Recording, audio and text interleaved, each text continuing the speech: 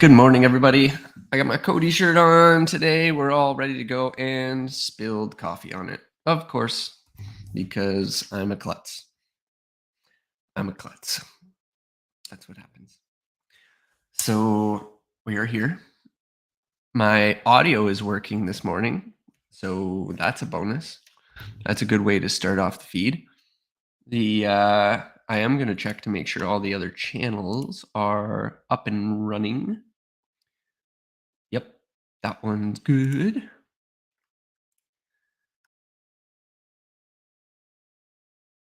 YouTube's up and running live. Beauty. And where are you, Facebook? There it is. Beauty. Let's just head over to that stream as well. Awesome. I'm just going to set out our day. We are 4 out of 5 of this massive design stream. Uh, we are definitely making some ground. It is pretty wicked what you can accomplish when you're dead-end focused on doing something pretty cool for the community. So, I am pretty pumped to see what comes out of this. If you haven't been tuning in for the last couple days, what we've been working on here at, Oculi is essentially making, I'm gonna open up my chat here so I can see this. What we are doing is creating a housing catalog, and not just a housing catalog, but putting in some real efforts to make this work from a nominal and modular standpoint, and to create infill options that can be utilized in high density areas, as well as comfortable homes that can really establish themselves for the well-being of the individual. We're not here to create little shacks to get, people who are, homeless off the street for a temporary standpoint. Those little buildings do not help with the well-being of the individual. I mean, if you're they're okay for an emergency standpoint, like, if we're flash freezing outside and we need a temporary solution, but that is not a place for somebody who is homeless to live. We need to find ways to help them get off the streets in a productive manner by providing jobs, providing opportunities, re-injecting them into society, and really helping them get on their feet. So we're looking at a series of affordable options that can be utilized for reduced rent. You should be able to be at very minimum reduce overall rent prices by about 20% for individuals, and that can go down more. Ideally, we would get that down to 50% so that we can make it livable again. But making those options solely available for those who are struggling to get off the streets. That's the problem. We can't have them sniped by people who are well off and can afford normal rents. That being said, we need to find ways to make products more accessible out here, make the procurement line easier, to reduce the costs of the overall building of a home, because I don't know what my kids are gonna do. They, I mean, it's already a struggle as it is, but if second my kids graduate of college or whenever they get to that point, uh, there's really no options. I mean, everything's too expensive. So we need to work together to find ways to increase productivity with the smaller labor pools that we have, utilize things like AI to help the design processes through, um, find better ways to get our modular components out the door without investing millions and millions of dollars. So I've had a couple of discussions with individuals that work in the industry about modular and why it's been so unsuccessful in a lot of areas. There's been a lot of bankruptcies surrounding modular, and there's quite a few reasons for that. There's a lot of red tape that surrounds modular construction, and that goes for all types. When you start taking components and make them unique and bring them back into your plants to make in a controlled environment, new requirements start getting slapped on top of that. Those new requirements are CSA, ULC approvals. They can be, different types of structural approvals. You start integrating, custom components and connectors. You have to get those approved. Those costs so many thousands of dollars worth of patents, and that ultimately has to get paid for in some way or form. So the massive overhead a modular company has to take on and the upfront costs to start a company, it ends up adding into the overall cost of your modular home. And unfortunately, in that short period of time, the ROI isn't unsustainable. You have to get a surplus of projects to be able to pay for that, and in that time, you're figuring things out for your company, and you still are scraping at the door to try and get a product that is efficient and cost effective.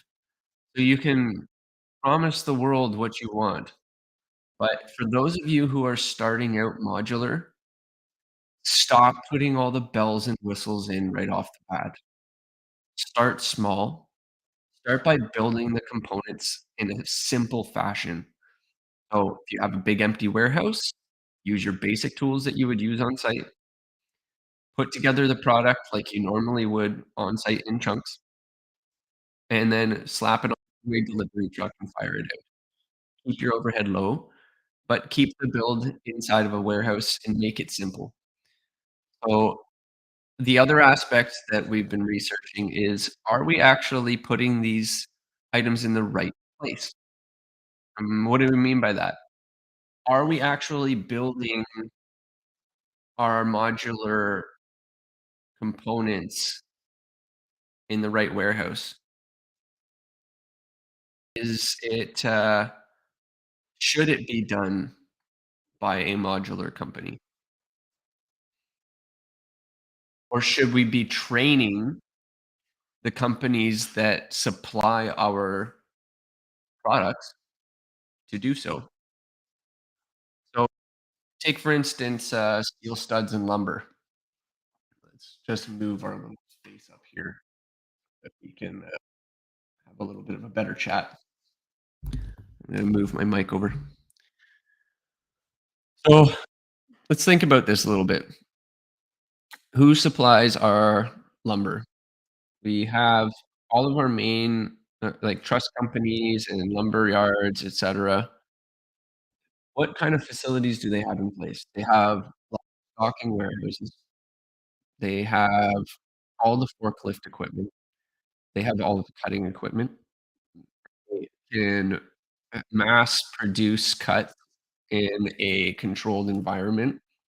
They have all of the delivery equipment, including booms and moving equipment as well. They have the means to do so and the expertise on site. So why don't we take a system that works from a modular capacity, maybe inject a few things like, insulation or something that along those lines to make the wall assemblies and whatnot work faster, and take all of those lumber yards and, supply yards and move that expertise into that facet. Because not only are we increasing the knowledge pool of the individuals that work at these facilities, but we are now being able to take advantage of a procurement line that's already there. Instead of delivering twice, because that's what's happening. Let's take the, um, let's just take a modular wall panel for an example.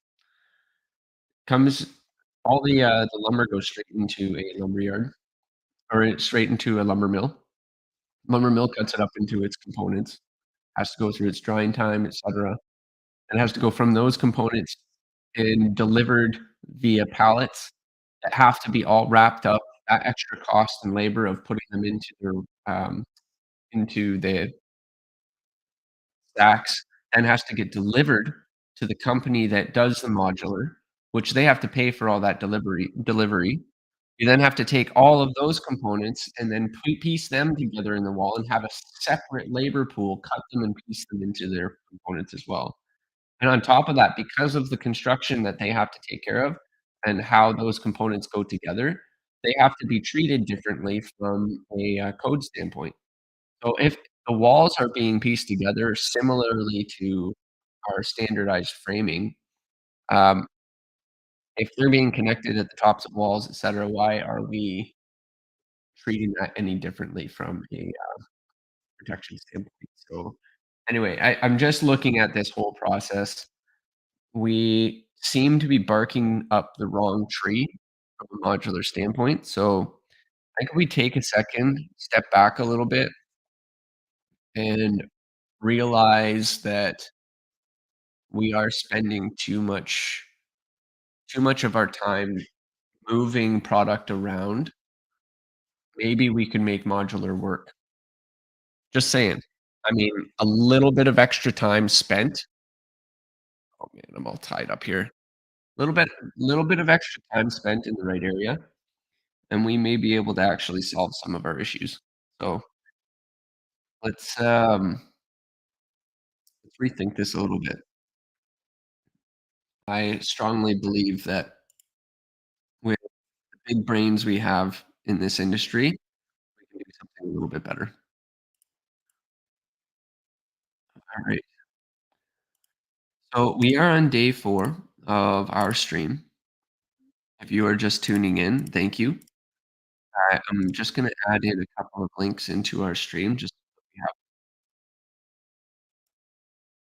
those of you who don't know, we are raising money for a good cause, Welcome Housing.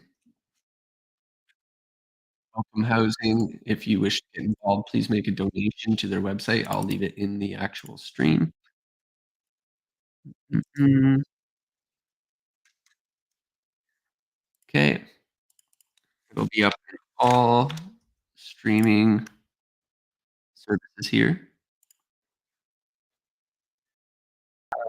Please make sure to subscribe to the YouTube channel. If you want access to the designs that we're working on throughout the week, subscribe to our YouTube channel and, make sure to donate to Welcome Housing. The, let me just go right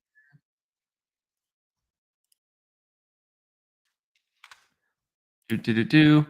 You'll have to keep in mind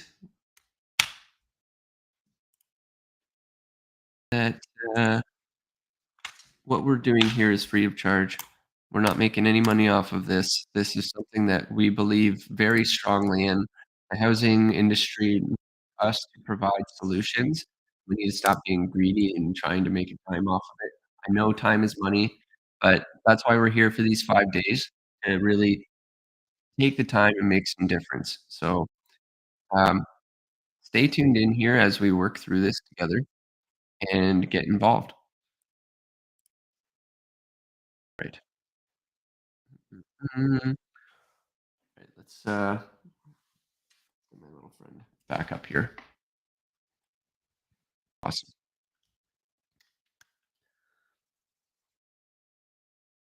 Also, Molly's gonna be helping us out today. See him sleeping again over here on the bed. Took him out for a walk. He's kinda tired. So, alrighty. So let's start looking at today. I wanna spend some time really focusing on the details. We worked through a fourplex. Let's start looking at the costs and value engineer the building that we have to see what we can do to reduce the overall impact. Now, I'm not gonna share my screen just yet, but I wanna start getting into where the heavy weight of our costs are. So, let me just see. What is the cost difference of posts versus or let's just go with this.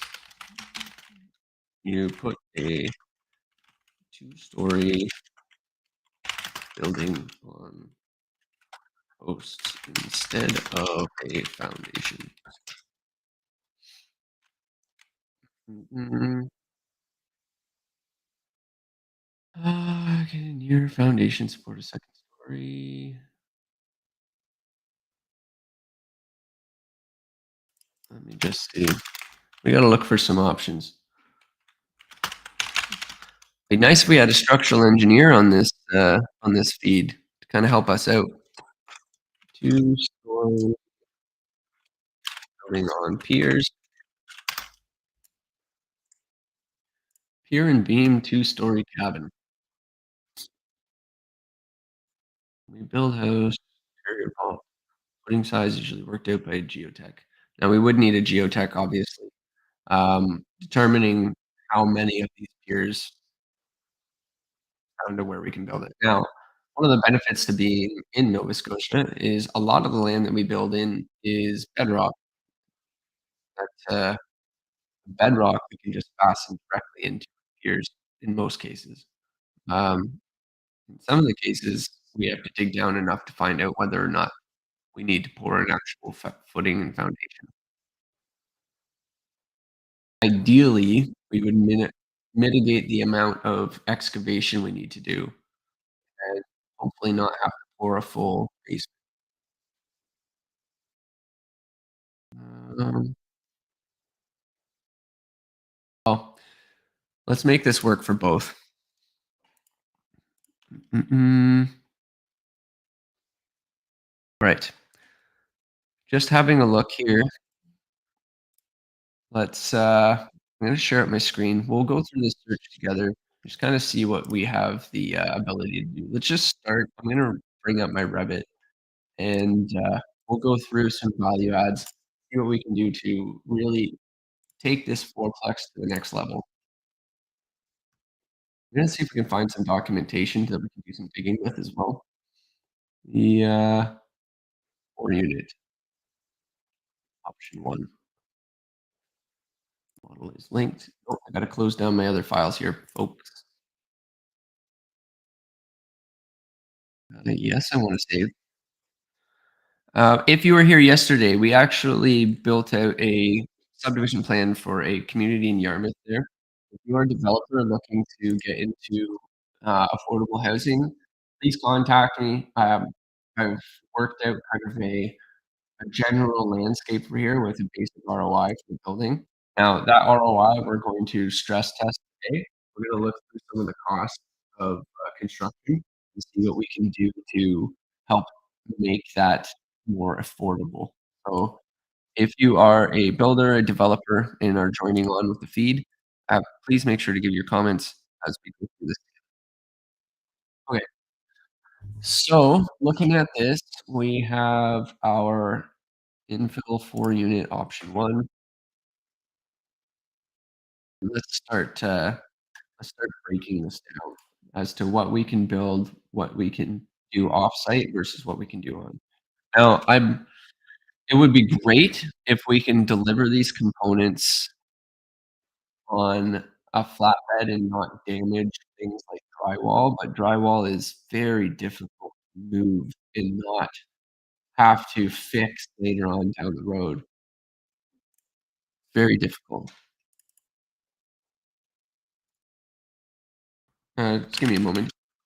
Just gonna chat with my business partner. Um, I am working on working on further detail of fourplex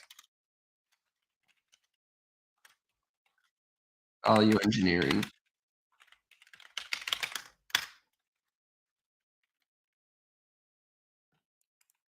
So into all the gritty details of affordability and where we can shave costs.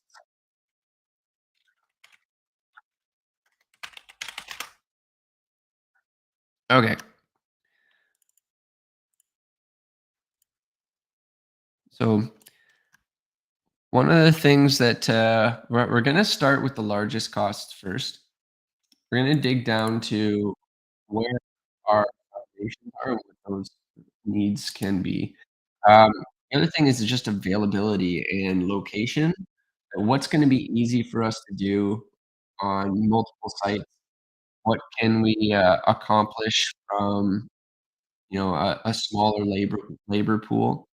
Are there solutions out there that are more cost effective? We'll do some digging on that first. So I'm going to start with our foundations and try and get a decent, at least from a um, quantity surveying side, reduce the volume of concrete needed to support building. Okay, so also we have to be conscientious that the buildings that we're designing here are going up in Nova Scotia where there's hurricane weather. So we need to make sure that whatever we do for a foundation can handle the weather conditions that we have out here. So there is that as well. Okay, let's have a look. What can we do? Let's open up our building that we started in yesterday. For those of you who didn't we worked on a subdivision in Yarmouth. There is a public opportunity for a housing potential. They have opened up a 2.5 acre lot that we could place houses on. We looked at getting about 144 beds in this location, but still keeping with the neighborhood outlook. Pretty decent.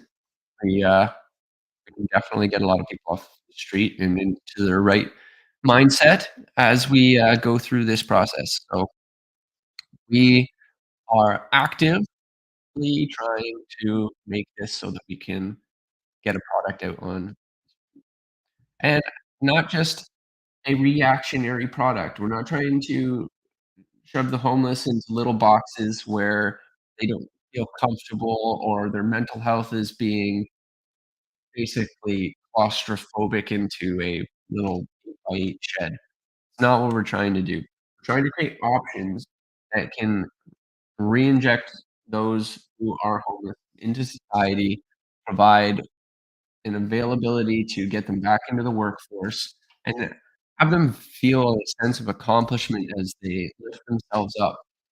I've been down in the dumps before and have had to take on jobs that barely, like, didn't pay my bills. I was bumming food off of my roommates, and I was too proud to ask, and I almost ended up on the street myself because I was so delayed in all of my bill payments. Had collectors coming at me from every direction, and I very much almost ended up in that space.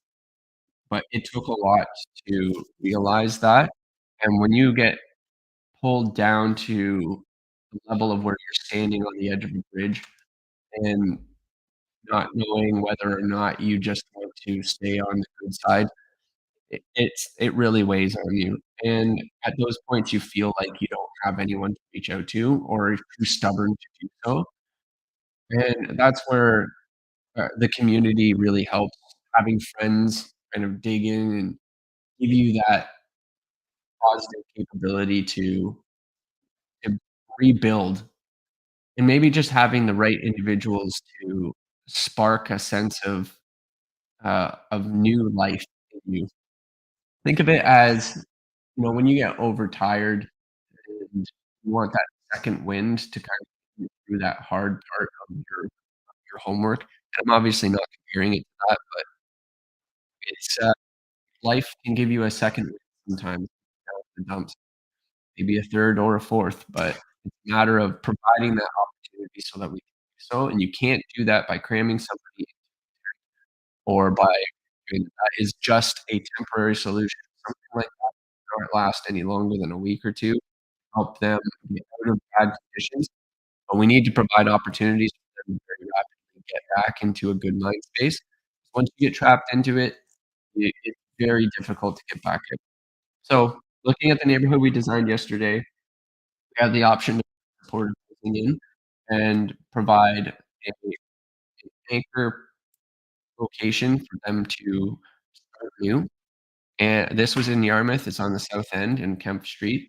We, will work further on those designs, but today what we're gonna do is see how we can value engineer this building to make it more feasible from a construction standpoint, to make it so that each of these components can be either built off-site and brought on, or to look at, different ways to make this a reality. And ideally, if you're watching this feed and you're a developer and are interested in taking this to the next stages, let us know, because I'd be interested to hear what your thoughts are. We really wanna make this available to the greater public. Okay, so, if you are joining the feed, please donate to Welcome Housing. It is in our live stream in the chat. There you'll see canadahelps.org is the donation link. The, all of the housing designs that we're putting in here are gonna be available for download for you if you like moving forward. We're gonna start working on the actual heavy detailing of these units. We're gonna look at each of the components separately and what we can acquire. So, we're gonna start with our basement. Now, we put in a full basement skirt at the bottom. This is just a foundation wall, and we wanna look at what we can do to maybe make this not happen. Ideally, we would a scenario where we can raise this building off the ground, keep it free from any water damage, or maybe make it so that we can get this up on piles or on, post and footing.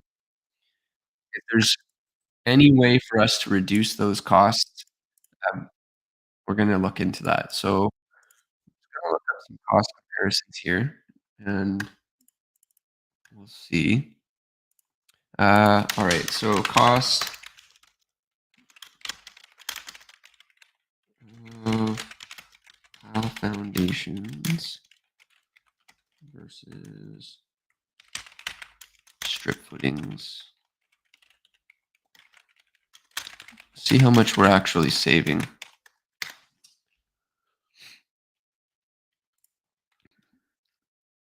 So, just on average, two-story, do, do, do.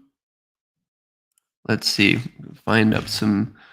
Now, I know the screw pile companies are doing a lot of really cool work, but it's hit or miss with the screw piles. You could run into an instance where you hit bedrock, you have to then, um, not be able to use them. The screw piles can, hit tons of boulders and be very difficult.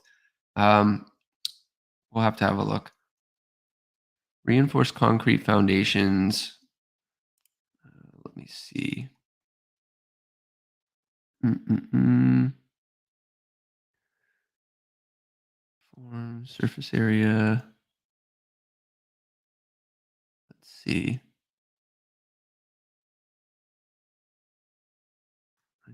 I need just kind of like a summary, like a cost range. I'm trying to look for cheaper alternatives for foundations to see if there's a way that we can make this work. Even just percentages. If I can manage percentages here, that would be great. Concrete, found up. So reinforced concrete foundation walls. I mean, I love ICF. I find that very easy to put together. It does have a significant cost associated to it. Mm-mm-mm. One problem with raising your foundation up above or raising your main floor off of the ground is you have to insulate underneath it. You have to raise it high enough to be able to get it so that you can finish it. And then also you have all of your utilities that have to penetrate through that, and those have to be protected from the elements as well. So it almost makes more sense to just do a 4 foot deep frost wall around the outside and eliminate the need for a basement, protect it, get it insulated on the inside of the foundation wall, and then just do a couple of piers for it to sit on. That way, you're just trenching around the outside, and then you're also protecting the utilities that are going through your building. So that's probably our most cost effective. If we can minimize the amount of concrete that we're putting in there, that would be ideal. Would like to look into more feasible options. Most cost efficient foundations. Concrete slab foundations are the least expensive house foundation types. Ideally, I mean, we see them all over the place. A slab foundation just can place it right on top of the existing ground. Doesn't require a lot of excavation, a little bit of prep. Has already compacted. The one of the downsides to doing that is you're pouring all of your utilities into fixed concrete. You're kind of stuck if you need to make any change or edits to your mechanical systems. You have to break and tear apart concrete. So down the road maintenance may not be as effective. So we do have to kind of look at those costs as well. We're not looking at just the impact right off the hop. We're looking at down the road maintenance as well when you're thinking about affordability. So you have to look at a few things. All right, digging a little bit more. We'll look at both options. I mean, slab foundation is going to be our cheapest, no matter which way we look at it. But it's a matter of can we get that? We've got to make sure that it's properly insulated behind it. Okay, so we'll look at both. All right. So if we can do a slab on grade, that comes down to the soil conditions and what we have available. We start getting into a slab condition where we have to pour piles, especially in a wetland area where we have to rebuild back up. That's undisturbed ground. It could cause a lot of shifting and heaving. We would probably end up having to build some sort of thick grade beam with piles being driven down, and it could end up being more costly. So we do have to look at that in comparison. But when we're talking about a 4 foot frost wall, we're digging that down as well. I think we can try this with a slab on grade.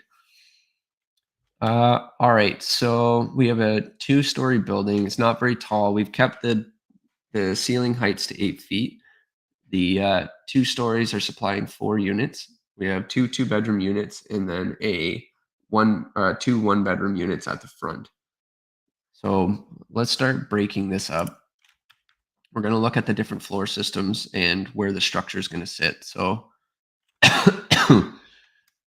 we should be about 22 feet to the center. Yep, exactly. So at 22 feet, we have a natural delineation that we can utilize below where our beams can sit. We've avoided having any mechanical or plumbing going through these walls. And that allows us for a beam to sit underneath without structure falling into it. So that can keep our joist spacing and joist sizes thin. So we can order something like a 2x8. The 2x8 will definitely span what we need to here. We can look at our span charts, but we can have post and beam coming through here. At the very least, 2x10. I think we've set up the floors for 2x10. So that will be able to work. We'll use standard SPF. That's easily acquirable, the 2x10s, and we can build those into components. So if we look at this, we can pre-build these components off-site. The best part is we can actually fully insulate these components and have them prepared and make it so that we can just drag and drop each of the flooring components in. So let's look at our um, natural cut here. So what I'm going to do is I want to see if we've actually loaded in some of the beam work. No, we haven't. So we're going to go into load Autodesk family, and we're going to look at what I might be able to actually just do this in family. We're going to create a flexible imperial family. I'm just going to use a generic model for now. And what we're going to do is we're going to create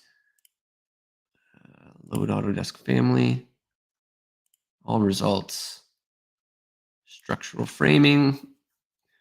We're going to look at dimensional lumber. We're going to pull out our 2x10s and 2x8s. And we're going to set up a little bit of a frame here. So we're going to put in our reference planes. We're making a modular floor component that we can utilize for offsite fabrication. That's kind of our goal right now. So we are going to build our component out again. And we'll make this flexible. All right. So we're going to make this 8 feet wide because that's what's going to fit on the back of a transport truck. We're also going to look at doing this. Well, ideally, we would do it in much smaller increments, and we would be able to do this in 22 feet. 22 feet, but we have to fire rate that continuous wall assembly, so we may have to hang this off of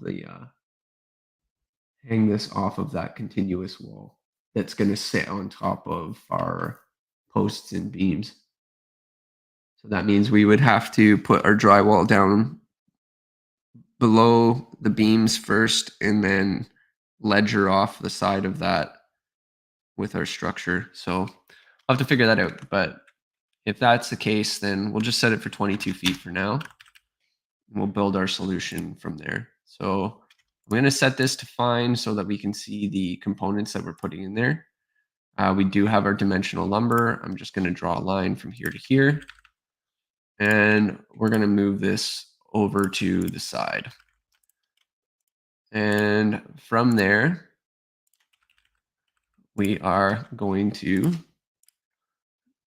do our 16-inch centers. Ideally, we could do 24 to reduce the pricing if we do inline framing. I am going to just keep on. I know I can array this, but I'm just making this simple on myself. And it should be one more exactly. And that should be our 8-foot. And I'll just put one more here and make sure that that sticks. I'm going to lock that to there. And then I'm going to do the same thing on this end as well. I'm going to copy this down and lock this to the underside. Same on this side. I'm going to lock it so that those are all part of our system.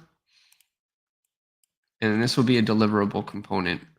So we can have this all built off of site. Now, because we're going to be connecting them side by side, we can reduce the amount of joists that we're using. So ideally, what we would do is on the next available stack, we would leave out the additional joist and then have the plywood so that it overlaps and sits on top of the other. That way, when they drop them on, this one has a fully built out component, and then the next one would be missing a joist. So what we would do is we make this a visibility component so that we can turn that on or off as we need to. So first joist visible. make it a visibility parameter in an instance so that we can turn it on and off when we want. And then we would just leave this as connected back here. That way, when it does join up with that other joist, we're not having to work with this. And the reason why we're doing this is so that we can make this modular and continuous, so we can drop it right into a foundation and not have to worry about it. We're going to make an instance parameter for the length to be able to change the length. And what we're doing is we're creating a modular floor component here. So if you are tuning in, we are trying to make something flexible that we can utilize over and over again, that we can build and manufacture quickly. So this is just for the framing. We'll put in the blocking as well and put a rule in there for X amount of feet we need blocking. And for now, I just need the component. This will save as modular flooring module 2 by 10 SPF, and make this flexible. Awesome. And we'll load this into the project after we add in some components. And because what we'll do is we'll add in some plywood and some sheathing and whatnot. We'll plan this so that the plywood will overlap once we input it onto the system, because we do want the floor to mold together. We do not want this to just drop into place and be completely separate from the other. Anytime you have separating lines joining each of these areas together, you create a opportunity for it to flex differently from the rest of the building and just create some instability. So I'm going to share my screen since my business partner told me I'm not sharing my screen. Let's have a look at what we're looking at. Why not? Yesterday I didn't do my audio. Today I'm going to share my screen. Thanks, Paige. Thanks for doing that. All right. All right. So for those of you who have been watching, I'm building a modular component that I can drop into my building and utilize for the purposes of making floors. We're going to make a modular component that will include our insulation. It will include protection underneath as well as protection on top.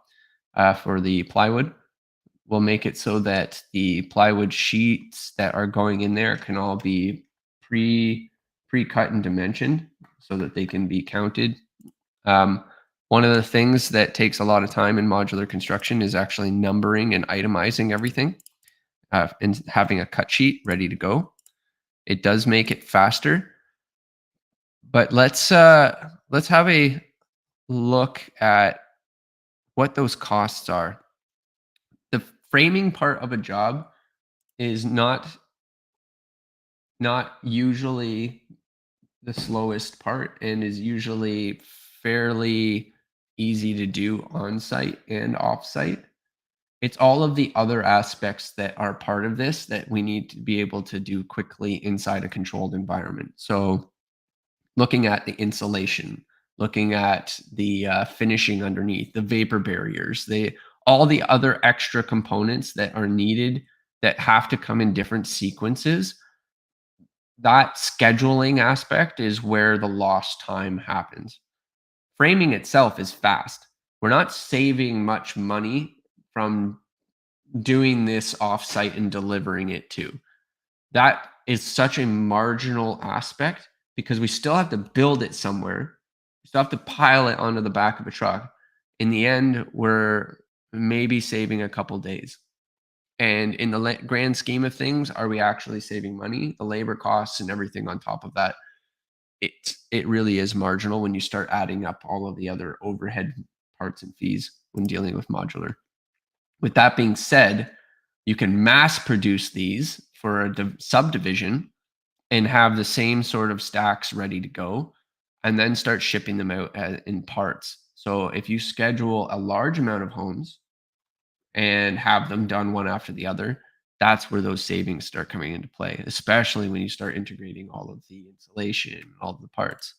You have to do this ahead of time and have it very well designed and in a way that doesn't require additional approvals. So, an 8-foot wide panelized system that can be hoisted and dropped onto the back of a truck. The distance that this house is, you can stack 2 sets of these floors on back to back on a transport truck on a flatbed that is a 48-foot flatbed. You can essentially deliver an entire flooring system already pre-made, ready to go, dropped into place, and have that done from one transport truck. And then your next one would have all of your walls, and then your next one would have all of your next floor, and then so on and so forth. So with 4 trucks back to back with a good crane operator, you'd have an entire framing setup for a house done in one day, at least for all of the main exterior shell. So from that aspect, we could actually really help. So let's just look at what we have here. We have a basic flooring system. We will add to this so that as we're clicking them into our floor, we'll be able to modify it as we need to. So I'm going to go into 3D here. I'm going to load this into my project and just go back to our main floor. And when we drop this component in, you can see we have our flooring system. I'm just going to put this off to the side. It's staying the 8 feet that we have, and it's in underlay mode right now. So I just have to make sure that I can select it. I do have to make sure that the dimension I put in there is an actual parameter. So we'll make this instance-based floor length. Okay, and then just because I want to make sure that these do not move, I am going to lock. Oh, fine then.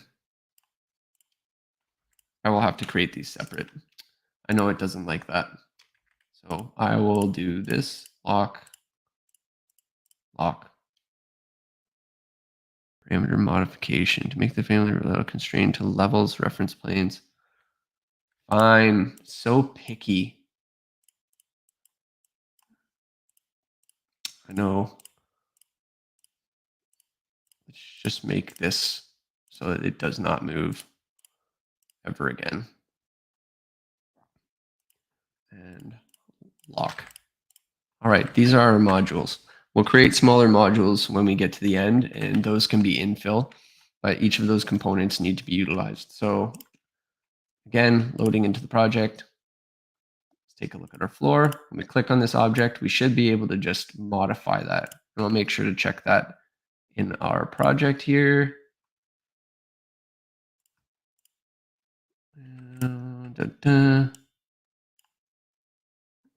Where's my lock symbol? I need to make sure that that object is traveling with the rest.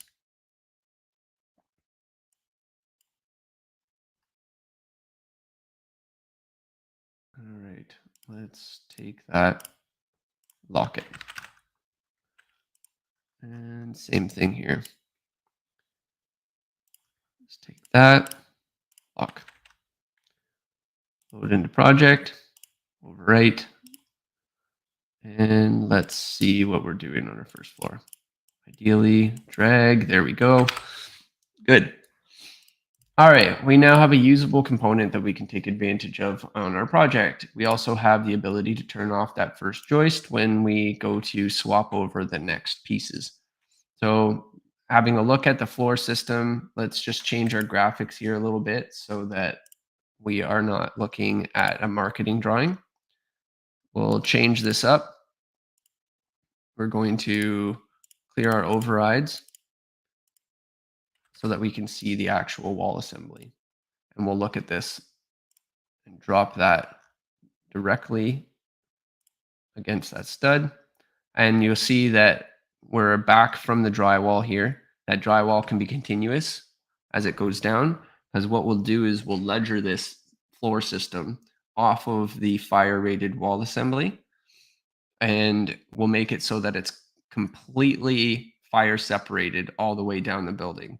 That way we can have one of our units on this side act on its own, and then we can also free up that entire cavity right down to the post and beam that we have in our basement.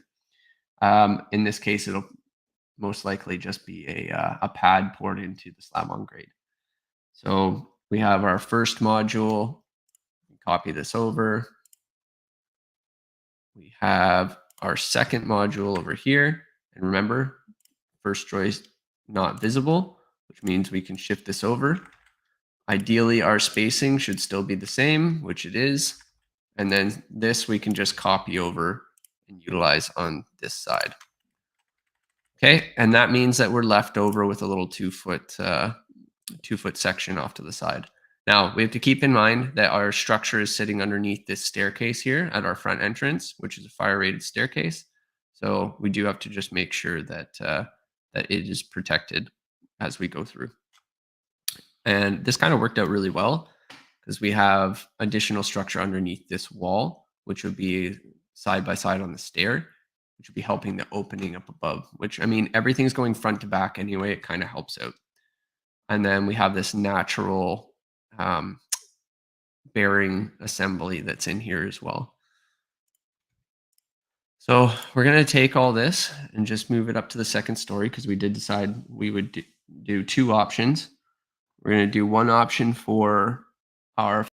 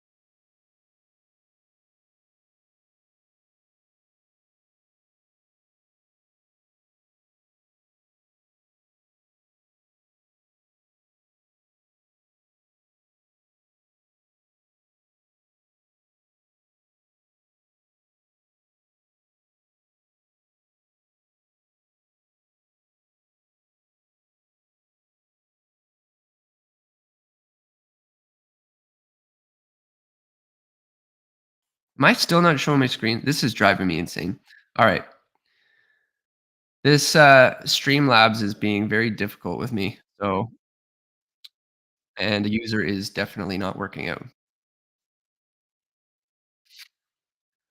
For those of you who are just joining the feed and seeing this wonderful face of doom here, what we are working on today is a application where we're building modular components. We're taking our fourplex and we're putting it to work.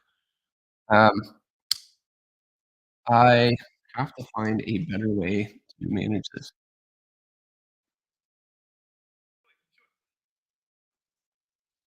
Give me a second. Just answering some questions here.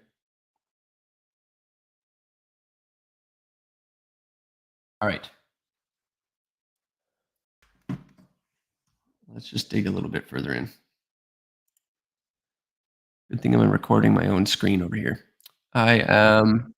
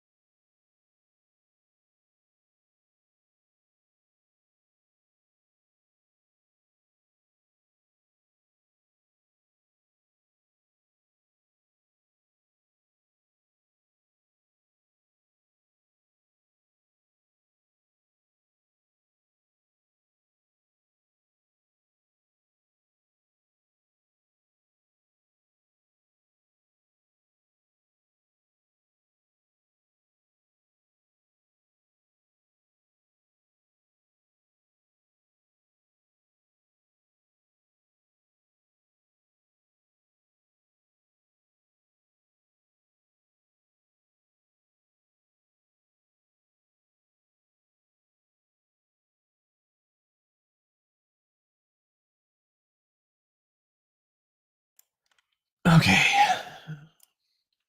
I'm just grabbing some cookies. I like me some cookies. All right.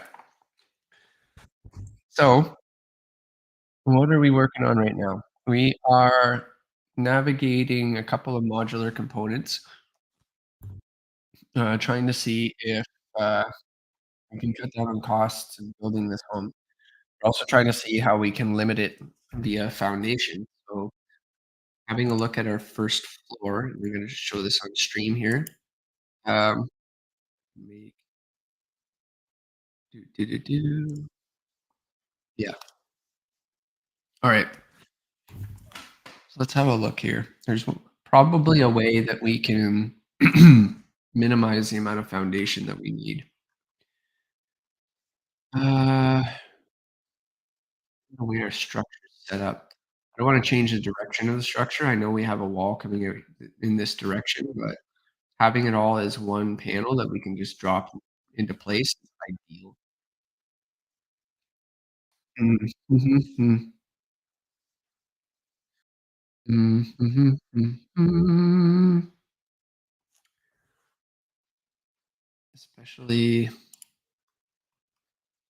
have roughly 12 feet. That's too much.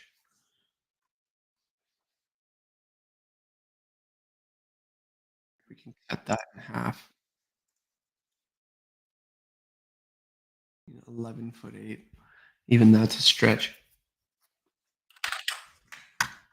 Looking at 2x10s, max spans. We just say, I mean, we're not dealing with snow load on these ones. This is just live load inside of the building. So we get a little bit more leniency in terms of that. Um,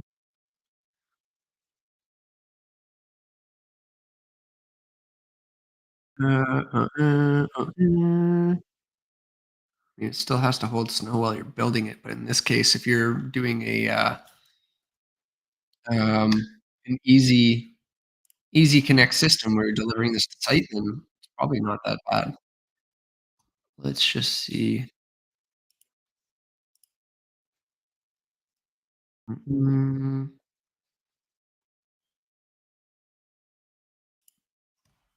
interior. I usually have my little handbook, and that came in convenient. You know what? We could probably try and ask Cody, to be honest.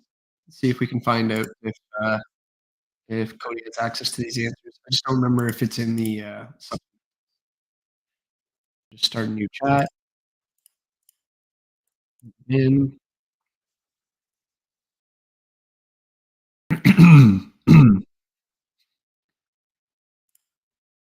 All right.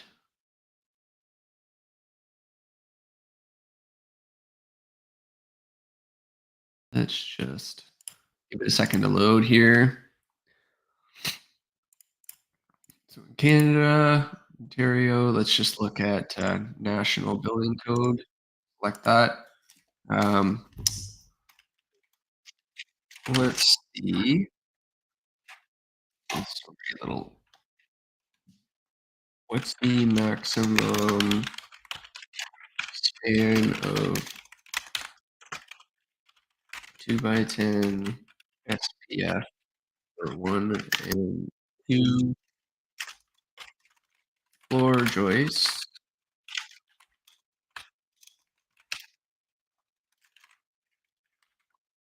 Uh,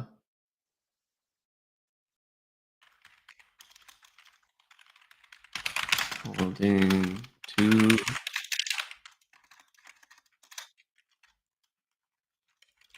with 2 stories and roof.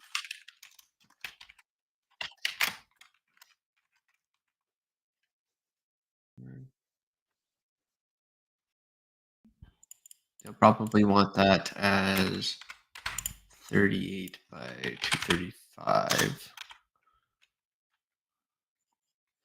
Mm,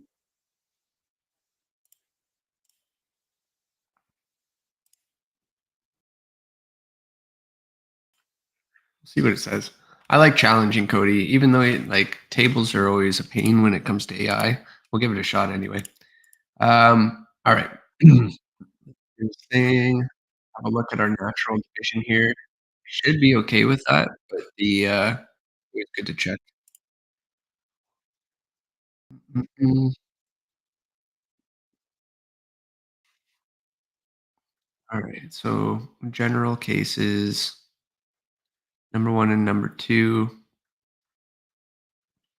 In this case, with bridging, 400 millimeter should be able to reach pretty decent. I mean, 4.1 meters roughly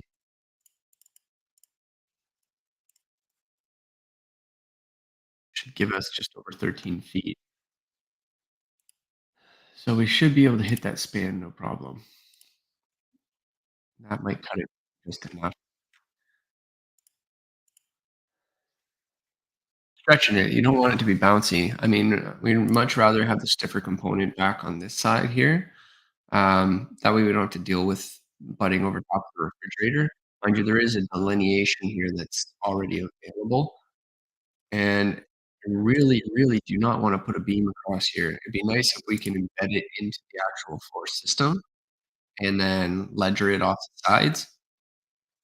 That would be ideal if we can build the beam into them, but that involves separating out and creating more panels. More panels means more sill protection, um, kinda just creates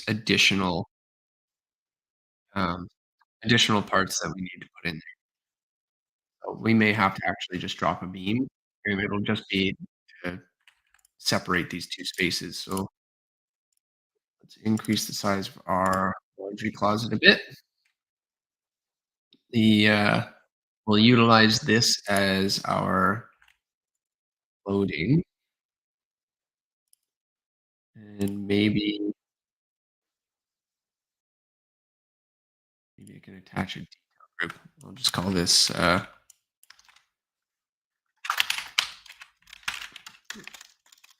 detail items,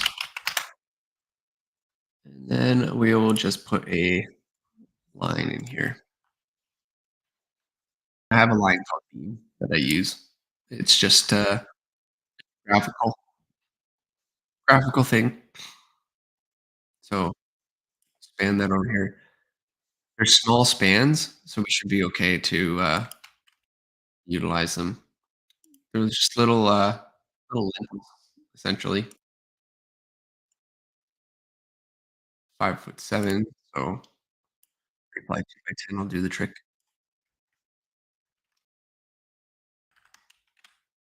Might even be able to get away with a 3 ply 2 by 8, depending on pricing. So it won't eat up too much of our headroom space. Um, and then we can run our mechanical along the sides here if we need to do ductwork. We'll look into ductwork later on. Okay. Okay. All right, if that's the case, we've got that one dealt with. We'll do the same for this one. We'll attach, call this the same, always use the same naming. Make sure naming is super important. The amount of times I have to scold people for not taking advantage of proper naming conventions. It it should be just second nature, but it doesn't happen. Kind of frustrating, actually. So we only need to do this once. The upper levels, it'll all be tucked into this. The trusses will just go full span. So this is just for this one floor. And for these key areas here, we'll run a beam and post system down below it in the basement. So what I tend to do when I'm looking at scenarios such as this is I will make sure to put our loads in here and cast them down. So I should already have some structural columns loaded. Yep, 4 by 4 timber that we utilize. Set your um, heights to unconnected. We'll just make it 8 feet one, and then just plop one in its space. If it's turned off, make sure it's turned back on. Let me go here. I should be seeing structural columns on. Okay. And then we just take that and fire it into the corner. All right. And we drop it so that the base of it is showing down to grade and up to underside of second floor. And then we just copy that over. S- copy. And then ideally we'll take those two same columns and we will use those up above as well. So copy that, bring that component over, and then same thing, just plop it right into this corner. Align it into space, and then we'll take a few of these and move them over to the sides. In this case, we'll just bump that up just because it's filling up the cavity anyway. This is why it's important to have components preloaded. Everything's all good to go, and you don't have to worry too much about it. So edit group. Now call this 3 by 8. Uh, SPF lintel. Call it beam just for the purpose of it. And then we'll tuck all of that into the wall assembly and they'll sit on top of those posts. We can do 2/3 bare loading or loading. Just make sure that you have the proper clips that are attaching beam to column connections.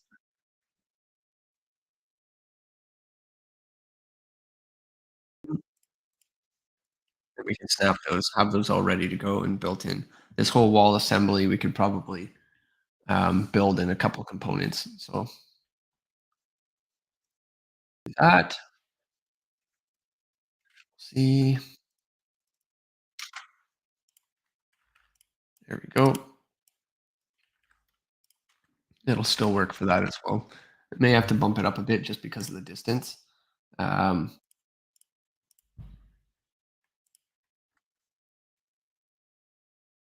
it's bridging on that gap. I mean, it's not carrying any snow loads. It's just some live load from above. And the live load that's above, it's taking on probably the most it will in the speed, depending on what we're putting on the other side. So we'll look into that. Alrighty. So in terms of foundation, we have our general loading. Same thing. I have to make sure that you have structural columns on. That's good. Overlays. Make sure my audio is on. I've been burned by this a few times. Just constantly getting burned by wacky information. So awesome. Got all these wrappers and stuff. I think I'd be living in my um, bedroom. All right. So continuing on here, we have our foundation plan. We need to turn on our first floor. We have some columns in place. We know that we have to get a 3-ply beam in there. We have 2 point loads in here, which is unfortunate, but we will try and balance those out so that they sit on top of that beam. So we have 3 main loading areas. Let's just put them in with line work for now so that we know where this is. Okay, really? I do not wanna do a filled region. One beam. So we have one central beam, which is going to be clad on either side and then carried up through. We have another beam that is carried through our house here, and we have a third which is being taken down here. Um, we're gonna do 2 options. One is with a full foundation, and then we're gonna do one which is all piles, and then another with a slab on grade. So, this right now, what we're doing is with post column. So, with these structural columns, I thought I had set them all visible in view. I did set them all to grade. Let's go to top of footing. Okay. Top footing, and then we'll go to our sections or elevations. Go to view, and then just make sure our top of footing is -5'6", 'cause that's where our grade is. And then all of these, select all instances in entire project, and make sure that they're all sitting at underside of floor. Why are they casting up above where they should? I side of second floor. Why are they poking up way up there? I don't know. They're being weird. Should be 5 of them. Attach there. Okay. Odd. Go down to our basement. There, now we can see the columns sitting where they're supposed to. And then with those columns, we can do an isolated pad footing for each of those. So under your structure, we should have a isolated 36 by 36 at columns, and then just do one big drag select there. We should, in this plan, these structural foundations, and then in 3D, have a look. Where'd you go? Structural columns, foundations. Look at that. All right. Got our foundations below, which are carrying a decent amount. And then we'll split up the loading of the main beam because this is holding everything in here. So we will add 2 equally apart and then make ourselves a nice beefy structural beam that goes underneath it that we can click into place. So we'll go to our structural floor plan here. We'll go to insert, load family, load Autodesk family, sorry. Dimensional lumber. You could use steel here.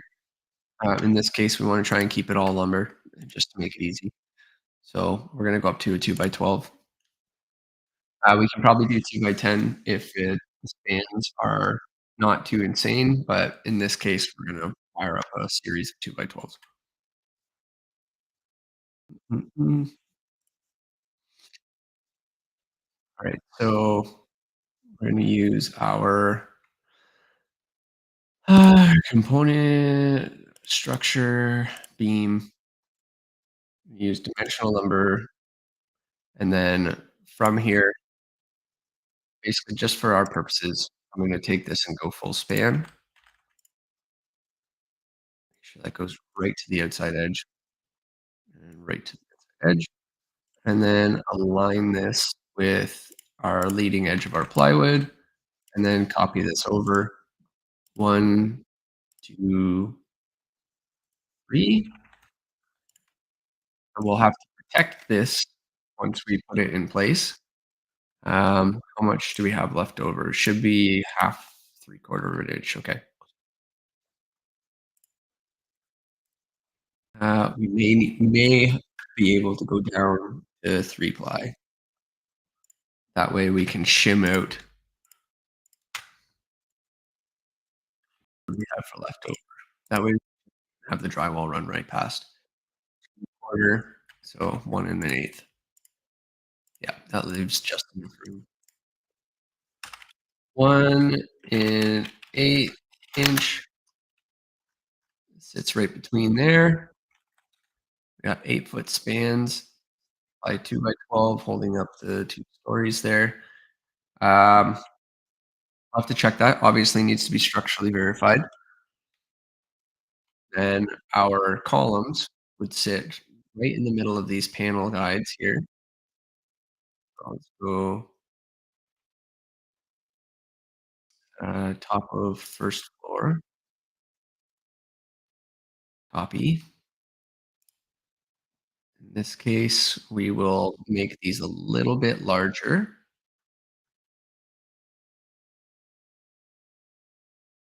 We'll go here. We're gonna make these into 6 by 6 columns, and they're gonna go to the underside of or the top of foundation, and we're going to align these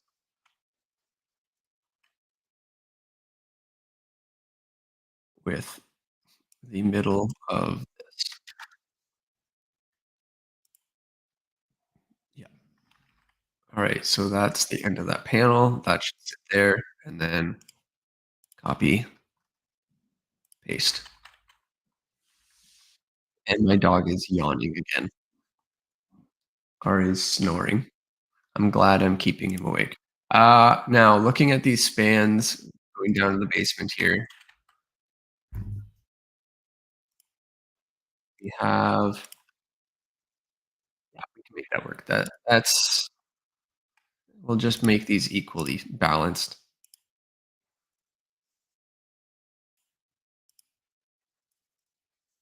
8 foot 2, perfect. Perfect. It's just like a garage door lintel holding up a roof cavity. Remember, we're only carrying live loads inside the building. Everything else is being cast down to the outside walls and being carried along the exterior foundation. So the footings that are gonna be on the outside are gonna be the ones that need, bulked up. So keep that in mind as we're working through this. Yeah. We have a pretty good system going here. This is carrying the main wall, which is also carrying, a tributary width of both sides of the, property. We also have the extra dead load of our fire rated wall with everything that's inside of that, as well as all the cavity information that's in there. So, um, okay. So 1, 2, 3, 4, 5, 6, 7. Like, we probably don't need all these. Really hate to, that's extra footing. There's gotta be a way to make that better. At least down here, we don't need it. We can probably cast that load down somewhere else because the beam is gonna carry it. If this is balanced in between the 2, we can bring those 2-point loads down to carry just one of them. And then likewise here, we have this load sitting on top of the beam. So I would say let's just take this exact same setup, copy it up, and then take all of these point loads and sit them on top of, foundation. Okay, and then these we would delete, and we would put new isolated footings at columns under these guys. Finish.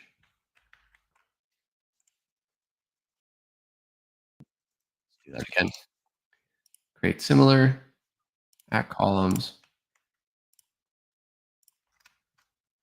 Finish. What?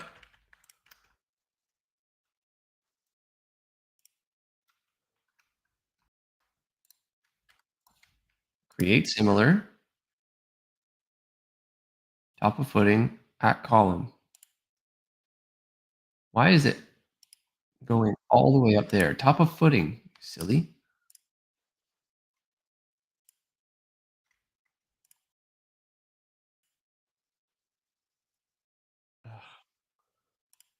Top of footing, at columns. Thank you. Finish. All right. Two balanced footings. And then we've got a few left to deal with. We have this other one here and another one balanced down. Again, just live load. Mind you, that shear point might be a little bit difficult to work with. Again, if we get a proper structural engineer in here to help, we might be able to make that a little bit easier. So let's see if we could get that down to one. Yeah, that's our goal. I don't want to have to put two random ones over here. Let's see if we can get those shear to work. We may have to bump up the size of the beam, but ideally, I'd prefer not to. I would like to copy this over and just have the exact same setup for each of these,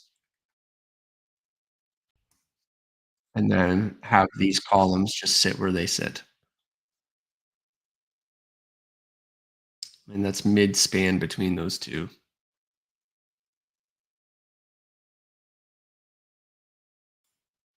Mm. Yeah, see, that helped us out. That's exactly what I was utilizing for that size of joist. See, Cody is pretty slick. Thank you, Cody.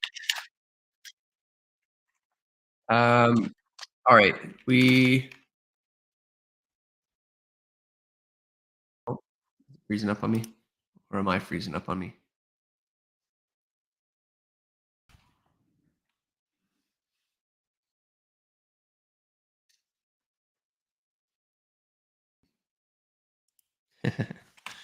Happy building.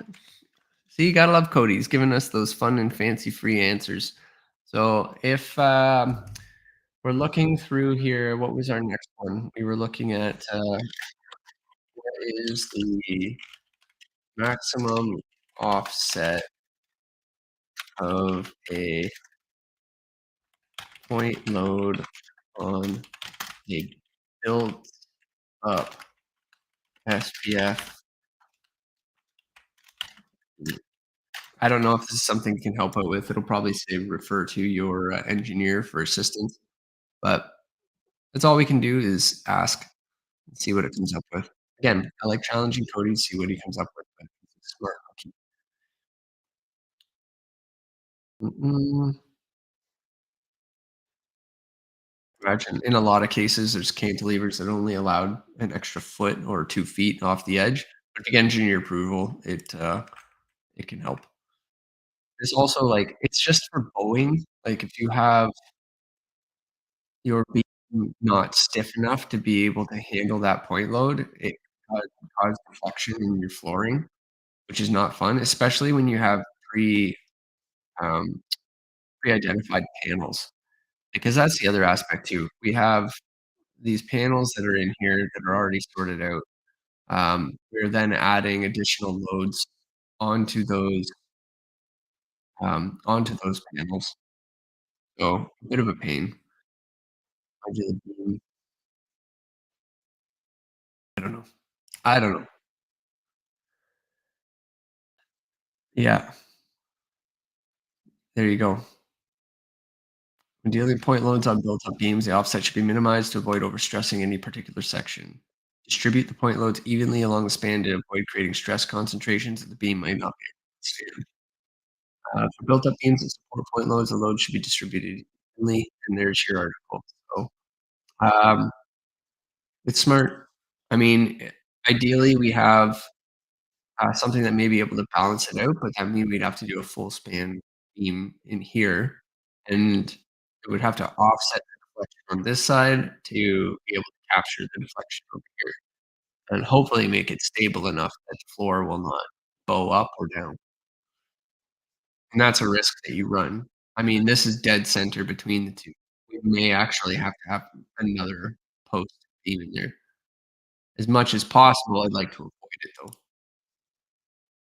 Um,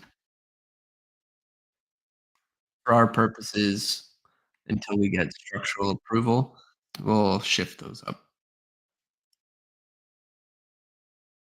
first.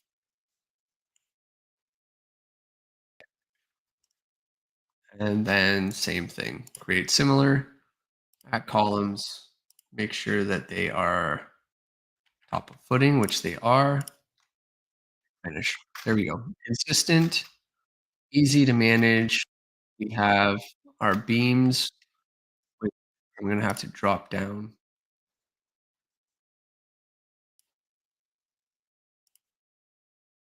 Third one. Where are you hiding?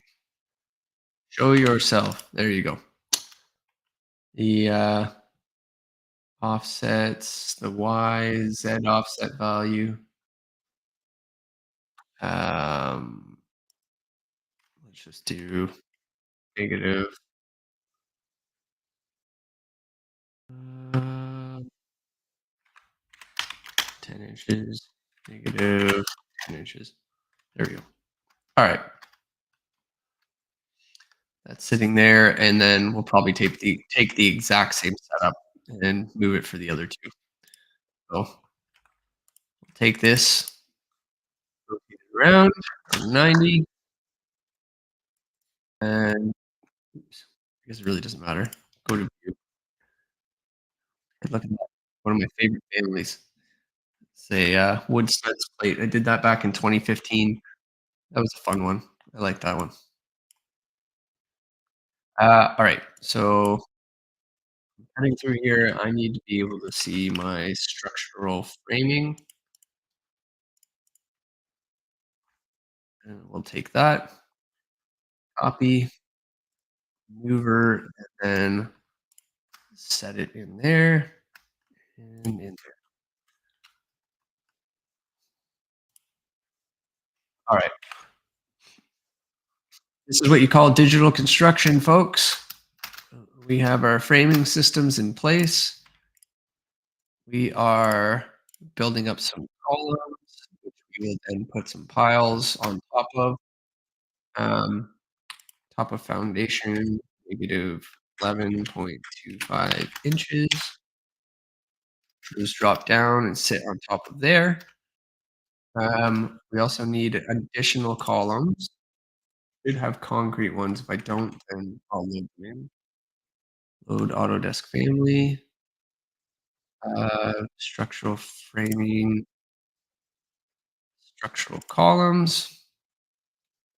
Let's do what family? We're in United Kingdom, so let's do United States Imperial because that's what we're using. It is a imperial designation.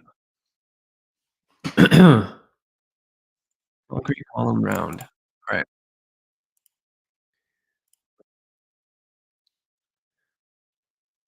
Let's go back. All right. We have inserted our round columns. What I'm going to do is I'm going to take all of these because why waste them?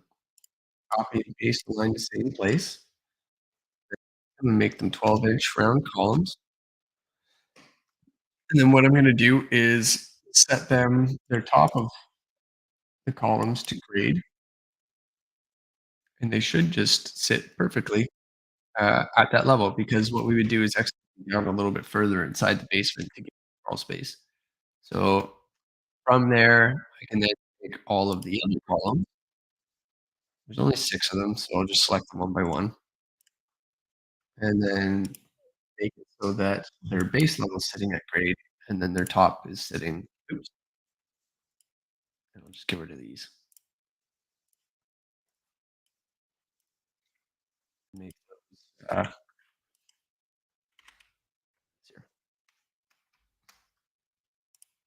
Yep. Let me just fix these.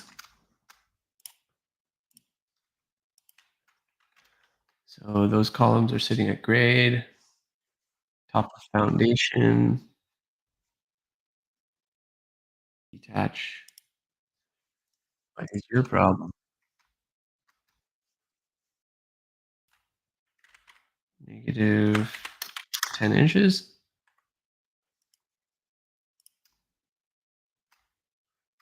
All right, I don't know. Whatever.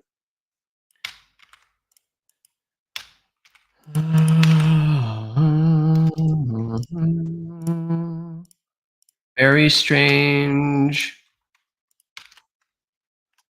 There. All right. Sitting on top of columns. We've got our post connections. We have just enough height to add in some clips into there. So to like hold them down into their position. So that's also extremely helpful.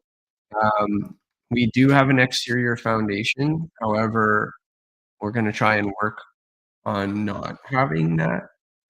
However, we have to weigh the amount of concrete we're pouring and what that looks like. If these just end up being big feet, where they just have to dig a pipe or dig down, then whatever.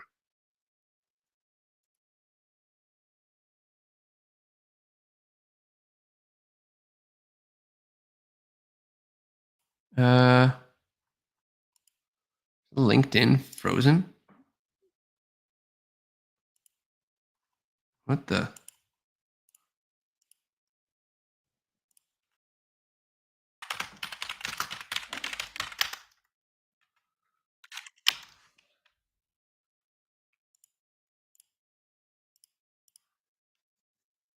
What is going on, LinkedIn? It's frozen for me too. Why is my live feed just being wedged?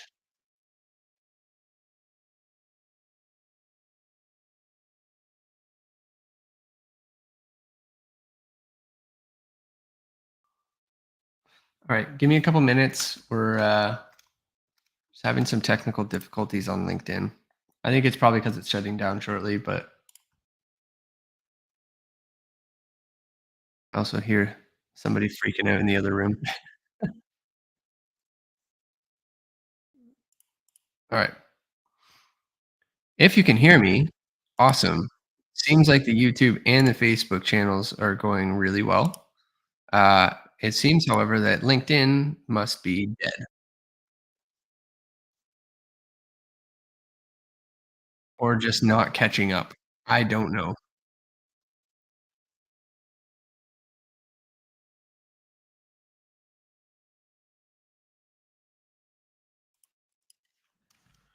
Hmm. I don't know. I'll keep working at it. See what I can do.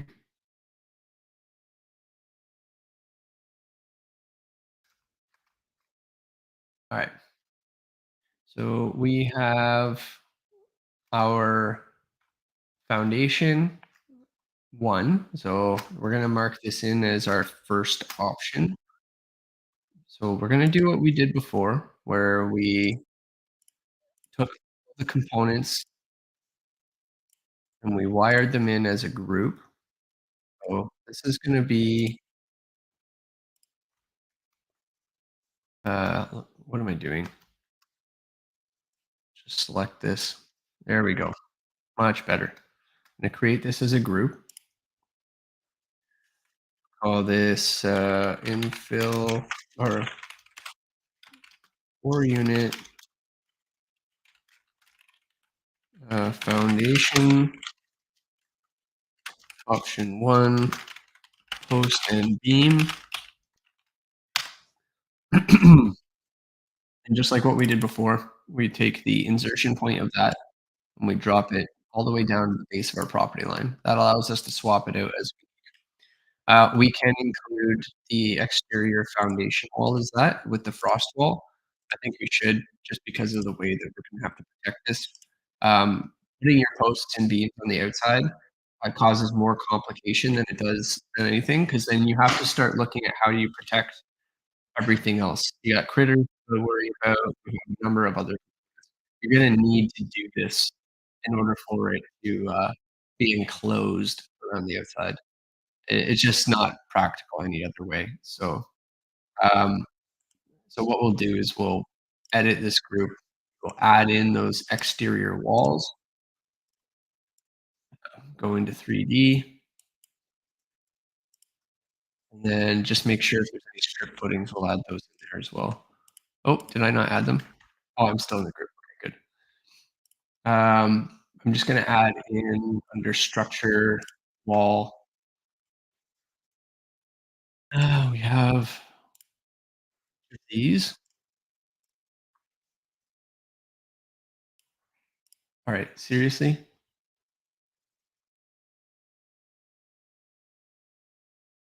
Okay, they didn't add. All right, wall.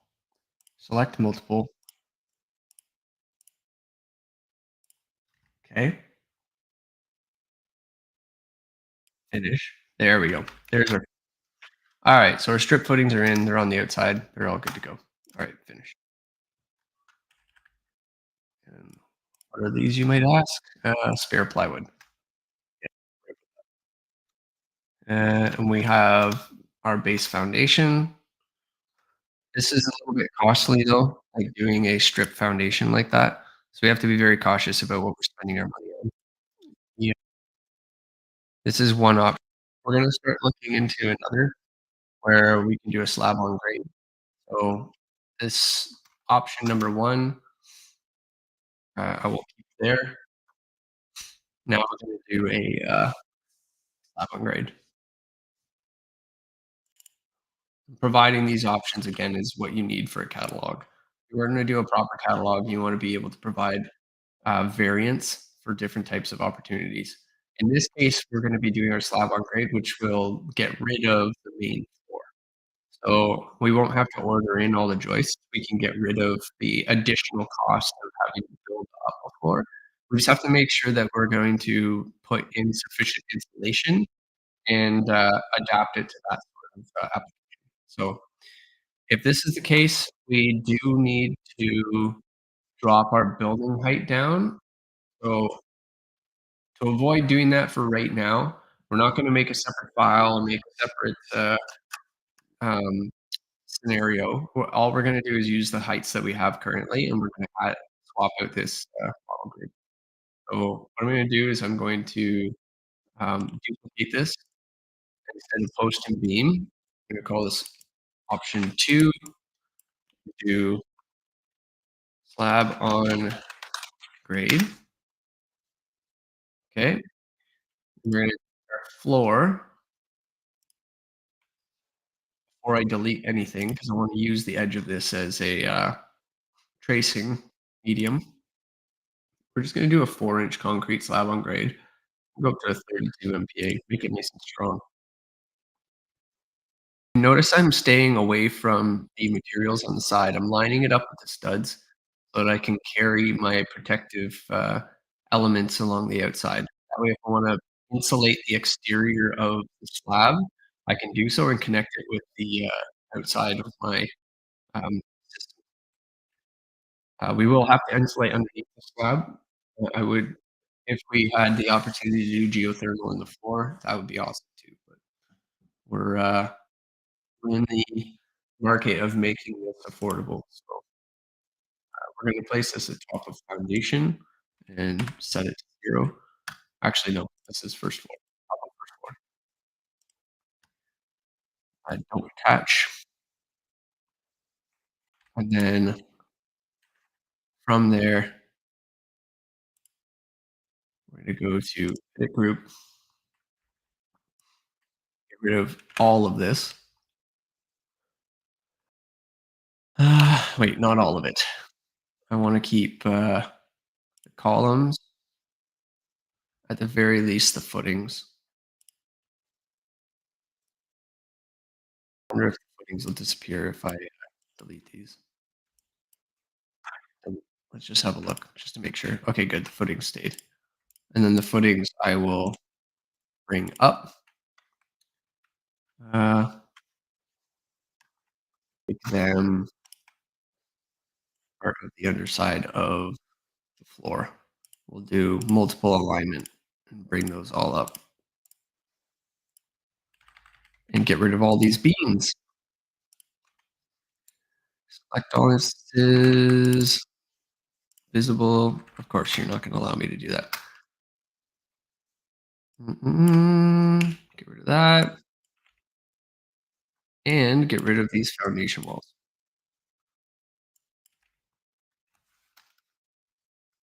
Why? Because what we're going to do is we're going to take that exterior floor and we're going to modify it. We're also going to get rid of all of this other stuff here. So all of these other little bits and pieces gone. Oops, let's not get rid of the concrete floor there. Filter. And where did that concrete floor I had go?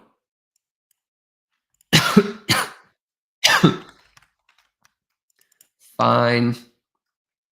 It'll work that way. Architecture floor. 6-inch top of footing. We want that top of first floor.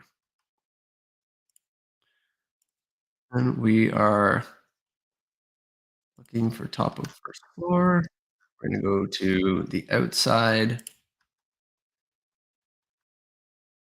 And I'm going to go to the outside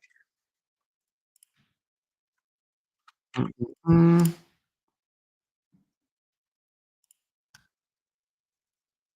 Thank you for those of you who are watching. We're doing this out of the goodness of our heart to provide homes for those who need it.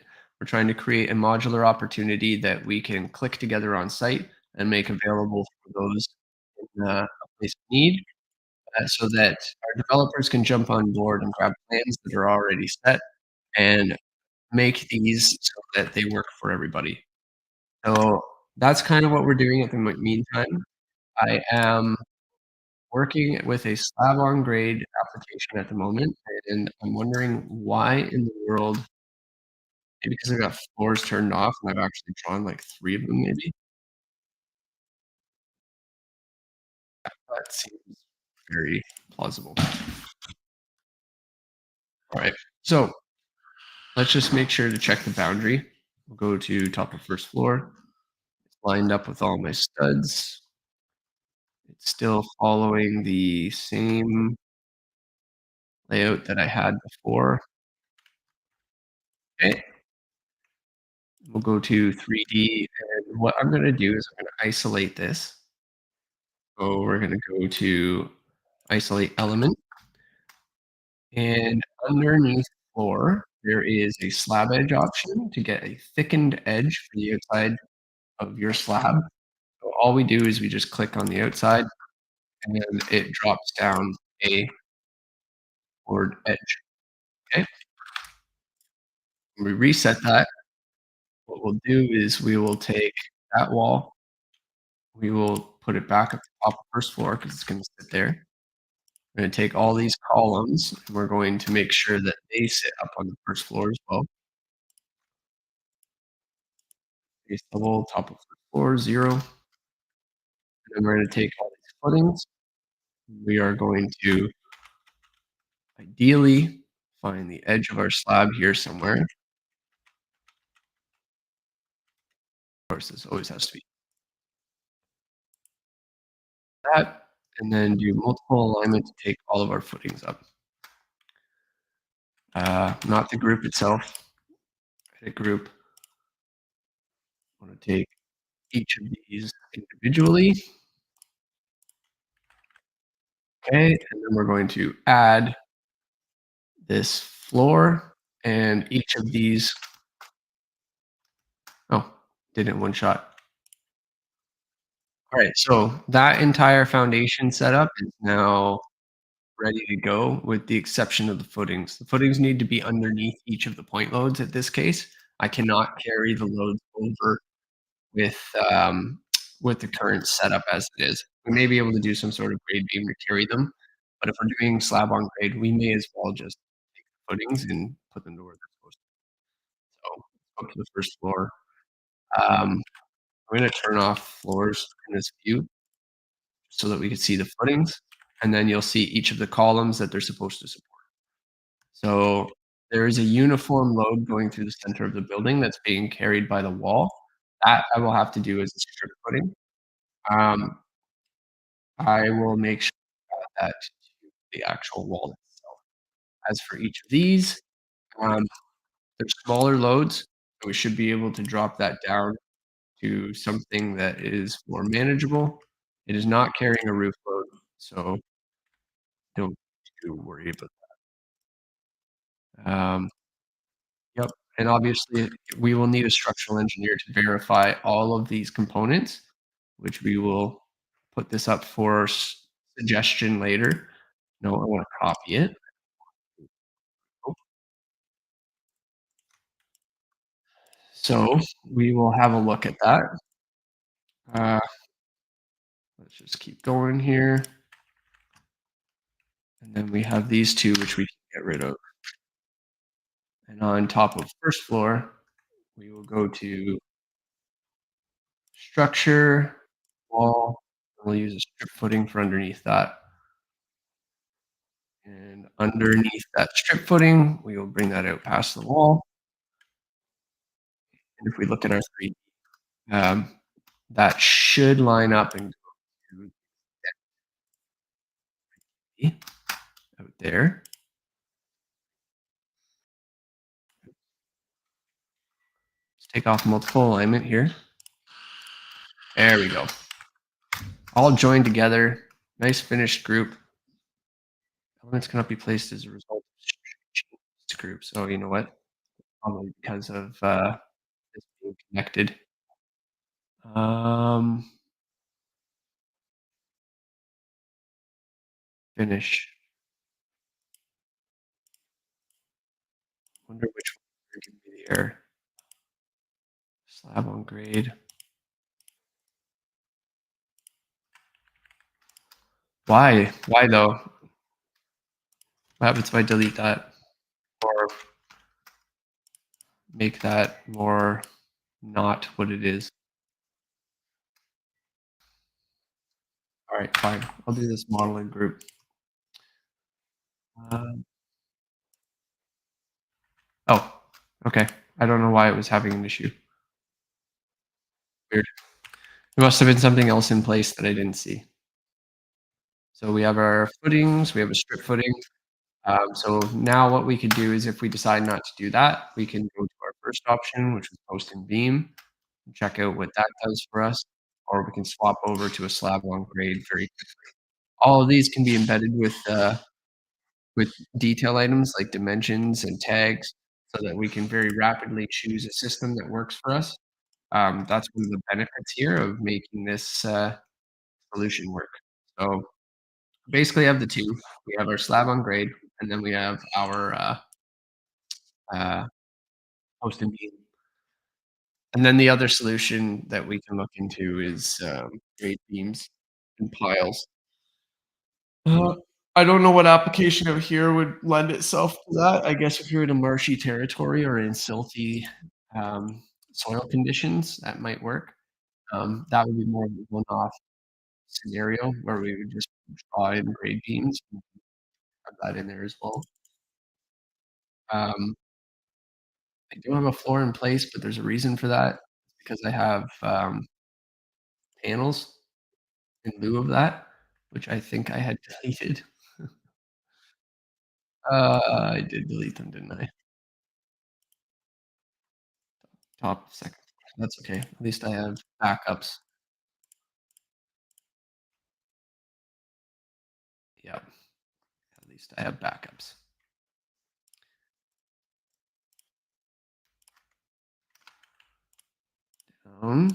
Oh my goodness. Let me pick what I want to pick, please. Let's get that. There we go. Mm, copy, paste, align the selected levels, top of first floor. Okay.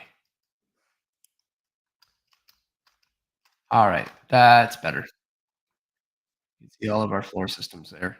And then I just have to go to our first floor, copy this over. Okay. And then take this whole system that we have here with the exception of the column, and flip it. Okay. And all of that is part of the other group. So if I take that now and go to our 3D view, um, this group would then edit, add, we would take each of these components, which are modular components that you can throw onto a bed. Mm, just add all of those little bits and pieces. So that's all part of the same group. You wicked. Awesome. All right, that I don't need. However, now I've got that floor assembly all built in, ready to go. Dimension it, have it all compartmentalized so that we can ship it on a truck. We're looking pretty good. All right. Now, choose that, slab on grade, post and beam. Just from looking at it, you're just saving costs. You go down to a slab on grade, you're living happy. Come in, set up the foundation, tamp it all down, pour your concrete slab, and get out of there.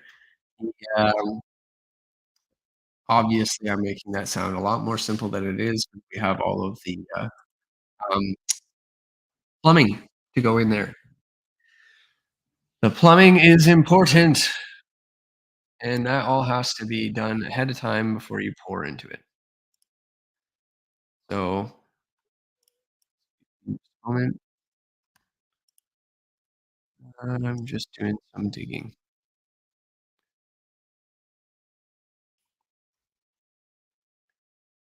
Mm-mm.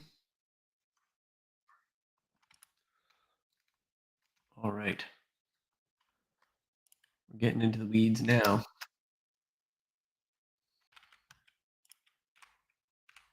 So get the roof on, doors, windows. All right, casework. All right, all of our moldable components. Oh, we got two escapees. Switch that over to post and beam. Edit group. Add. Have. Oops.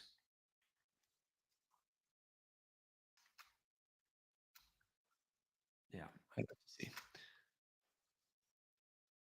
Add. There we go. Just the two. Finish. Okay. That's better.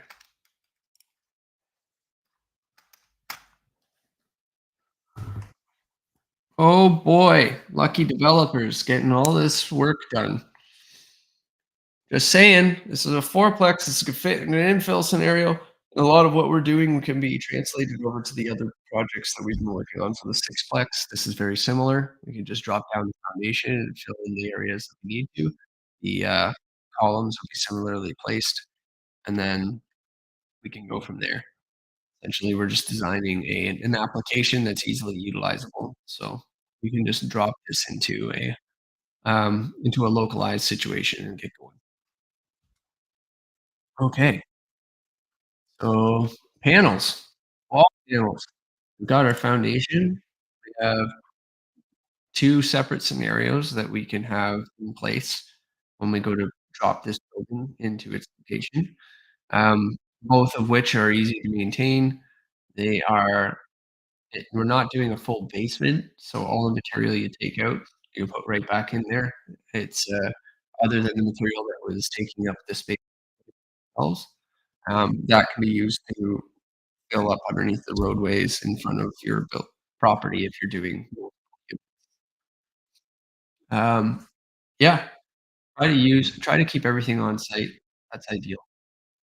For the meantime, before I move into the wall panels, I am gonna take a little bit of a lunch break. and we will kick back into gear. So, feel free to look back on some of our feed if you so wish to do so. Um, yeah, analyzation, pretty cool stuff. I'll see you in a few.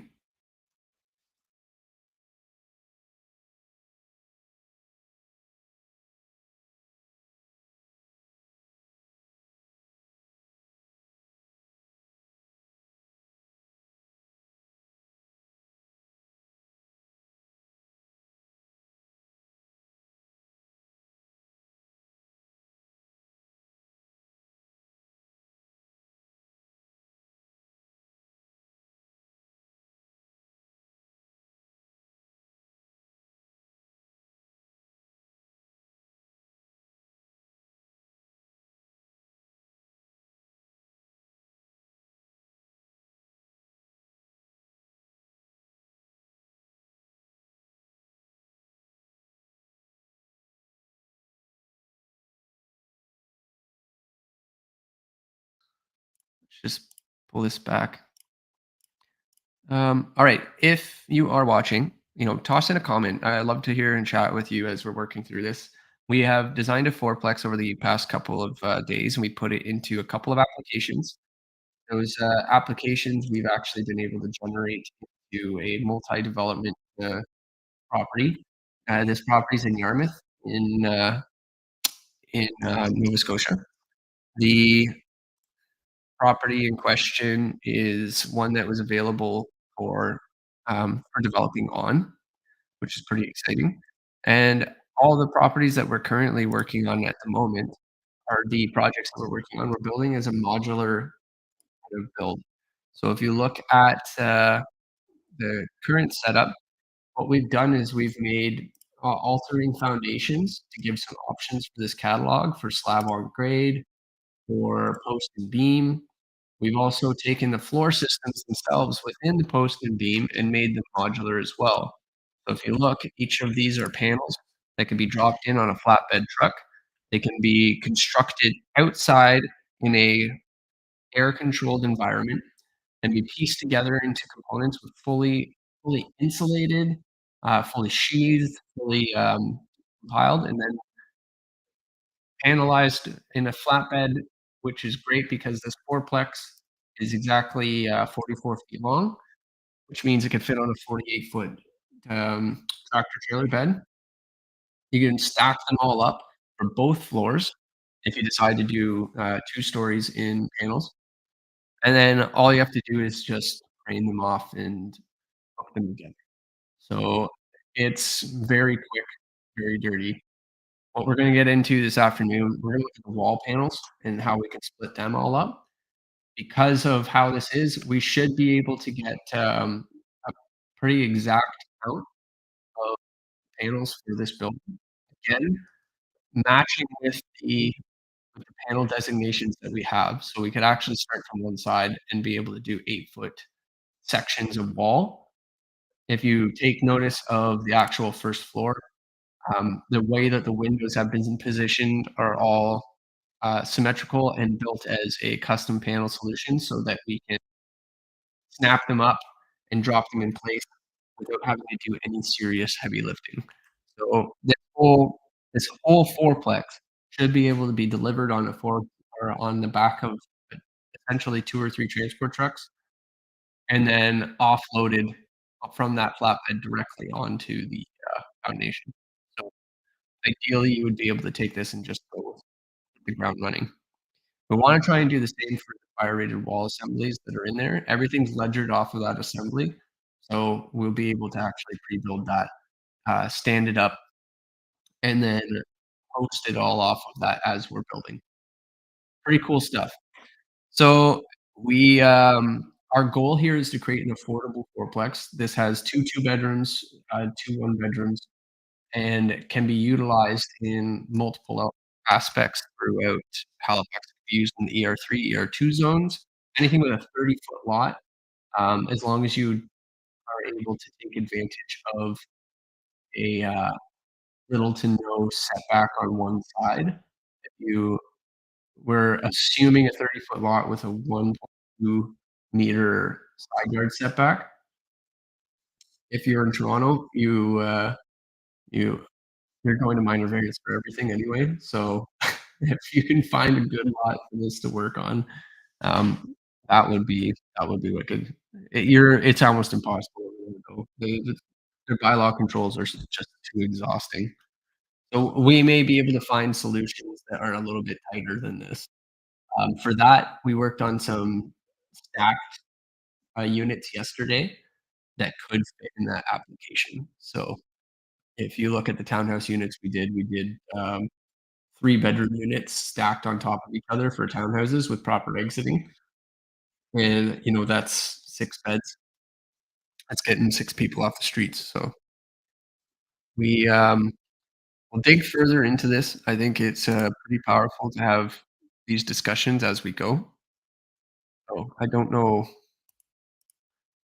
what's going on with the feed on LinkedIn. I've tried multiple times now to see what's happening, but it looks like it's just frozen dead. I don't know if it's just 'cause I'm not updated or not. Very strange. Anyway, I have no idea. It's all working on YouTube and things are going well, so thanks again tuning in if you are, paying attention. People's Catalog, click to join. Okay, well, I'm seeing parts of it. It almost looks like it's just repeating the same hour and 25 minutes.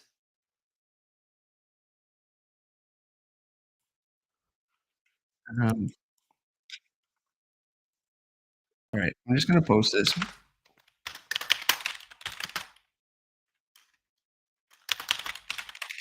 YouTube feed for those interested. Okay, not all caps. Working YouTube feed if LinkedIn is being silly. Alright, awesome. See if that does any if people are joining on or not. Keep this live feed going. I really haven't been having much luck with the YouTube side of things anyway. It's been really frustrating. Or with the LinkedIn. The YouTube's been nothing but amazing, obviously, but this, I have no idea. I'm really trying to make this work.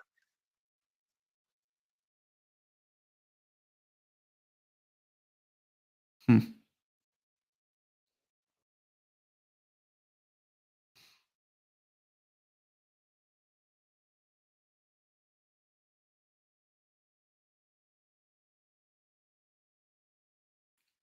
who knows?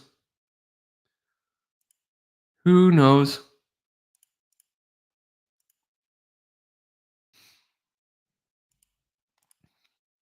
Alright, I'm just gonna take this feed and just fire it on to my, main feed.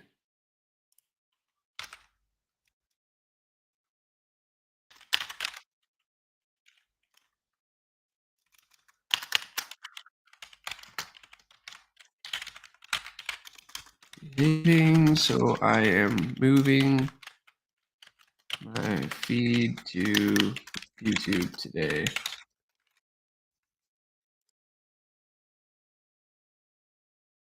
Behaving for the live stream. So I am moving my feed to YouTube today. Use the link above.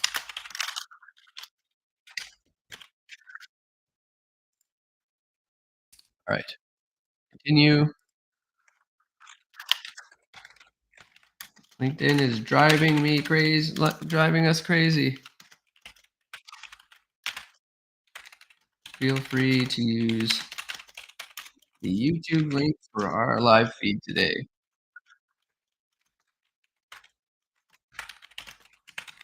as we dive deep into modular solutions for our fourplex design, which will be available for free to those looking to provide affordable housing to the masses.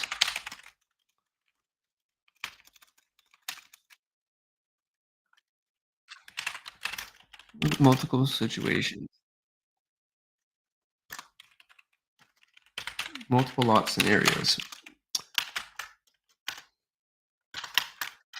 Trade housing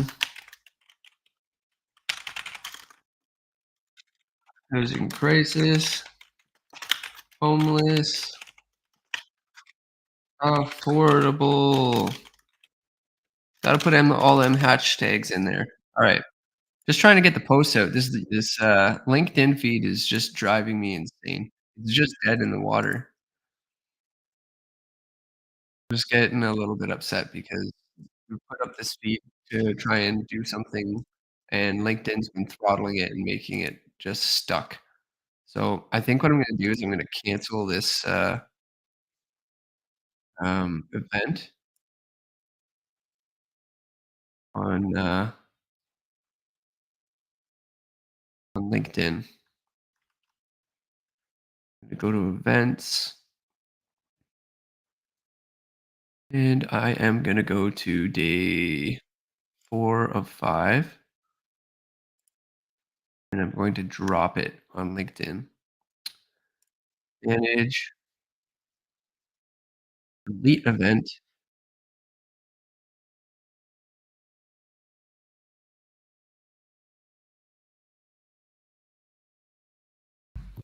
Okay.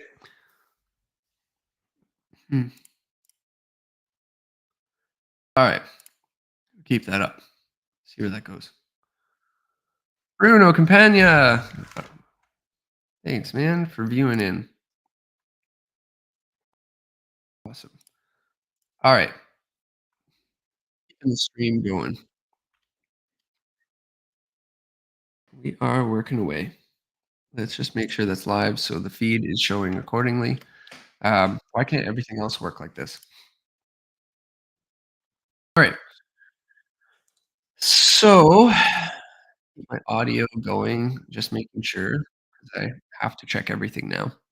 The continuation of this project is making a modular approach for most of this. We're gonna take a look at the components that we have in here. We are looking at wall assemblies next, see what parts of these wall assemblies we can chop up and make easier to transport. On this west side of the building, we do have to choose something that is a um, non-combustible solution, usually like an aluminum siding or in this case, we can't use a fire rated stucco because Nova Scotia does not like stucco, especially downtown Halifax. It is all siding in some type of form there, so we have to think about procurement and what's available. Um, as it stands, we don't wanna introduce new materials to an area that is, um, looking pretty decent in the way it is. I don't however, we can definitely dress it up. So, in these wall panels, we basically wanna cut these up into 8-foot chunks. We have to determine the assembly of them, though. So, we have our floor panels, which are dropped onto a foundation. The foundation, we decided we can do either a slab on grade or a, post and beam. So if you were here before, we have created the option to swap these out quite easily. All the dimensions and everything will be swapped out with it according to the estimates that we tie in. So you can see that these, panelized systems can be dropped into place. They are um, compact and can just be craned in. Super easy, nothing too complicated. You can come in and build all your foundations in one shot, uninhibited, and then have a separate warehouse or lumber supplier piece together all the different components on another site while you're doing that, so that you can have this all ready to go. You can just basically pull up 2 or 3 trucks, crane them, drop them in place, and then get your walls done next. So the idea would be you would put in your beams, build up your assembly up on top with all of the drywall covering it because it's a fire rated assembly. You need to separate these 2 units. We need to make sure that the, drywall carries down beyond the beams that are in there, and then you build your walls up with your drywall, in the center, and then snap all of your outside walls, to the sides of those as you go. So, we're looking at that first floor. We have our first continual fire separation that's kicking out through here. We need to look at the space of what that takes up, because that would be the first wall that would go on. We would stand it up right in the middle of the floor, right on top of our other, and 25-foot 8. So 26-foot wall. We can shave this into uh, couple of different components depending on how we want to piece it, because we need that fire rating to carry right through unless we're doing a 5/8 drywall wrapping around, in we need to make sure that that's continuous. We are separating 2 units, so that is pretty important. The, so looking at panelization, we can do this as a family and make this as a flexible component that we can add in. We do it very similar to what we did with the floor.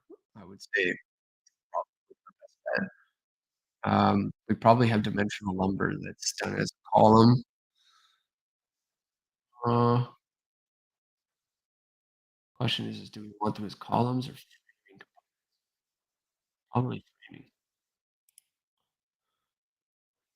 Go into new project. Oh, not new project. Uh, File, new family. Create some new components here. Uh, Call it structural framing. Actually, no, generic model, and then we'll change the designation to structural framing after.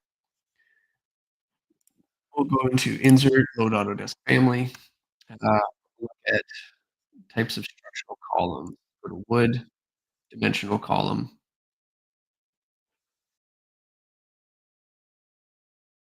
Okay, we have 2 by 6s. Perfect. So we'll need 2 by 6s and 2 by 4s, but for now let's just put both of them. All right. Going to the front, we need to add a reference. Going to drop that really little twitch right at the end there. I got a nervous twitch. Sent my arm a flying. Just a reminder, if you are tuning in, make sure to subscribe to the YouTube channel. That way we can keep watching and keep this feed going. And make sure to donate to Welcome Housing. The link is in our chat. So you'll see that listed as canadahelps.org, and every bit of the proceeds goes towards supportive housing.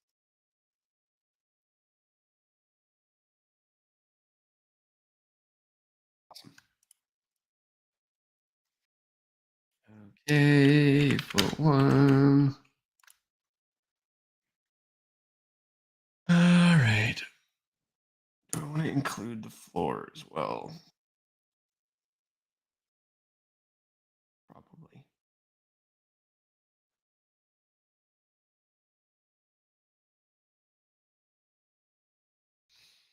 I could definitely flush mount that beam in that posting beam system. Think about it. We'll have to think about it. Okay, so we have that in place. We have our column. We need another reference plane over here. The dimension, wall, length. Let's actually make that paste. Okay. Let's in that and repin. I like having things easier to read. Okay, so now we have to kind of look at our components. Height, unconnected for now, 9. We'll leave that as 2 by 6. I'd like to always put these components so that they are aligned at the top. Super important. And then copy it over, align back. Oops, lock that, and then copying every 1 foot 4, 4, 1 foot. Okay, so we have a standard panel there. And then what we'll do is we'll make the first one so that turn it off. Um, why is that important? Because we'll have another stud over here. Mm, First stud visible instance graphics. Okay. All right. So from that standpoint, we can add in some locking dimensions just to make sure that none of these, I don't really care where that dimension's hosted, as long as it's locked. You know the distances are right. This is specifically for an 8-foot panel. Again, we're trying to make all of this fit so that it can get onto a transport truck. Um, Actually, I'll probably do this. It's already constrained. So alright, so constrained at front, constrained at back. All of these are kind of floating right now, so make sure all of these are constrained to that line. Did I get them all? Like it. Okay. Our one panel. Now I have to figure out how to, I mean, it's pretty easy to figure out. Load Autodesk family. Back, go to structural framing. Same thing, dimensional number, except in this case, we're just gonna choose 2 by 6 and 2 by 4, load that in. We're gonna create a component with the dimensional number again. Um, Actual usage, that, and then in 3D, we're gonna rotate the cross section 90 degrees. And if we go to our right, we can align that, oops, here, and of course, it's always a problem. Disjoin. We go, bottom plate. Got our sill plate. We'll have to set all of these so that they are 1.5 inches above the reference level. Unjoin. Oh, come on. Reference level. Why do they always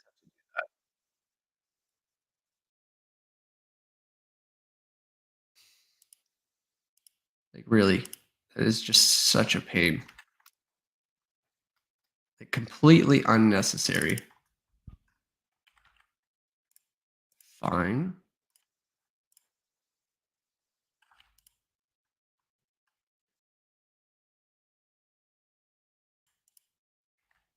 I just looked at you. All right. All right. 1.5 inches above, please. Thank you. All right. That set top is the one that's flexible. Reference level. Uh, I don't think I can fix that. I think that's just kind of, uh,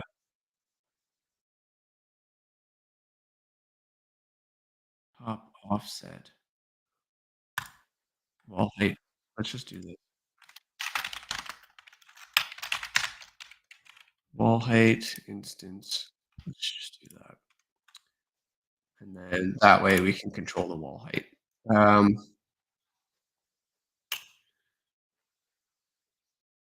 We are also going to need to do another parameter,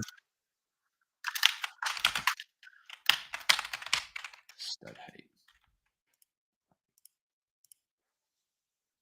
Okay, and then that stud height, we will create two reference planes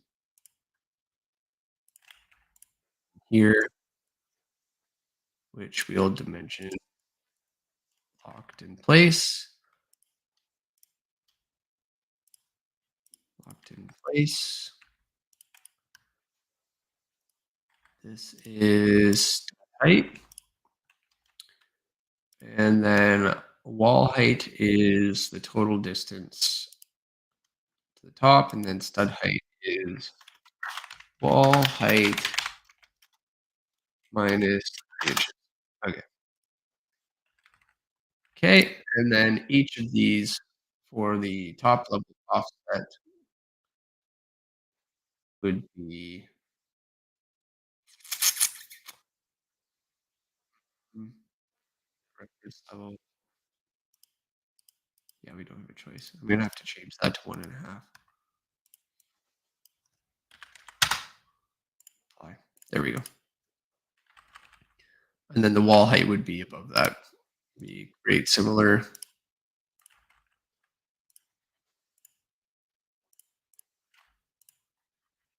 Well, so stud height. Oh, I had it right to begin with. Okay, come on, Dennis. Focus. Okay, and then each of these.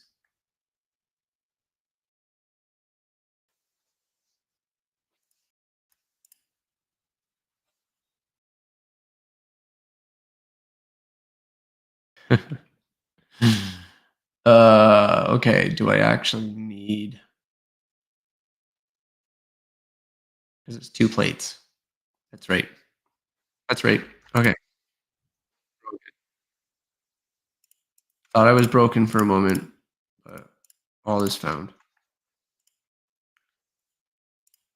That 2 plates. Copy and unconstrain. Now this is gonna be important. Um, I don't think we're gonna actually have to or be able to put these plates on until the wall goes, or at least we can only put a single plate on because we're gonna need the top plate to tie them together once they get placed. So, we would have our studs sit on top of here with this all nailed in, and then we would have to leave the top so that it can overlap and connect to the next wall, but then we would need a single plate to go across the top of them to connect. So, what we would need is to bring this framework halfway through. We'll probably have to tie over on the other side by about an inch and a so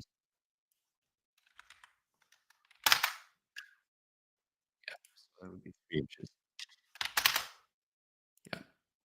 Yeah. No, inch and a quarter, 2 and a quarter,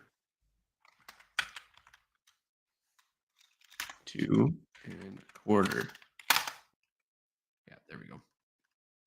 And that just sits over that edge. And then they join up nicely to each other, unless it's the very beginning. Okay, so we have a panel with a single stud layer.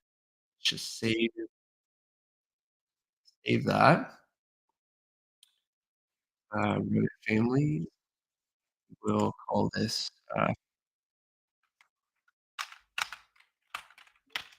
the all assembly.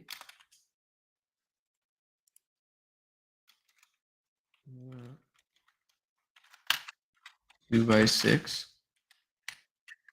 modular wall assembly. So let's not be a brute. Let's not make those all the same height. Let's make it so it's wall assembly 2x6 standard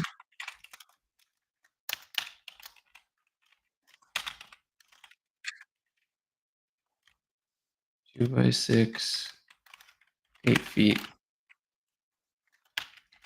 standard. Okay, that gives us a little bit of a framework. All right, so that's one. The next we would look at is implementing a window as well. We want to try and create enough space, but also minimize the number of steps that we're so we go back to our first floor, back to our first floor. What we've done here is from the outside over, scale this a bit. If we were to go over 8 feet, you can see we have left this amount of space between the outside edge. So we have 4 inches to the first window. So that 4 inches is what we have to work with for space. That 4 inches allows us to do connections to that wall, but also still have the stud cavity that we need. We would need 3 inches, be a single stud with a jack, plus the build out for the window. So it's an extra. Probably move that window over just. So if we go back into our front here, go to well, let's load this into our project first, just so that we have it. All right. So we have a wall place in there. Okay. We have that's one type. Let's go back to front, file, save as, and notice how I'm building these up and then I'm saving them as. So go window.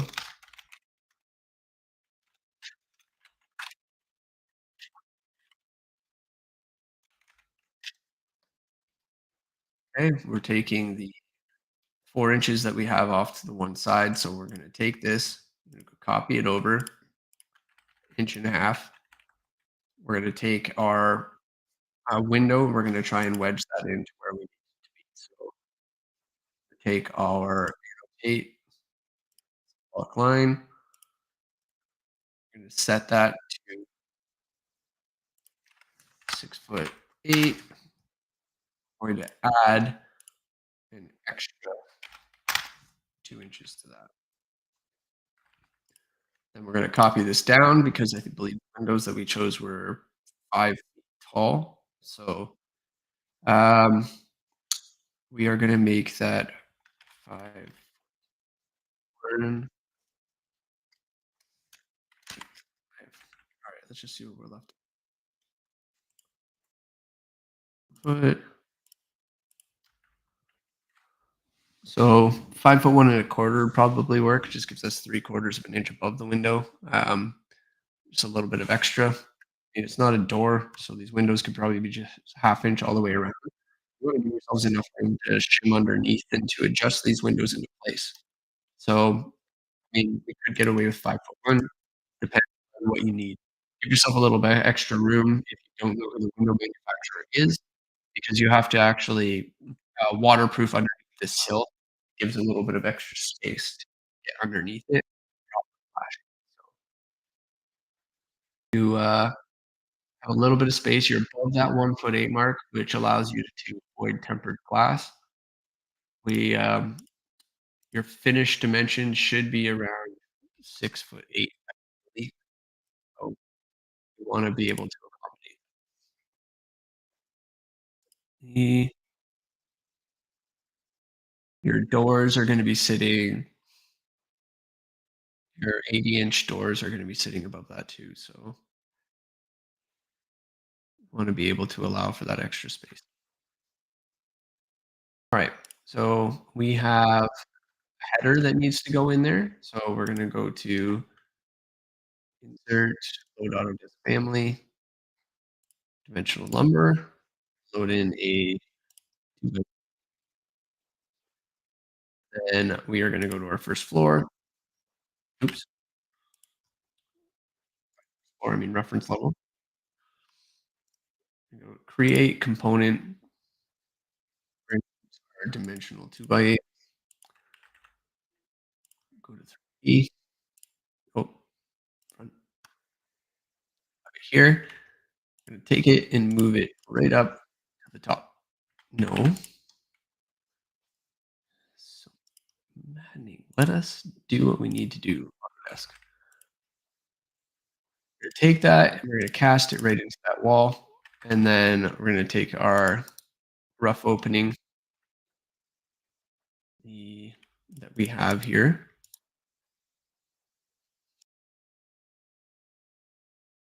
I'm frustrated. You'll have to excuse me. I get frustrated with these sort of things. The so we're gonna do 2 foot one for our opening. And then take that stud, copy it over, move it over here, and we're gonna copy it again. And once we get this in place, we'll take a look at how we can value engineer this wall a little bit better. Mm, mm, mm. Okay, so I'm gonna take all of the split this stud down or not because just because,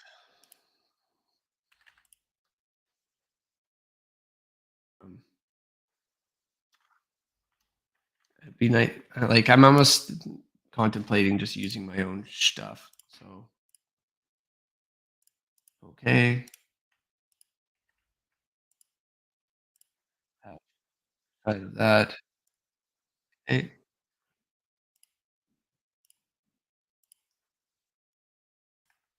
yeah, forget it. I'm getting extremely frustrated because this should just snap and it does not. I'm trying to use the proper tools, but like, why?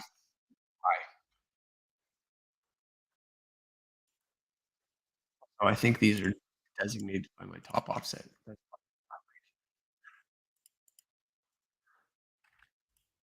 All right, attach, attach. No,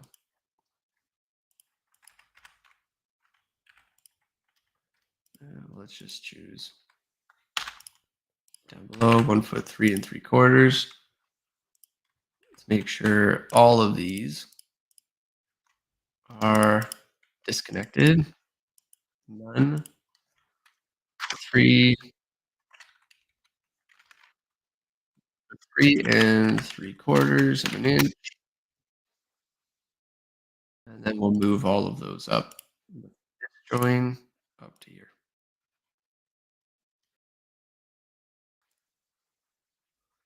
What's our dimension?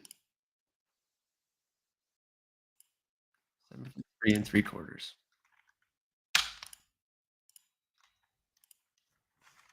7 foot 3 3/4.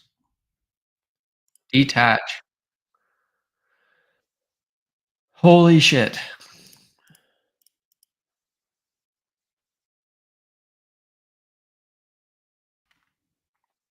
Mm-mm. 8 foot 7.5. So same ones that I was using.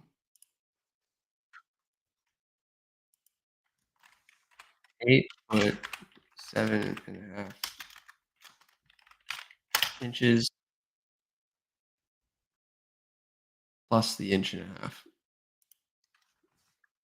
1.5 inches plus equals 1.5 inches plus. There's our cripples.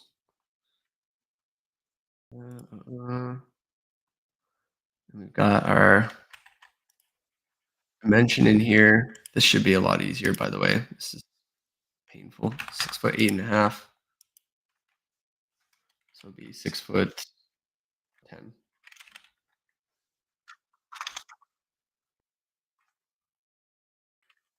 Okay. Now, are there two there? Just the one. Copy.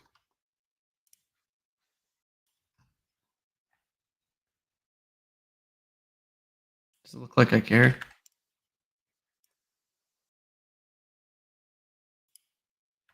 Why? Why are you any different? There. Okay.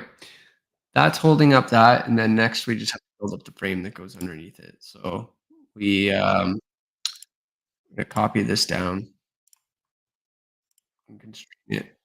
And this is our sill place. We have our rough openings in place. And then we're gonna take this and insert it into our project as a loadable component after this. Okay, copy. So that's 1.5 up to 1 foot 7.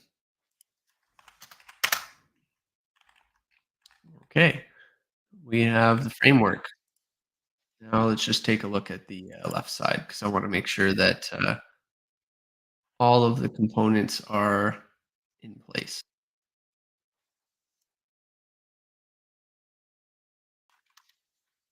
Because we have board in place here.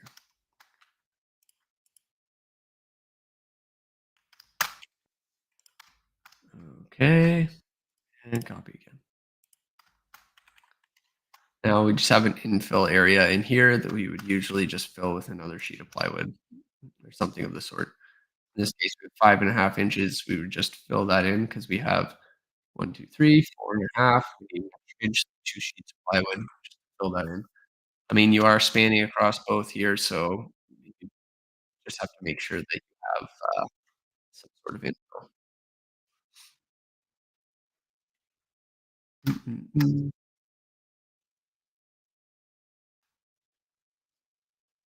Just align to same place, and then take this, and then what I'll do is I'll type duplicate 1 by 8, just for now to fill it. Plywood. I know that it's plywood.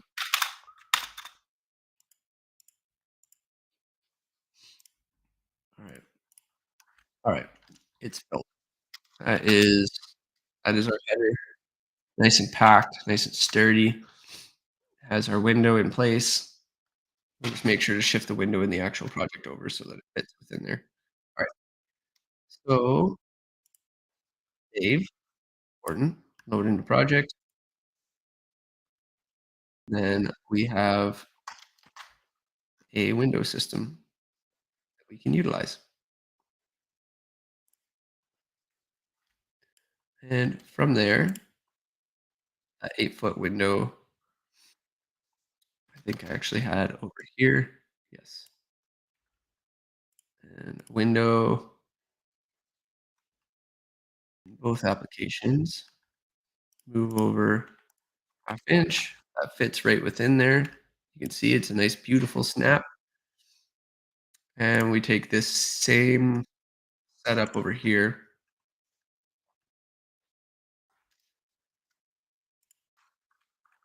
that into place, and then we'll just adjust accordingly. Yep. So keep in mind that this is designating that full 8 feet from that side. Hmm.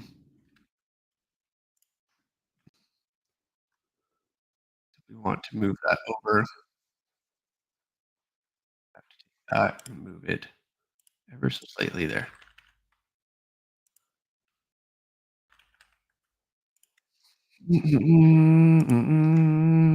I could take advantage of that one stud off to the side. Kind of cool.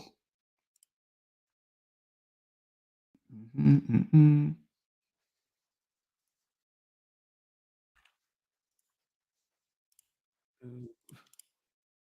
1/2 inch. Cool beans. Starting to look like some structure. Let's just have a look at 3D in our main building, please. many 3Ds open. And you Oh, yeah, that's right. I was gonna create that, category as structural framing so that it's all under that same guise. Here we go. And get rid of walls. You can see we're starting to get these components that we can put together and modify as we need. We'll just have to check the heights of them, make sure our studs aren't 9 feet. I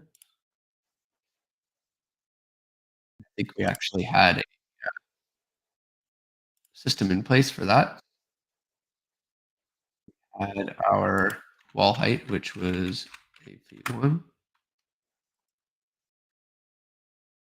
and strained, 'cause I did not have that in place.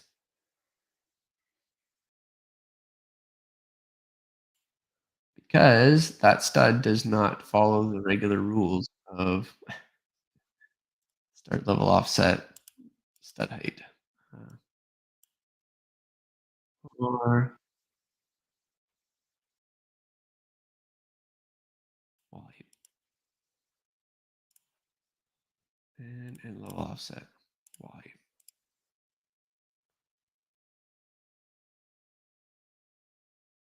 Mm, mm, mm.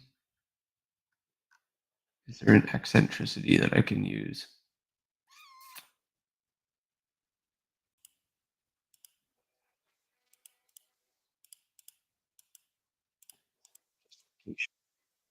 Origin, bottom, top, left. Oh, there we go. That's what I'm looking for. Right. Okay. And let's see if we can adjust that to be stud height. Let's try it.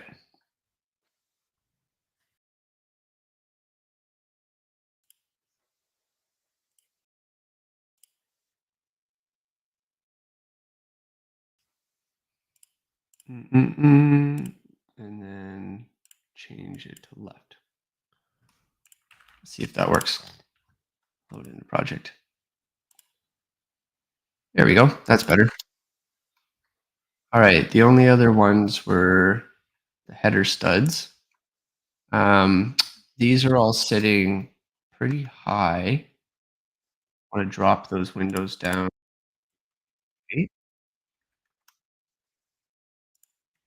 a little bit higher because of where the studs are sitting on the floor. Yeah. Okay. Front. So let's just for fun, let's just make sure that our wall height is sitting at 8 foot 1.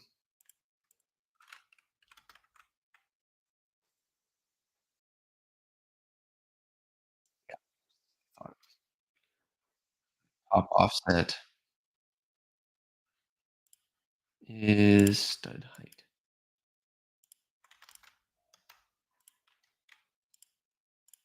All right, cool. Load in the project. Good to go overall. And then we have enough room to wedge in another plate up above it when the project's all said and done. Okay, height one. That one's good. All down as expected.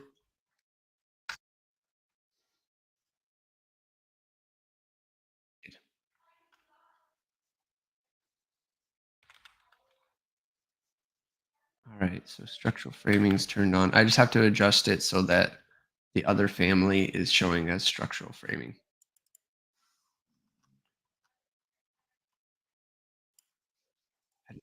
Okay. This is categorized as structural framing. Okay, and that start level, stud height, end level, stud, and justification is set to right, and wall height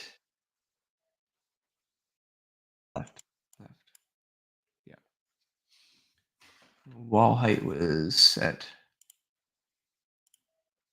8 foot boards. Okay, loaded project.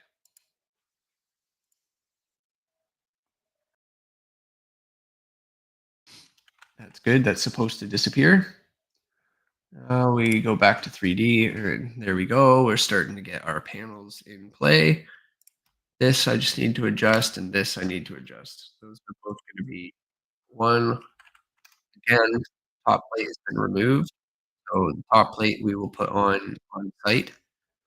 Um, the rest of these floor panels here, I forgot to adjust, I think, because currently that bottom plate is sitting even with the plywood. These have to be pulled down by 5/8 group. So I'm just gonna go adjust these now, assuming I can. And shift them down 5/8. There we go. All right. So that should sit right on top of that floor. And the floor would this wall would come down and sit directly on the top of this beam, and we would ledger all of these onto sides of that wall once the drywall has been placed on it. So we just put a small piece of drywall to those both sides of the beam and then fasten it so that we have a nice fire rating all the way through. Okay, look at these panels come together. Analyze building. Love it. Modular at its best. Mm, mm, mm.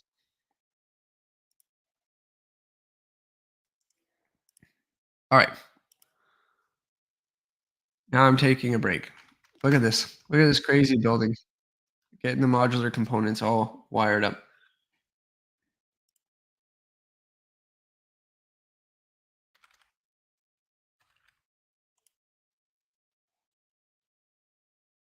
All right, break time. I will be back shortly.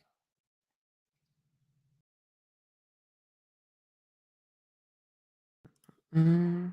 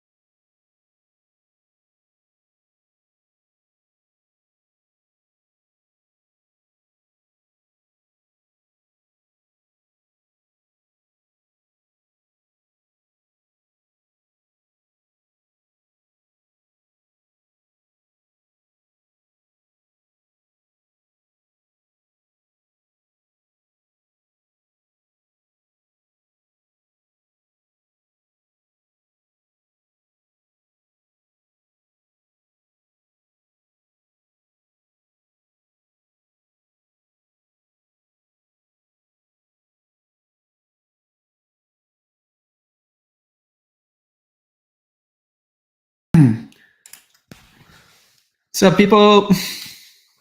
Got my audio back up and running here. I am just working through a few things, trying to make some modular additions to this. I am just working with the roof and floor systems. I just had been going through the walls, looking at how we can adapt those. I'm just going to array these over. Theory, we should be able to do 2-foot centers on these. Knowing that if I just move that over, I have to move it back a a bit. 20. Just trying to get nice numbers.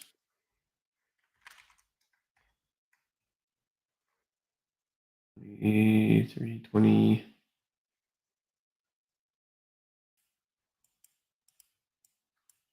23. And I can get rid of the array. Keep the group.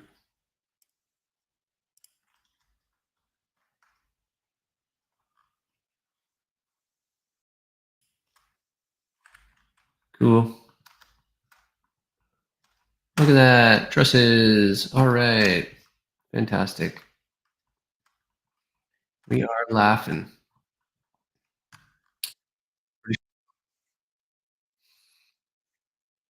Okay.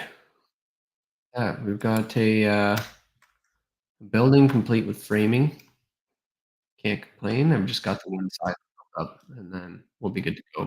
We'll be able to panelize each of these to utilize for our necessary needs. That's pretty cool. The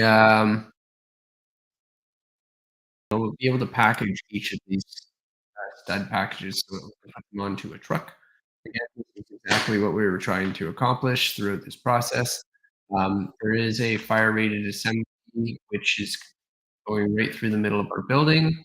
We also have requirements for rating underneath the floor system as well to protect the walls for the units above, and vice versa everywhere else. So we just have to make sure that these separations are taken seriously because there are multiple residents inside the building that need to be taken care of. There is obviously a concern of fire spread when dealing with buildings like this. Yeah, looking at being able to automate portions of this building. I have a memory to look back on Facebook according to Facebook. All right, so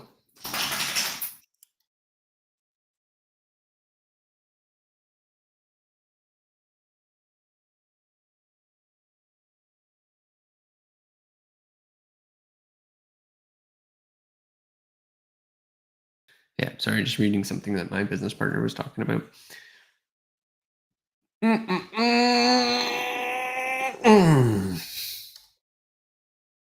Cool. All right. Getting all modular on us. I don't need doors right now. Turn those off. We have our components inside the building. I want to look at getting this completed all the way across. So let's go to our first floor, probably the structure, and copy these over. I'm just going to overlap the studs because that's how we roll. Move. There we go. That makes more sense. And the last one we'll just infill with some studs. Hi. Look at you. What a cute doggy. This is the Goomba that we're staring at right now.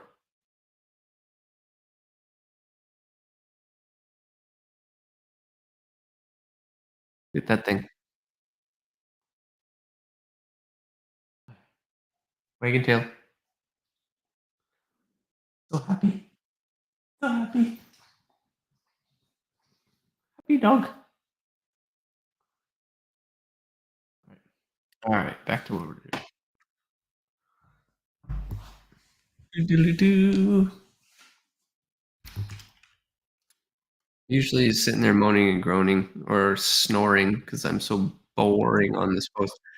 Remember, this is a marathon, so marathons tend to not be extremely exciting to watch, but we're here for an important reason.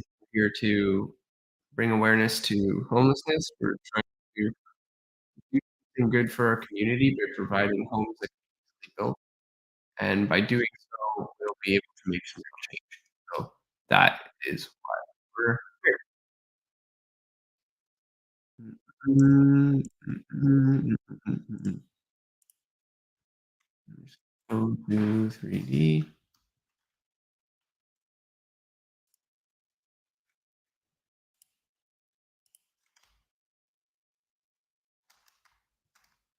All of these in the correct position. Yes. Move. There we Thought something looked off. Joining panels. Looks right. Okay, cool. Thought I was losing my mind. Alrighty then. We have all of our structural connections. The only thing we don't have there is top plates. There's a reason for that.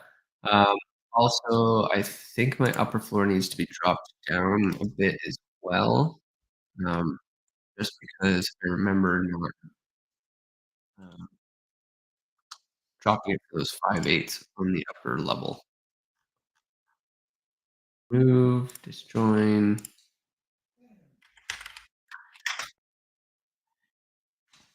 Are you seeing this thing?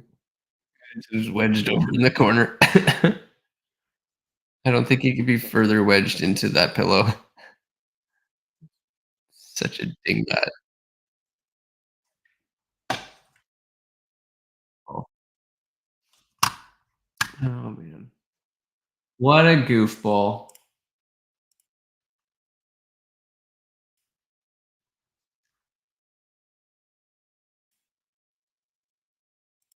Just undo that. That was actually in the right spot. There should be an inch and a half left just to fit that top stud. That's how it ties it all together. Remember, once we get these panels up and tilted, we're going to need some way to connect them. Now, in terms of these panels, notice I've left the plywood off of them. If you fasten the plywood on top of them, you're going to cause issues for yourself. We need to cover a portion of the floor down below, but we also need to overlap the plywood so that it can join with all the bases of these elements above. So what we wanna do is create a 2-foot drop to allow for that plywood to sit 2 feet above the panels below. So that will tie in the edge.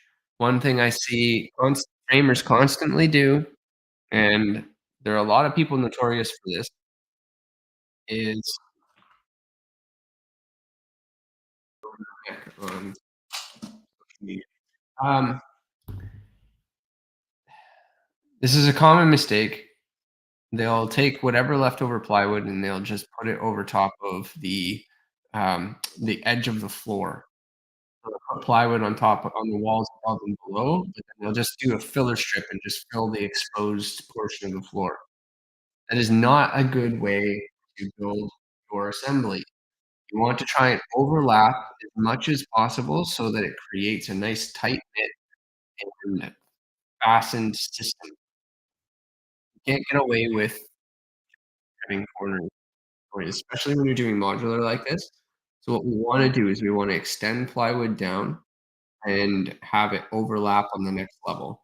If that means leaving off a sheet of plywood on the bottom and top of this one so that you can put it on site, then so be it. But you have to accommodate for that. The other thing is waste. So we have we have to be able to tie into the trusses above. What I would suggest is whatever we move it up, in this case, it could be, I don't know, a foot, let's say. If our heel is a foot, then we need to make sure that our plywood is sticking up that amount.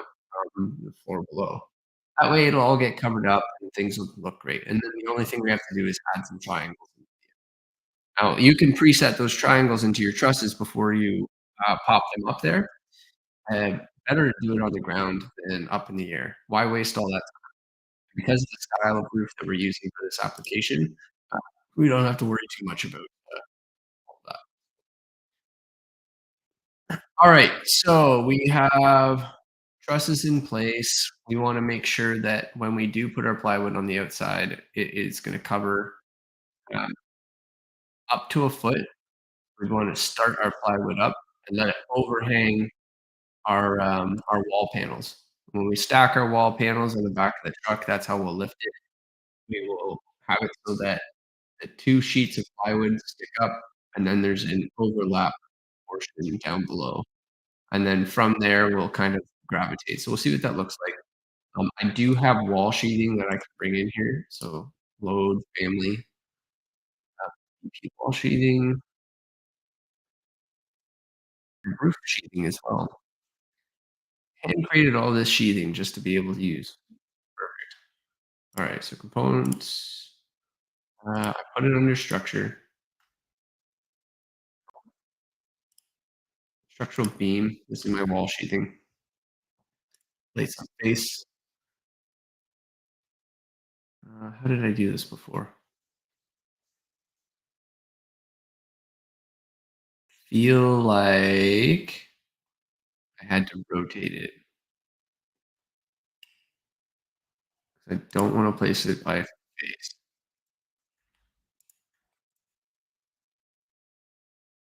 Feel like I had to do this.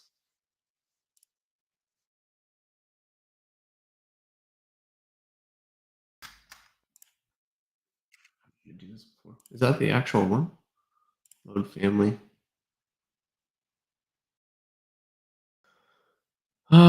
You know what? I think I might have created a I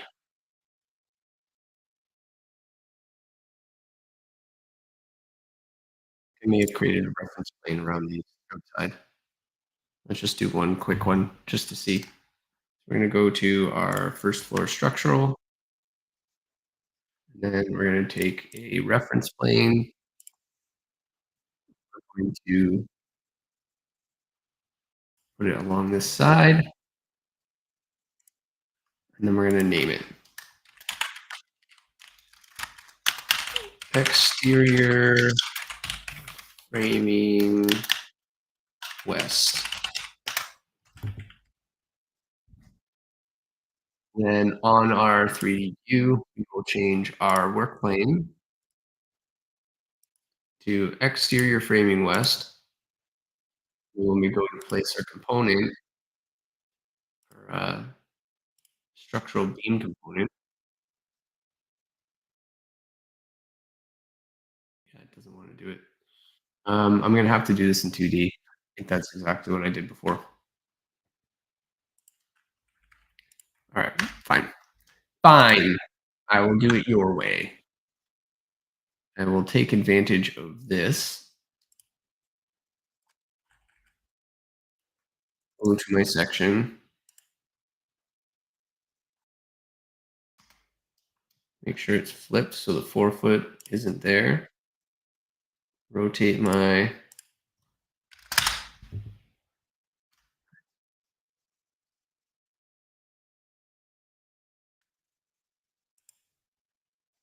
edit work plane.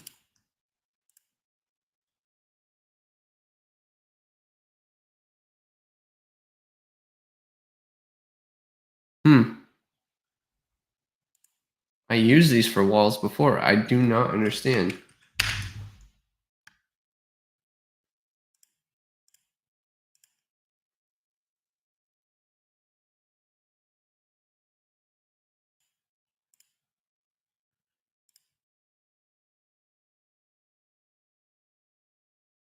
Couldn't tell you. Can I adjust the thickness? Yeah, maybe I'll do this. You know what? I'm gonna cheat the system. I'm gonna do my sheathing thickness as 8 feet. I'm gonna do my sheathing, no, 4 feet. Give it a sheathing length, 5/8 inch. Nope, half inch. Ha! Suck it.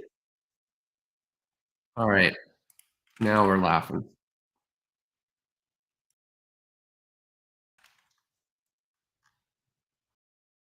Is that what I always wanted? Not really, but that's what we're gonna do. We're gonna take this and use it for our project. Oh, would you look at that? It's almost like it's purpose meant to sit on that assembly. Wow. Did we mean to do that? I think we did. All right, so let's go all the way up to the top of the trusses here because we don't wanna make things overly complicated, and we want everything to connect together. So we're gonna go all the way up to the top. We're gonna align this with the underside of the truss, and then we're gonna raise it up 1'3". All right. Not a fan of doing 1'3", but that's it. As you can see, it kind of sticks right underneath that soffit. We could probably drop it down another 3 inches just for venting purposes. The We're gonna need to vent it, but there are spaces between the top cords where the air can flow in through. So the higher you put it, the more brace you have for your insulation. We wanna try and keep that like that. Alright, so let's just keep going and see where we end up. Again, having these overlaps are so crucial, and this is part of that wall assembly. So we take that, copy it down, and I'm just doing this. I'll do some offsets as we go. You'll see that when we get to the bottom, we have some leftover plywood that covers the edge of our foundation. We don't want that in contact with the ground, but we also wanna try and figure out what's gonna be the most economic to take advantage of these plywood sheets. Is there a limit to where we can drop them?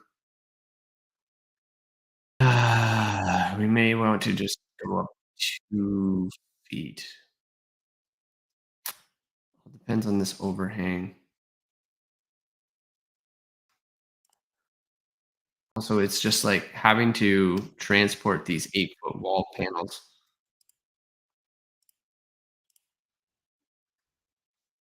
Hmm, let's have a look. If we take this down another 3 inches, I mean, that's fairly exposed. We won't even be able to finish that off it and finishes. I mean, we might be able to put some finishes in there, but we have nothing to nail to. We kinda wanna leave that where it is. The, Again, the whole purpose of doing this is so that we can tie all this together. I really don't you know, I think if we just leave off this one panel, we should be able to wedge it in, but then again, that comes down to the accuracy of, the assembly. And you don't wanna do this on site, you don't wanna panel this outside of these walls, you want them to just be dropped in and in place. So, I think capping the ends of these walls is not the greatest idea. You wanna overlap this so that you have a nice strong frame for your building. The only reason why I'm really adamant about this is because we have these panels that are 8 feet, and we're already, splitting them at the sides and then rejoining them. It doesn't make sense to remove some more of that structural integrity. I know we're tacking them in at the top, but it's a connection issue. So, okay. So, looking at this, can we get away with a 2 foot?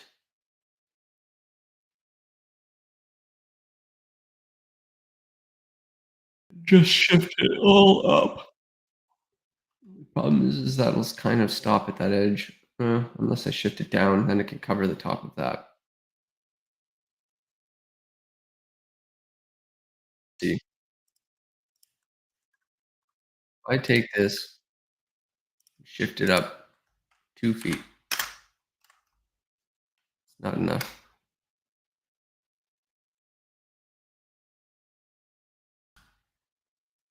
Let's just come down 3 inches. What I'm trying to do here is see if I can save a sheet of plywood. I don't want to use it. So if this stops here, then I can get, hey, that might work. That might work. And I can stop here. All of my plates are connected in. I'm tied in at the top floor. It's overlapping over the edge. That way our walls are in at the bottom. Yeah, that might work. I think that this would be a sufficient use case. Then we just overhang the base of these, and this gets ripped in half. Just gotta make sure that 2 feet will work. I do wanna take advantage of the fact that we can cut this in half and use it for most. Looks like it should be okay. Um, screw my wall section,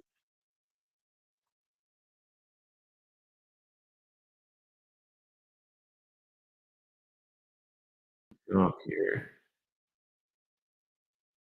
Yes, yes, that should work. Cool, because then I can rip these in half and keep them going.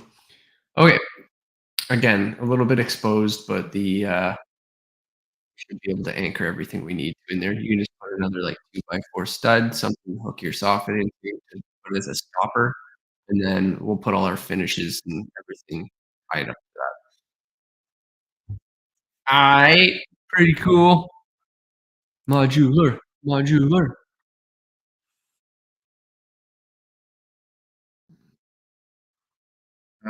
Duplicate 2 foot. Sheeting thickness 2. Alright. Stops right at the top of that wall. Look at that. And then on the elevation, 3D. Now the other aspect is if you want to stagger the joints on these, you're more than welcome to do that, but you are adding extra time and value to it. What you could do is just leave off a row, stagger the joints on both walls, but again, once you get these up here, you're gonna have to get somebody up with scaffolding to start inputting all this stuff, so try and avoid it as much as possible, because what we wanna do is to be able to stack stuff with the finishes applied to the outside. That is the golden goose. It'd be especially nice too if we can plan it so that our finishes can be pre-attached to this wall. Not ideal for transport though. Again, I've seen this in the past, you try and get all the finishes attached to the outside, and then come transport time, it gets nicked, it gets rocks in it, the finishes get scraped, you end up having to do retouch of paint, it's like an extra cost, so, we do a simple install of finishes on because we still have to tie back in all that stuff. Um, I mean, you have, like, resealable edges. I'm not sure. I don't know how you would be able to make that connection seamless. You don't wanna see all those lines. I mean, we're doing vertical siding on here anyway, but the more we can make panelized, the better.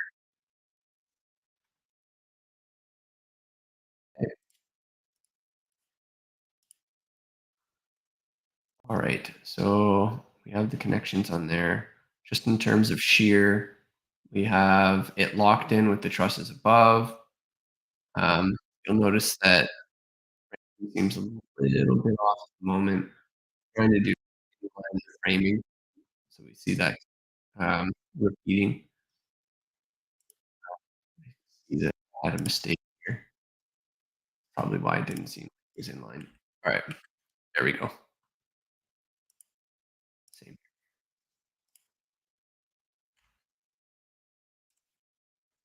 Yeah, and then I would have to flip that over or whatever, and adjust the framing on the other side.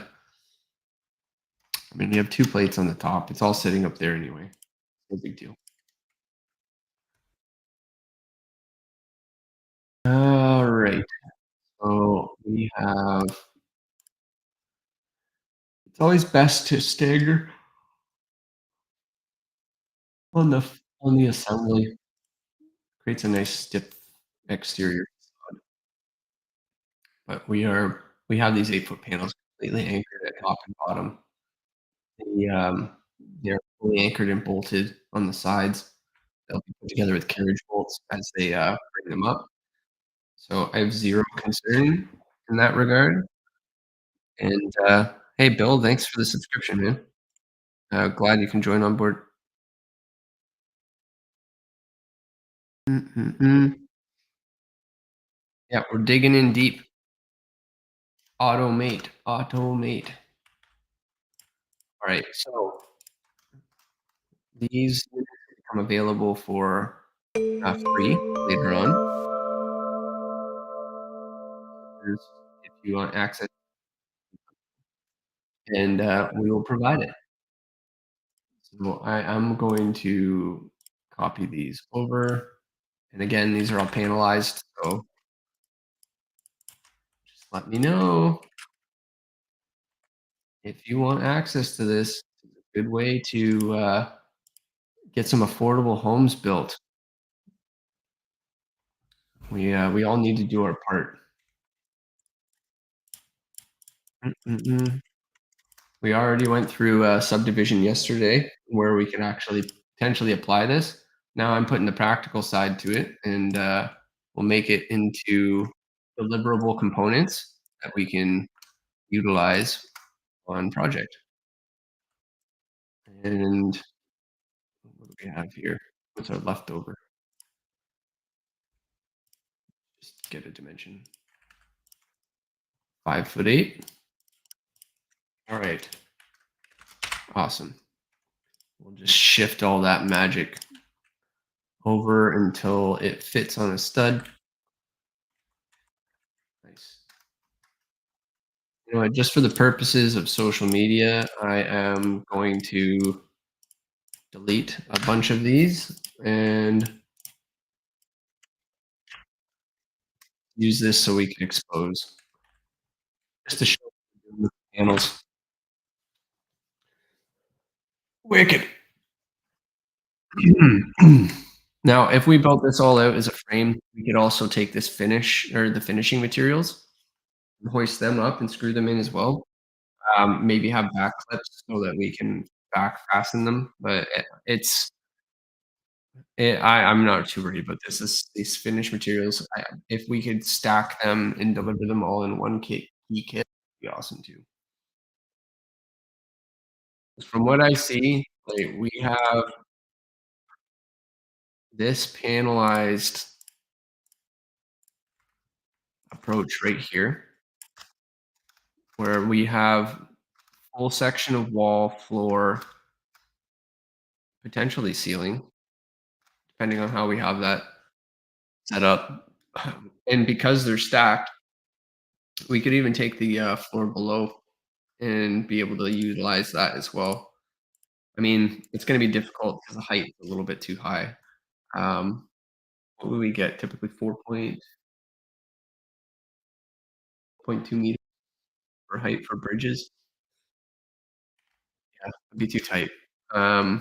We'd wanna take these in stacks, and if we did a floor system that wasn't a slab on grade, we just do post and beam, and then in that post and beam, we have all of that already set up. We can take basically each of these compartments if we wanted it preset. And again, these components are all readily available. You can, if you want access to this, just let me know, subscribe to the YouTube channel, and, put some donations towards Welcome Housing. The links are in the YouTube. Appreciate it for watching. All right. So yeah, we can literally take these individual stacks, you see how I've laid them out, and be able to utilize them in whatever way you see fit. So I'm just gonna take a picture of this.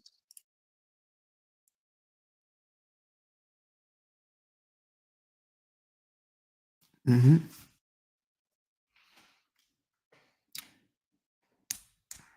and we'll start researching into ways to really adapt in some other areas such as plumbing and yeah, which all kinds of fun. Mm-mm-mm. Wicked.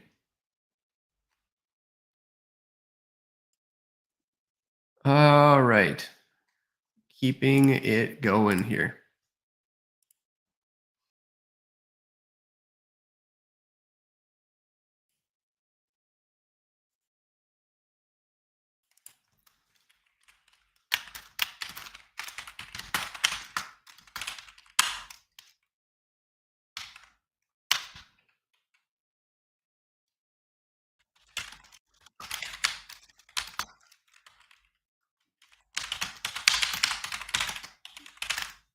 Don't mind me.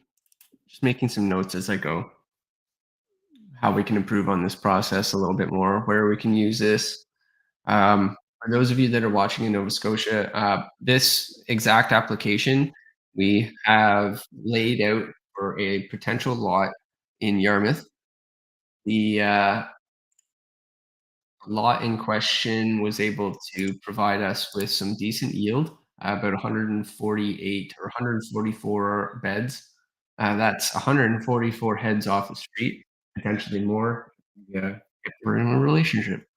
The but yes, it's 144 beds. That is 4 units per building.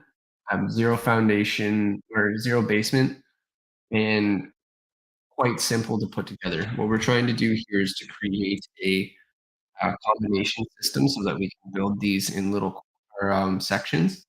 We can lift and hoist them in place and connect them together fairly easy.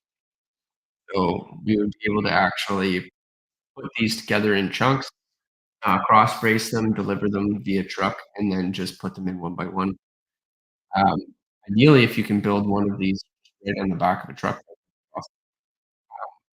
Also, the lengths that are here also lend themselves to a full truck bed depth. It is 44 feet deep, and a truck bed flatbed is typically 48. So you'd be able to actually compile one entire row on a truck and then be able to put it together. And you can see that the mid walls are fire rated walls. They do. There is an opening between them that you can't quite see right now, but it is continuous. It carries right through the center of the building, and then that allows us to maintain all fire rate requirements for multi-unit. Um, this I don't know if I have a picture right now of the layout of the land that we worked on, but this is, uh, this is already pretty helpful. Alright, on our walls, you can see what that looks like. I'm just gonna clean up some studs and put in our, framing for the door, but other than that, pretty straightforward. Mhm. There's also the ability to fully frame in that entire section. I mean, I built these in vertical 8-foot sections, but the only reason I did that was to make it so that it was we can build these in bigger. We have a crane, we can just separate these entire 2 walls out and stack them out instead of making smaller 8-foot walls. It's easier to install when you don't have a lot of people, fighting over bits and pieces. It'd be probably more convenient because then we can actually, stagger the plywood. Mm, not a bad option. We should look into that. So we can take each of these panels. Just trying to think of what you have to work with on site.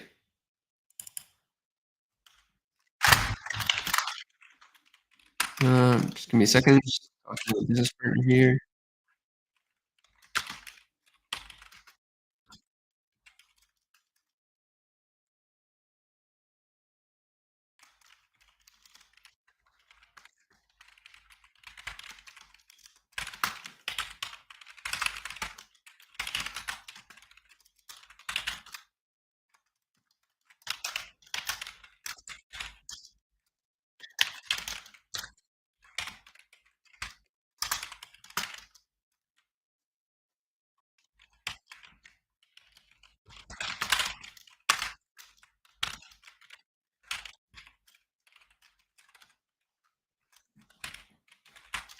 Cleared away for modular use or for infill use.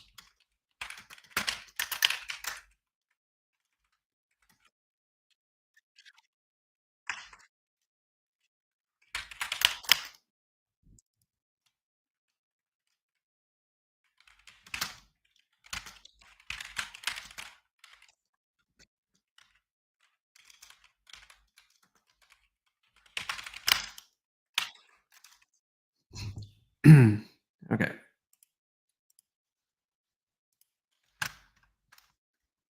Cool, cool, cool.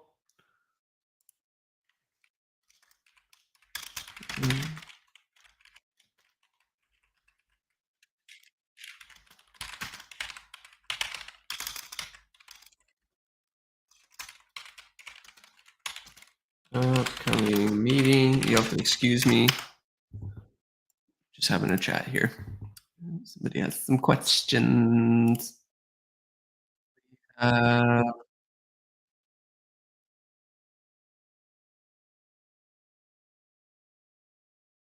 unless it was canceled.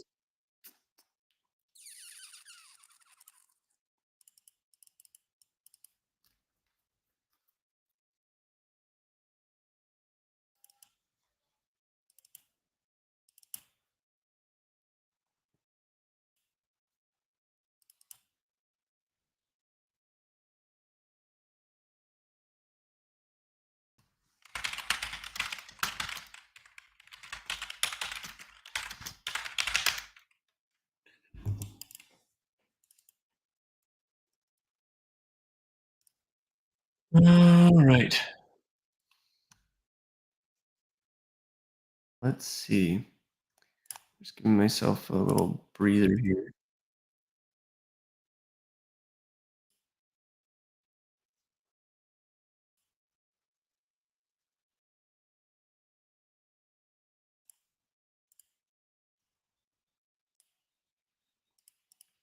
So I can answer some emails. You'll have to excuse me. It's been a long go. Mm, mm.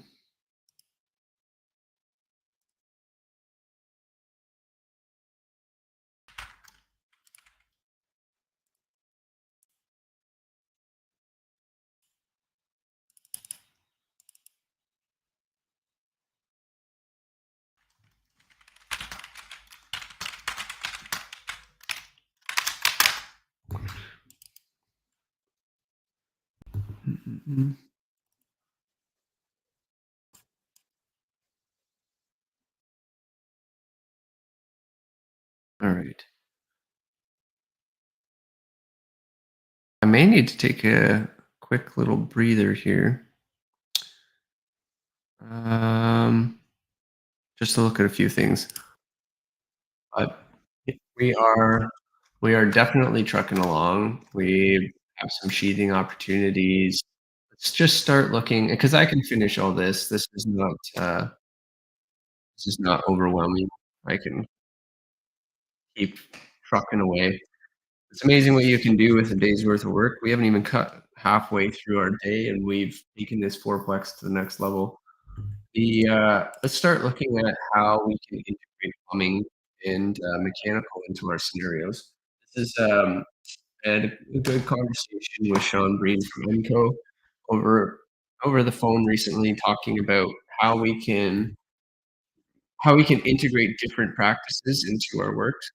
And one of the things that we're heavily looking at are split systems. The heat pumps are a good way to reduce the amount of impact on your overall layout. They're easy to install, and you can drill them directly into your facades, with very little fire rating involvement. So just a little bit of fire caulk, and then you're good to go. So what we wanna kinda look at is what is the highest longevity for a product? What's available? How can we access it? When it comes to heat pump technology, it is obviously a little bit more on the pricier side.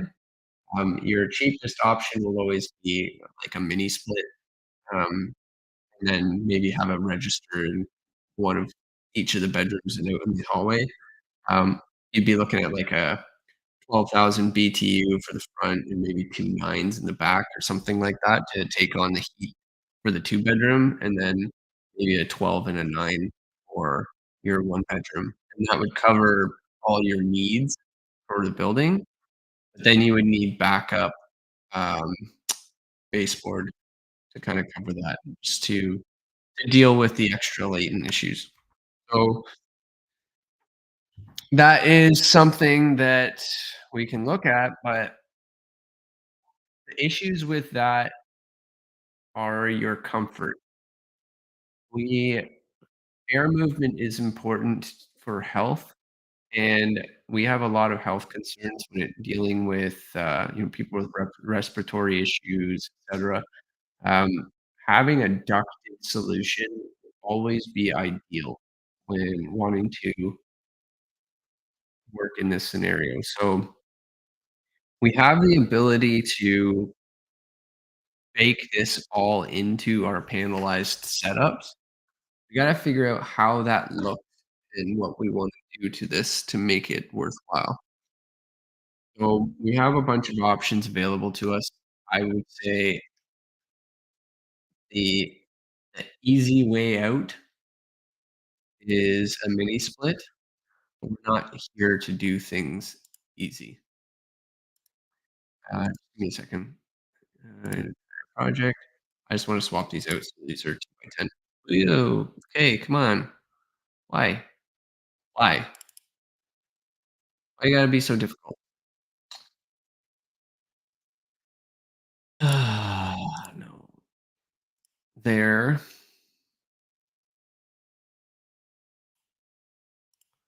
Let's just snap all the ends of those. What is your major malfunction?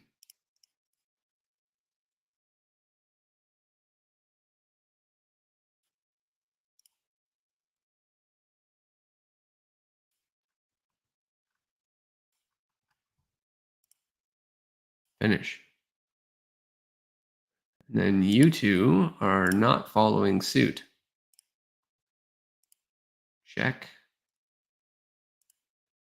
check. Okay. Load into project.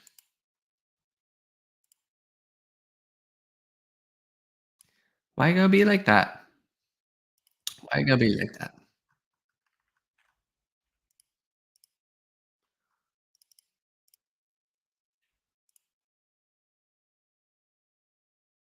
Um,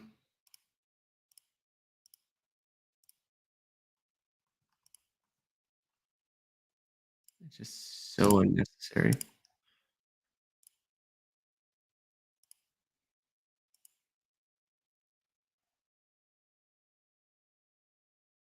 Yeah, it doesn't affect anything.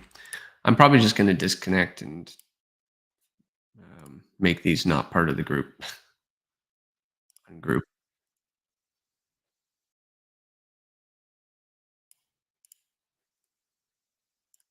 There. These are all separate now. Load into project. There we go. They were bugging me. They were bugging me.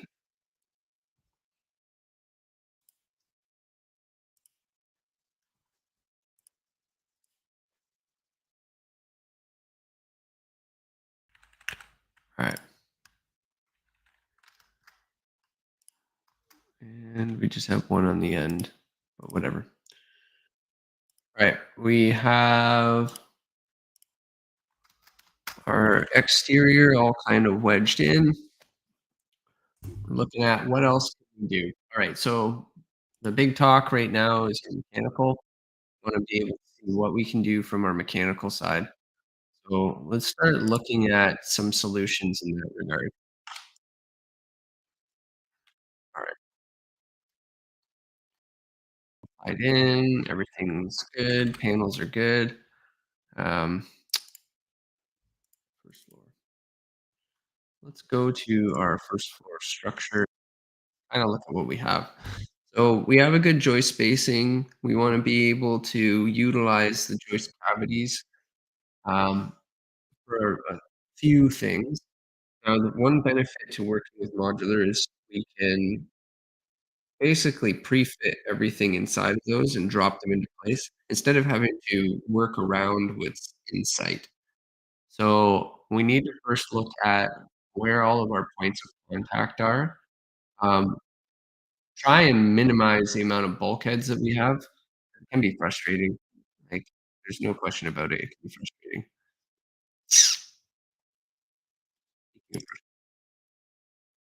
Where's my where's my floor at? It's supposed to be there. Is it there? Uh, Yeah, I see it there. It's hiding. Is it on the other side? Oh, is it just not part of the group? Get back in there.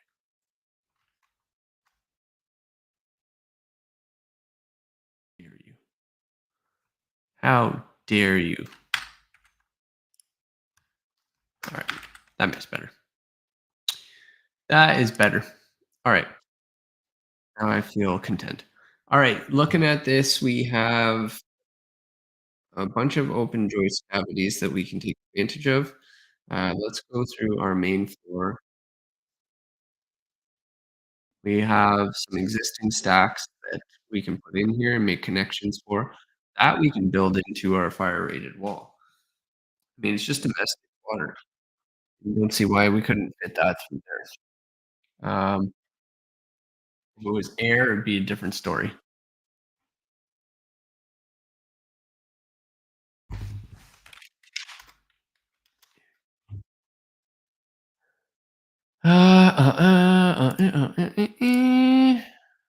Hello, Cody.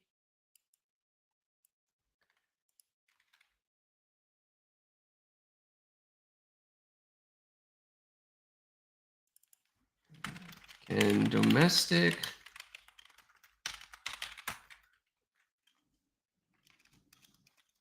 water supply and sanitary piping be installed in a fire rated assembly?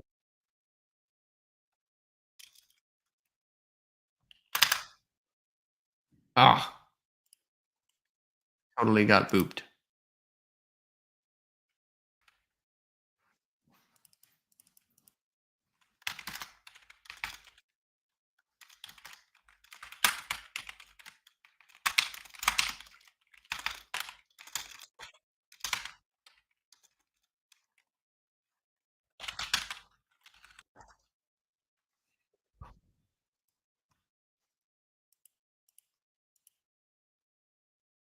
All right, let's get this one. Um, can a domestic water pipe, water and sanitary pipe be installed within a fire separation assembly?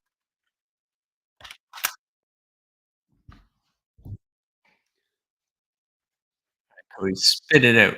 Tell me what you got.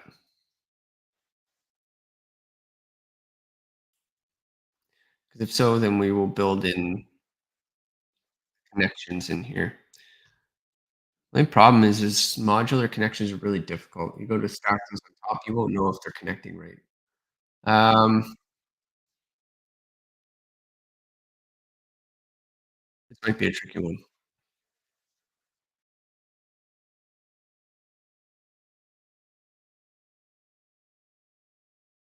We may need to put everything in the floor.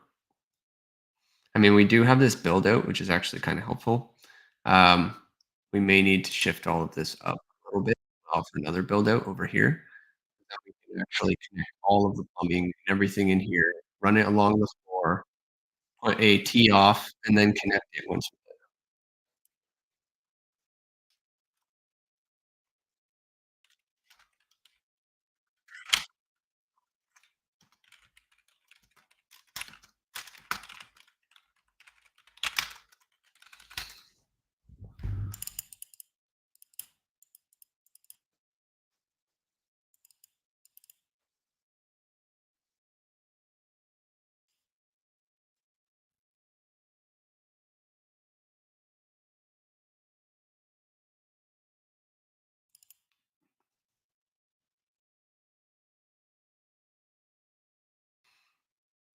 Nope.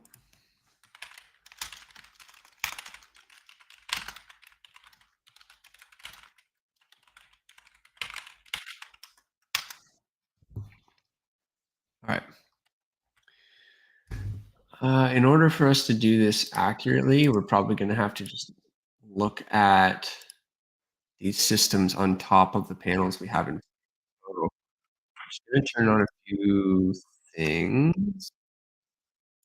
Let's just start with plumbing. Let's keep it light.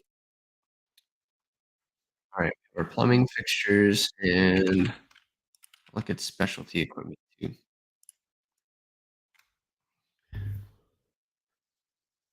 Okay. Ideally, you wanna try and keep these into one module, so that can complicate things. You wanna drop these in place and just have them working.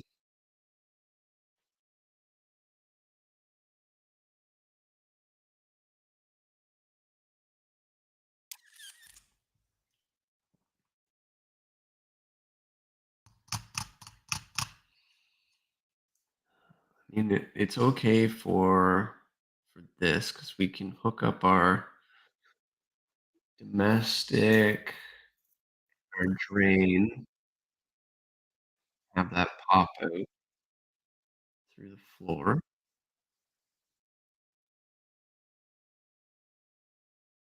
And the toilet flange with the in the shower with the P-trap down there.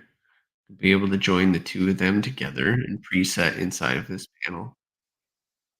And then all we have to do is just connect the single stick when we get to site.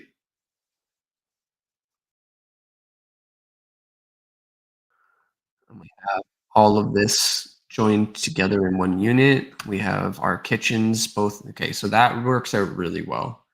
We also have this 2-foot panel which we can outfit everything, all of the electrical, everything that's in there, the wall panels, makes it easy, lighter.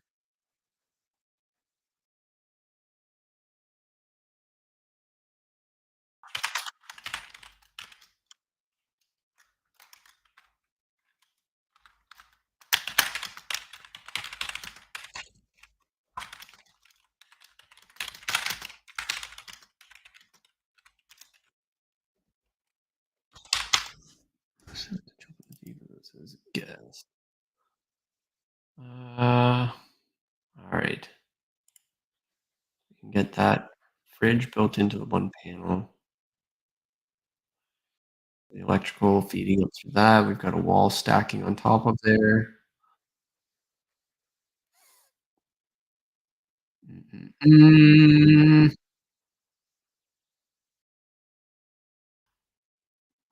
Yeah, we'll have to build the system in.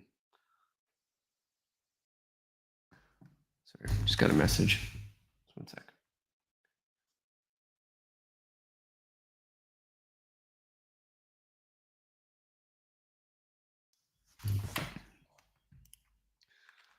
All right, I'm just gonna turn on my plumbing because I just want to see what I'm working with.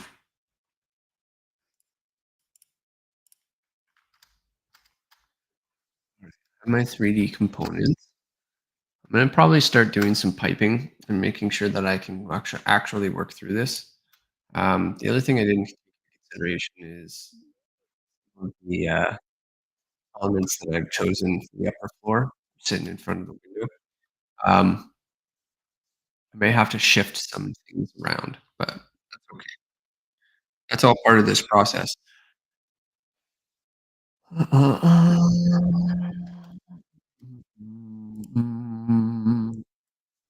Mm, mm, mm, mm, mm, mm, mm.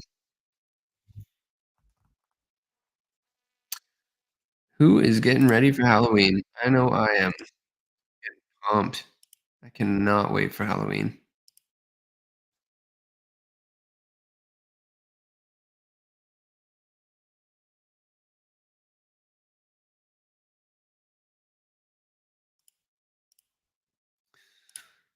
Mm, mm, mm, mm, mm, mm, mm, mm, mm, mm. All right, I am going to sneak away for a quick 15-minute snack, and I will be right back. I just need to get up, give my head a rest. Got some thinking ahead.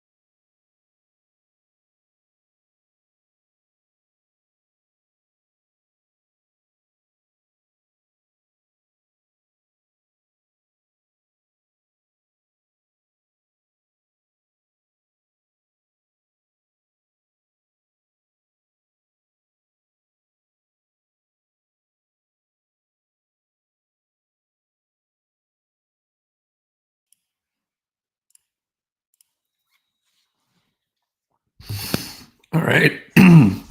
Sorry, just smashing my face full of popcorn. I love popcorn. The only thing I don't like about popcorn is kernels in your face. That's always the not fun part. Um, cool. Look what we've been working on. Modules. So I'm actually pretty pumped about this. We just gonna edit and add some components to these. For those of you who don't know, this is called displacement sets in Revit. This is a helpful way to kind of showcase key features in isometrics of how things join together. Um, this would sort of be how the modules clip together when you're doing this from a modular standpoint. Like if you're just a framer that is looking to stay warm, keep out of the cold, wants to build all these components and have them off to the side, um, stack them up, and then just wait for a truck to come and put them on a truck, then this is a unique way to go about it. You can get everything all ready, put all the spray foam in the underside of this one floor cavity, seal it up, build up all the little pieces. You can put them in one full module, but means more trips with the truck. I think you could get far less trips with the truck and more efficient if you can just build all the walls, flatten them down like a pack, deliver them all in one big truck bed, and then stack them all up. But not that being said, you can design these in sequence. Like the way that they're set up is for that flexibility. Or if you were to take this whole entire unit, drop it into place, you can put the next one directly on top of it and clip everything together. Like there really is. It comes down to the efficiency of the installer, how they want to go about it. It's all going to click together the same. Just a matter of timing. You want to take each of these wall panel setups and then stack them up one after the other. You can do that too. So, I mean, world's your oyster. You can figure that out.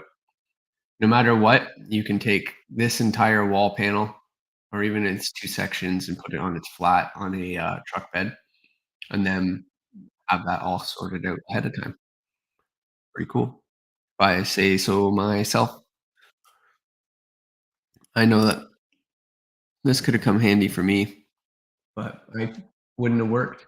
The ceiling heights are too high. When you do 9-foot ceiling heights, you're kind of limited. You end up having to go to a wide load tractor trailer, and that adds additional cost and transport logistics. So you do 8-foot walls, you're golden.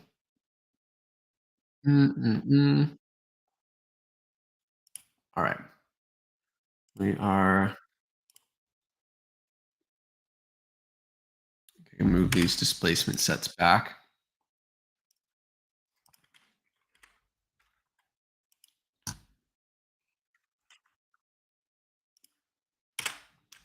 They're good for showcasing some fun things, but kind of get in the way.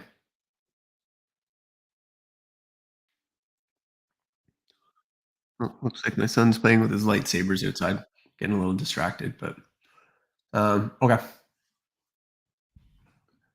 I think where we want to go to next is kind of look at our plumbing. This is usually where I would call my dad, who's been a licensed plumber for his whole life, and ask how we can connect this all together. The It's kind of hard to make this modular and tie it all in. I mean, your horizontal runs, any holes or cuts in your joists, that's where you can kind of save a little time. But when you're buying length of material and having to feed it through piecemealing, it just creates more opportunity for leaks. So more cuts, more opportunity for leak. Mm, So with that said, if we were to create this in the floor assembly, you have to make sure that the P trap underneath is completely clear.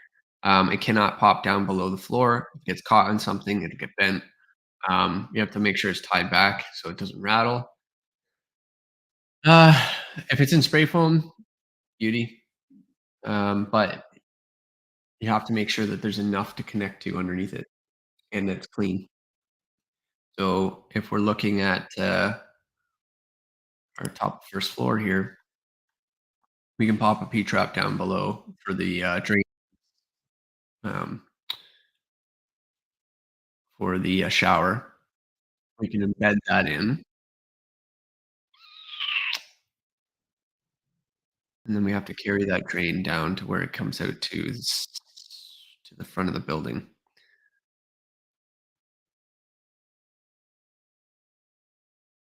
I mean, for connecting some fresh water, that's domestic's easy.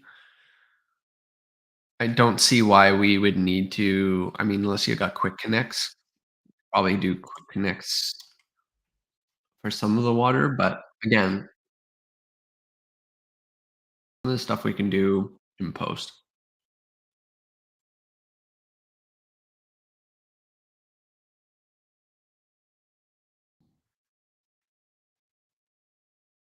Mm-mm.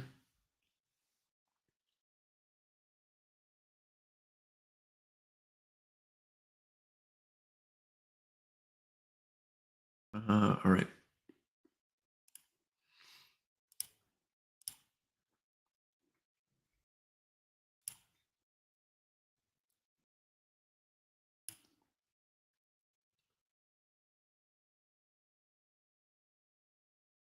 Mm-mm, mm-mm.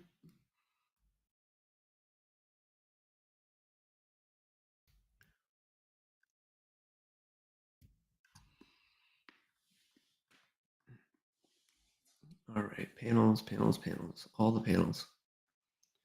Just gotta make sure that each of these kind of sit in their own regard. They, this is on what, top of first floor? Turn on walls. Give ourselves a layout to look at. All right. Hmm.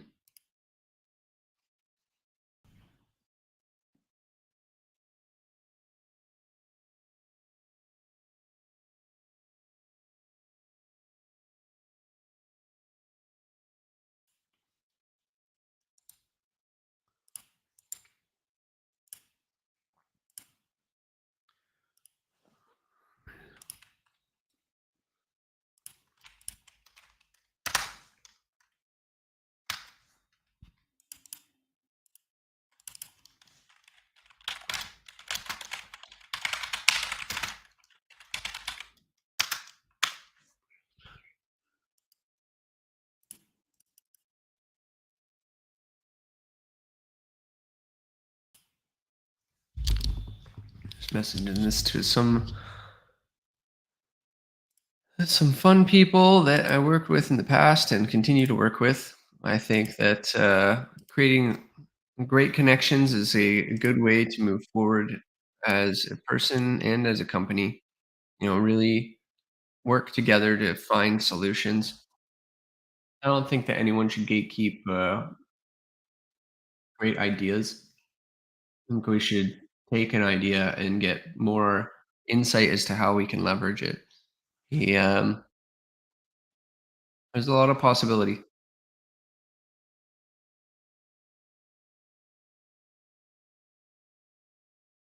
Mhm.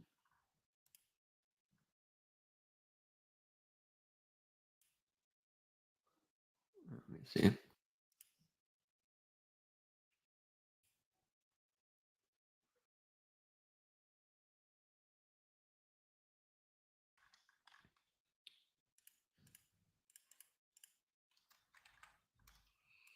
Mhm. I mean, that should fall right within a joist space. I mean, really, we're just putting the flange, and then once it gets connected together, the toilet will be in there too. I guess it's not bad. I mean, realistically, the most important part is making sure that all of these drains land between joist space. Like, this is what we don't want. We don't want this toilet landing directly in the middle of the joist. We wanna be able to accommodate the flange so that we're not cutting away important parts. Um, it's something that gets missed quite frequently, and it's just what happens during framing. Usually, they'll shift it over or move it out of the way, and then they have to end up buying another one. And this is where those extra costs come in. This is why working with modular has its benefits. You can, build it on your computer before you bring it to site. Mm, mm, mm. Oh, how do we fix that? We'll look at the panels themselves and see if there's a way to, get some space back. Mhm. The other way they've dealt with this in the past is they've put a piece across here, kind of joined both side joists, and then maybe put in 2 extras, but I would rather not do that. You can do also offset flanges, but that's dead smack in the center.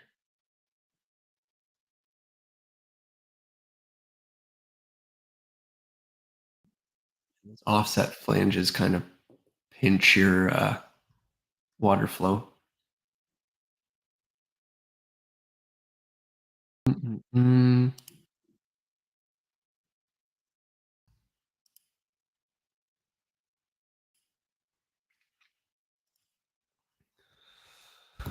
Alright.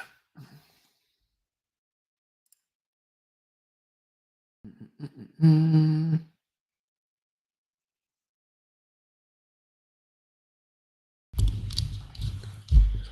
Check, check, check, check, check it out. What's it all about?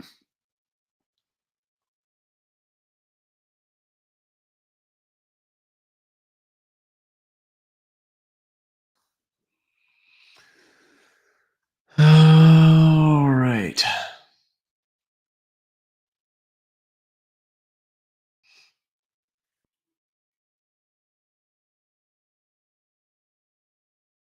Mhm. Because I could swap the toilet and, sink location. Problem is like doing that.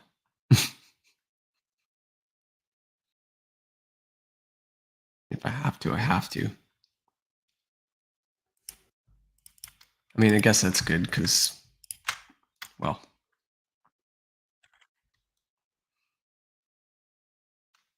guess that's good.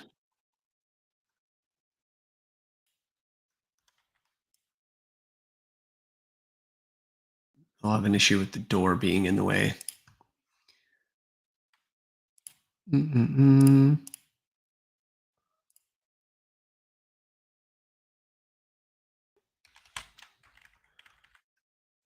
Well, thank goodness for the tub. That really helped us out there. All right, that isn't that bad, I guess.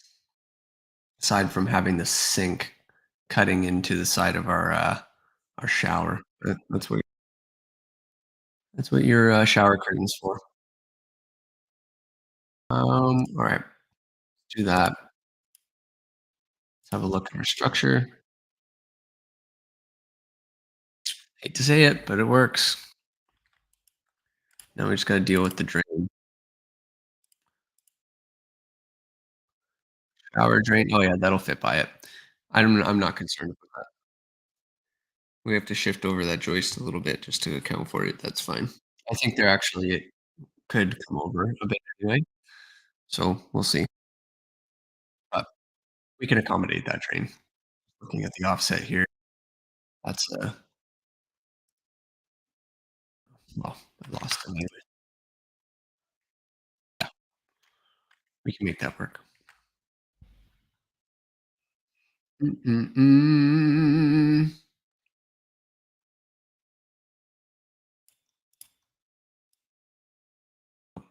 Wonder why the sink isn't showing up. Probably have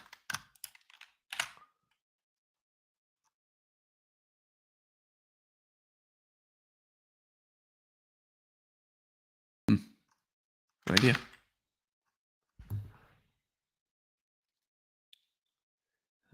Okay. island, toilet in one. We've got the kitchen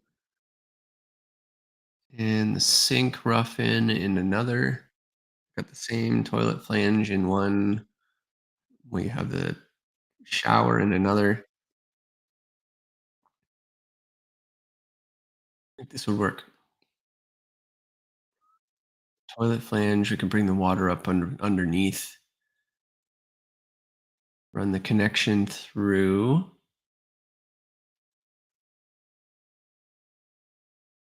Again, as long as the flange is sticking through. Pre-installed, and they can hook it up on site. Don't have to worry about it. Mm-mm-mm.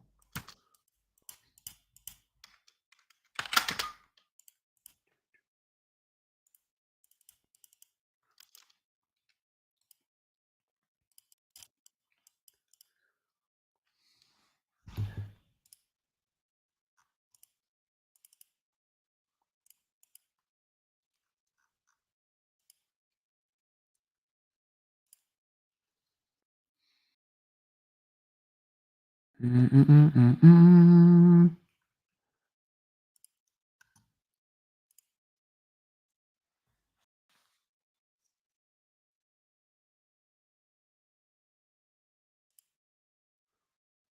Oh, just working through this. Does anybody know a good masseuse?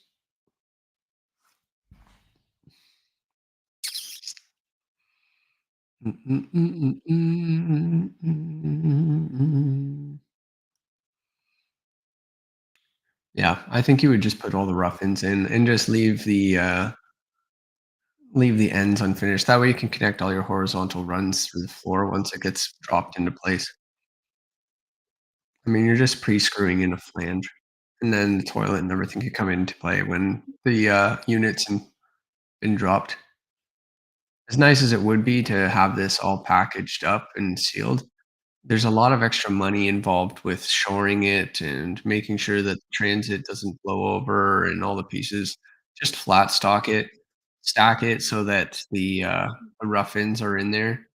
Even this backup connection, you should be able to take it back into slate and then kind of piece it together. Yeah, I think that's enough for now. I'm getting a little bit exhausted at the moment. I'm working on these pretty well all week.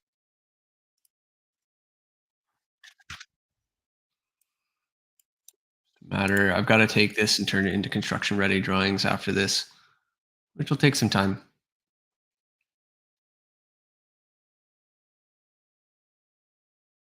Mhm.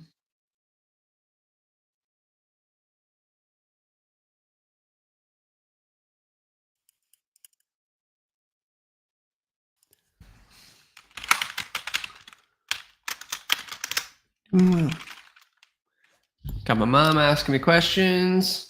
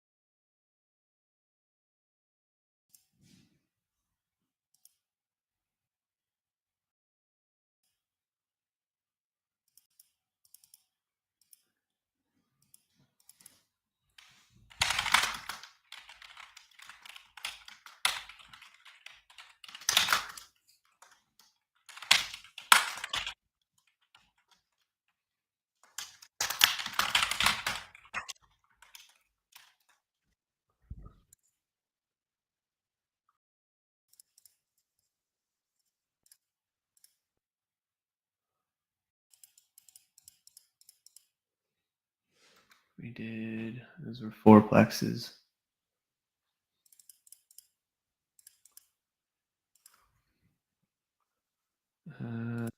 20, 26 mil, I think it was. 2 1-bedrooms added on top of that. It's probably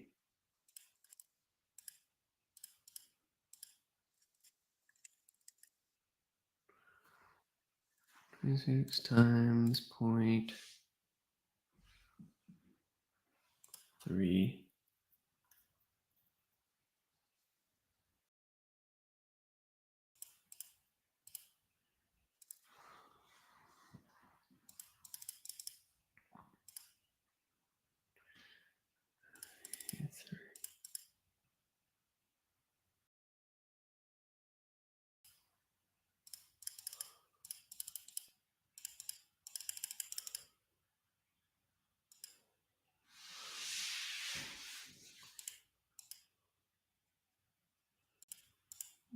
$25, it's 1.4 million. It's 1.4 million. Plenty. Hmm.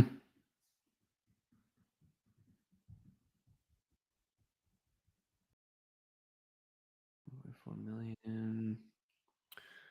That's divided by 25.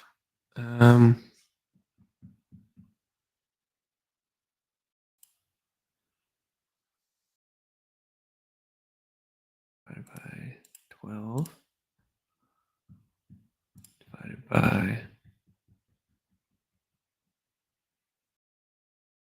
6. No, 36. 36 million.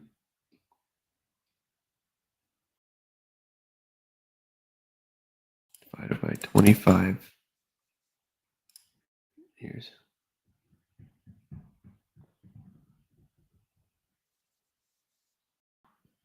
Oh, that was for a large number of units. Okay, so if I was, I think I said average of 1,000. 6 equals 6,000 times 12 times 25. It's 1.8 million over the course of 25 years.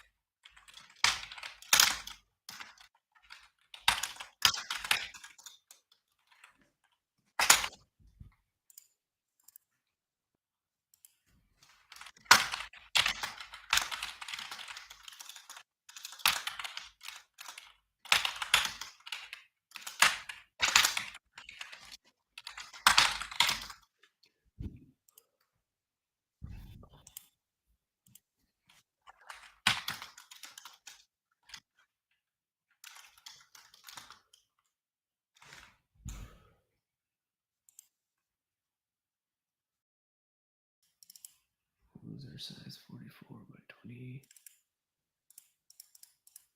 11 times.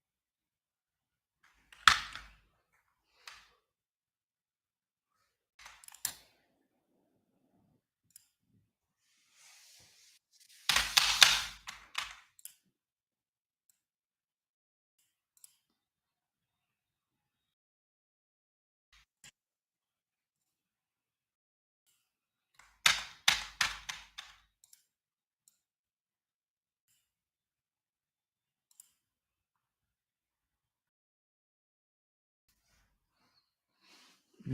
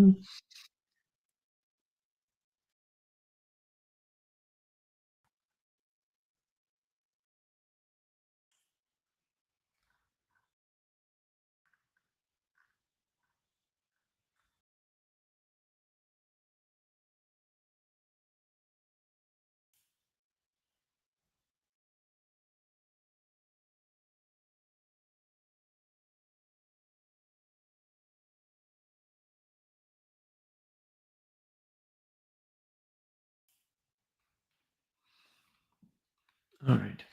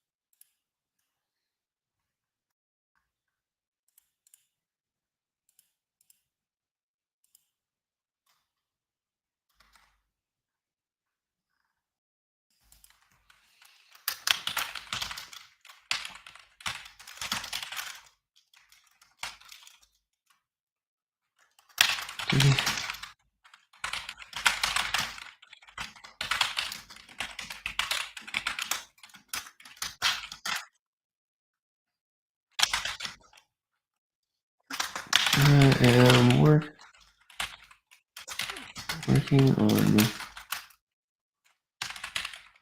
splitting up the components of our builds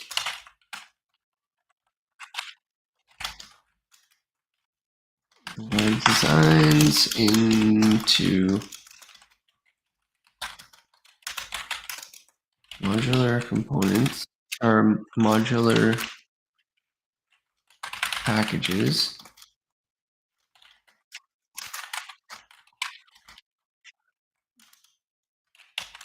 that can be flat packed and delivered via a flat bed truck.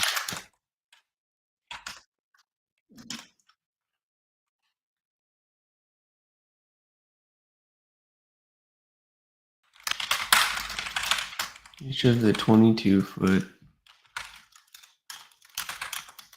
by 8-foot sections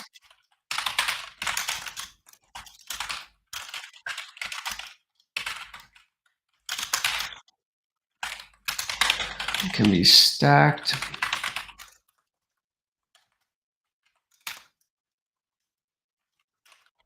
back to back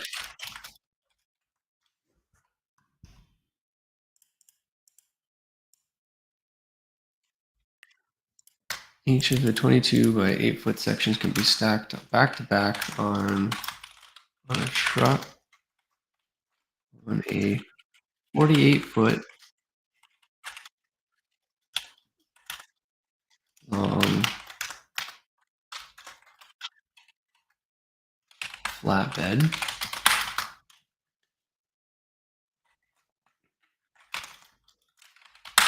And each section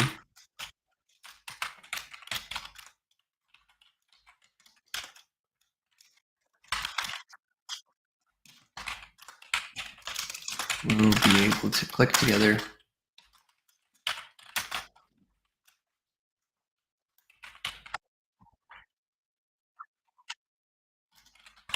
easily with proper sequencing.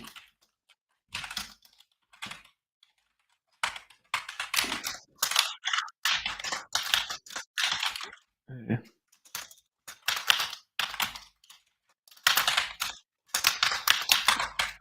Additionally,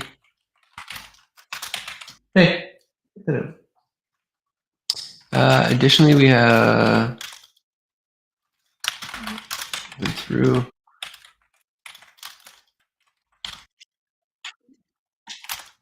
and established 2 foundation options.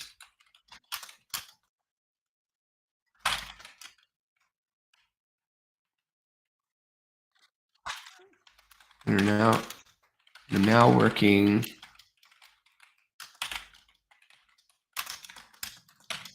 on integrating HVAC and plumbing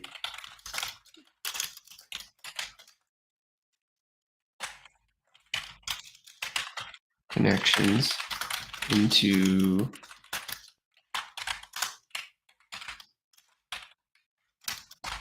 the modular, into the modules.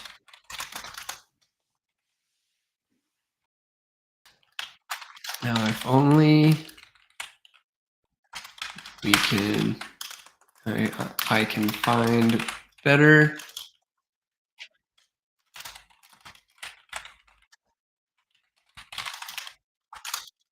solutions for interior finishes.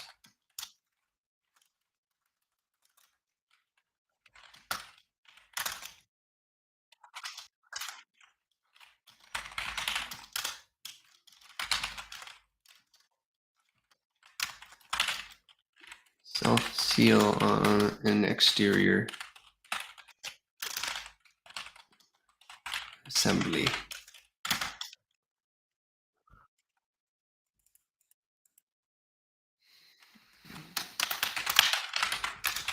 Next on the list, I guess.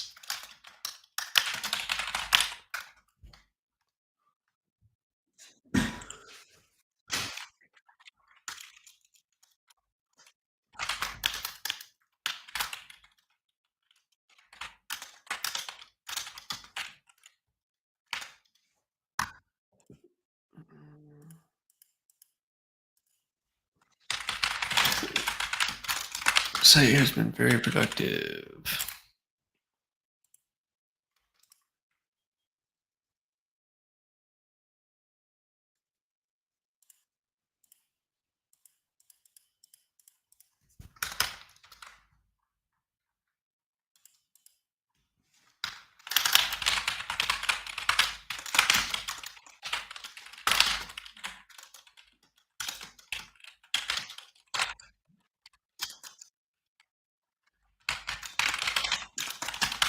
Get access to the designs after they are finished.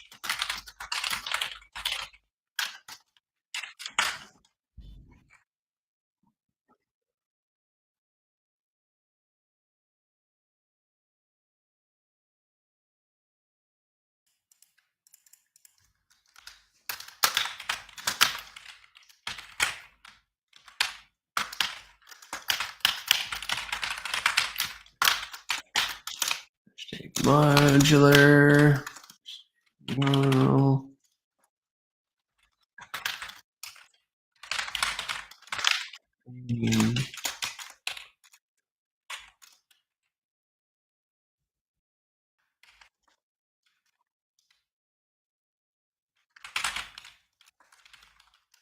Using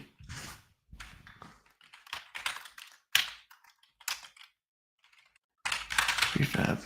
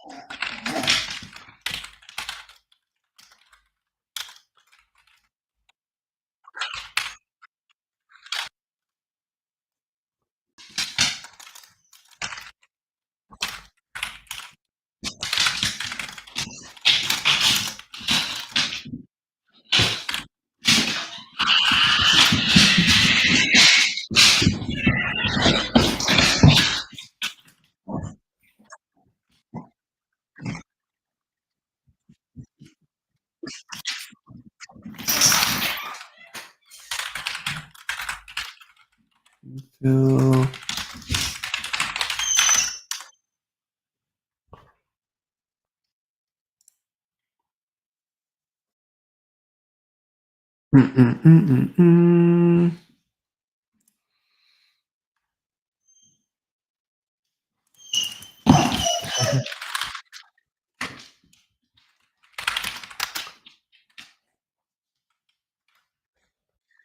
I am working away, making all kinds of fun and designs.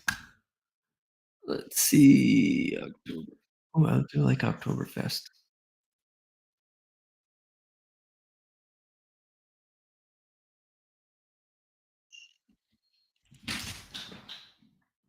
What is your problem, puppy? Mm-hmm.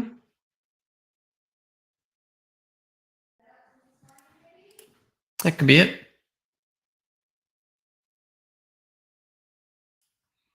That could be it. All right.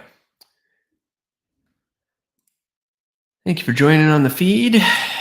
I am actively working on a few things here. A little bit. What? Did you find a rabbit out there, pup? You'll get him. Tell him not to eat our plants.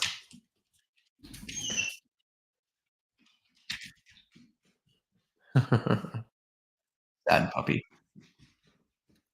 So sad. All right. Working away, working away. All right. Let's see. I mean, flanges are easy enough. It depends on what kind of wall system we want to have. The I think the toilet on there is probably not the best solution. All right. Placement sets back in place.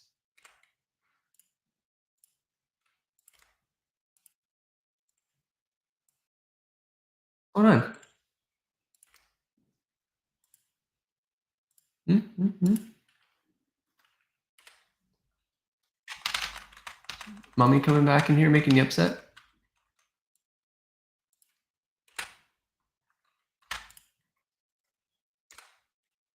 All right.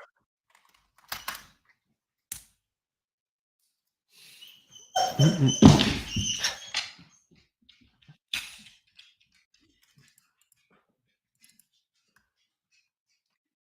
Look what you're doing, hon. Making the dog upset.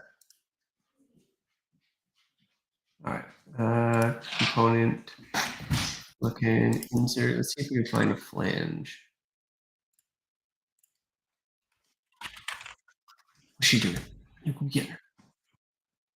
Get her.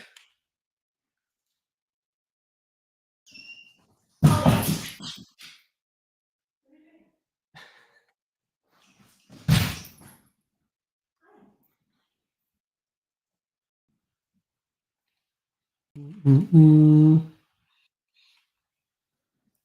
Making this difficult on myself. I just need PVC. This has got closet flange is all I got.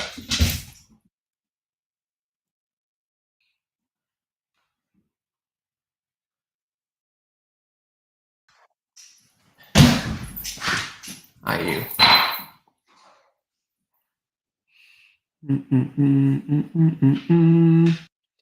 All right. If any of you are working in the mechanical zone and would like to supply me with a couple of Revit items to help me on my way, that would be great. I don't typically do MEP inside of residential use, but if you have access to some tools that might be of use to me, that would be awesome. I'll make sure to join that. All right.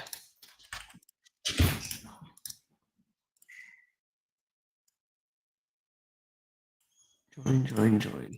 There we go. You know there's nothing out there, right, you ding-a-ling? Thought there was a rabbit, but I didn't see any. You get to the wolves, punk.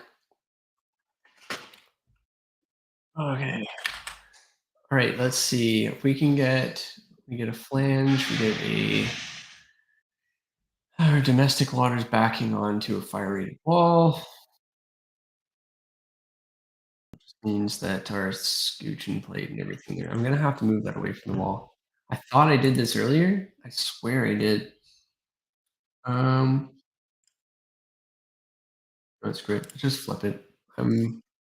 Be much easier to do it that way. Uh,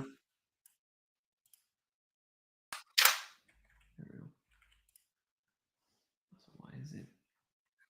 All right. I'm not gonna ask questions. Oh, it's ever so slightly out of position. How lame. There we go. will have to be re-drywalled over here to cover the edges.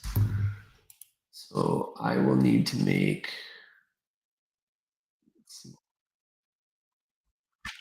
fine for now. Okay, that puts our mechanical or our drainage over here. The plumbing can go straight down through bottom. We can reconnect. I'm just gonna figure out where we're gonna drop that.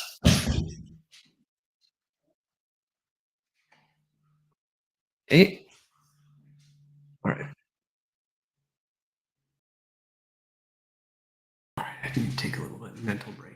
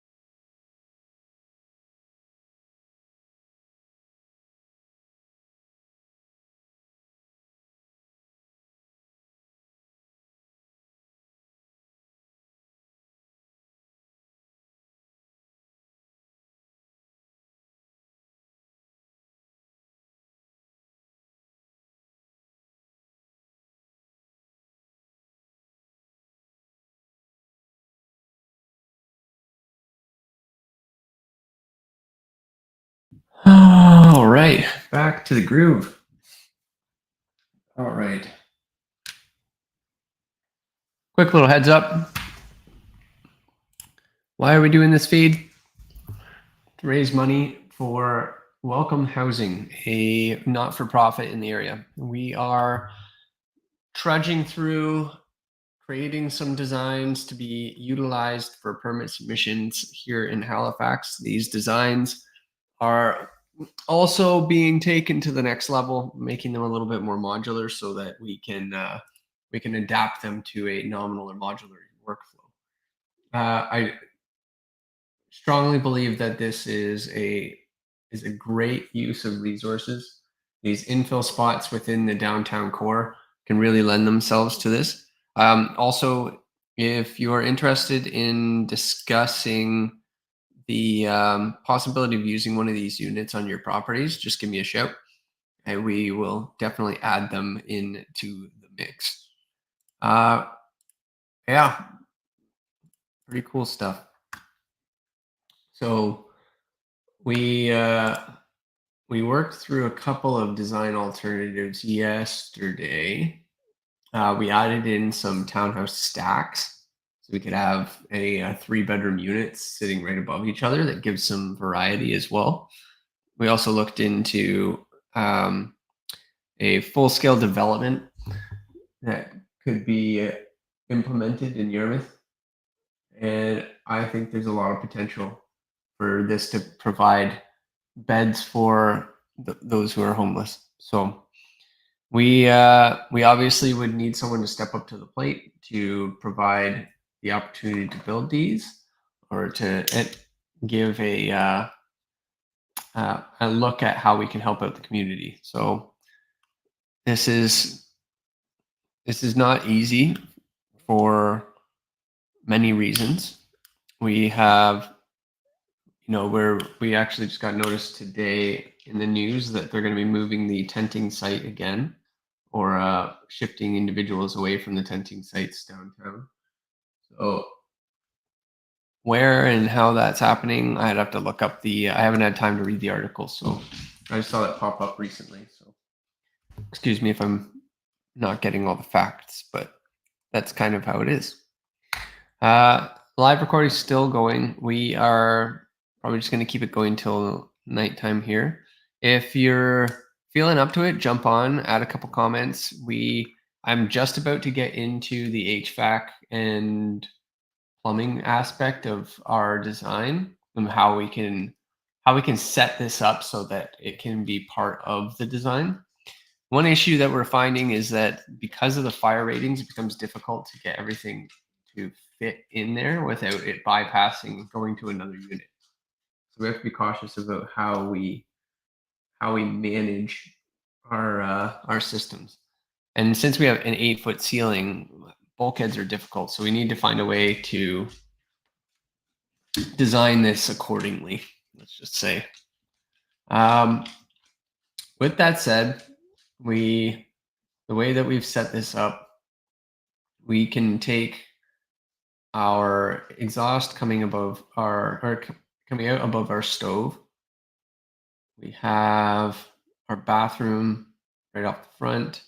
We're obviously not going to put a window right in front of our. I'm going to have to rework this. This bathroom doesn't work on the outside of our building. I'm just going to have to turn it, I think, and find another layout. Also, I don't know if this is just one of the options. I looked at a few. Yeah, that was better. That was the one we were looking at. I was just looking at different options for the main floor. So that one makes more sense for there. Top of second. What do we have for option 4? Yeah, it's not bad. A little bit more spacious. Bathroom off to the side. I think this was the one that we landed with. We had 2 options. Oh, no, that's a roof option. We don't want to switch to that. Option 3. This one had the washroom set up off to the side. Yeah. I think that one's a little bit more feasible. And then option 4 gave nice living space, but lacks in some other storage. I mean, we can get a small coat closet in the hallway, give whatever's left back to the bedroom. But we didn't have laundry in here. I think that was the problem. Um, no room for laundry, not great. So this was the design we kind of keyed in on. And then main floor, same thing. When you enter in, kitchen's right there. Got a counter accessible to you. A little bit of extra countertop. And yeah, refrigerator, little extra cabinet space for above and below, and should be more than sufficient to work as a kitchen. Lots of counter space up here. Okay. All right, looking at what we would do for bulkheads, there must be a solution out there for some like high-speed systems. Let's just see. High speed or high velocity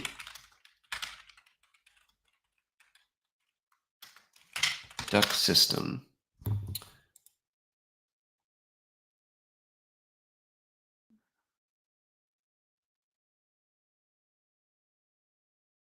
We can reduce the duct sizes if we decrease or if we increase the velocity at which the air comes through. Oh,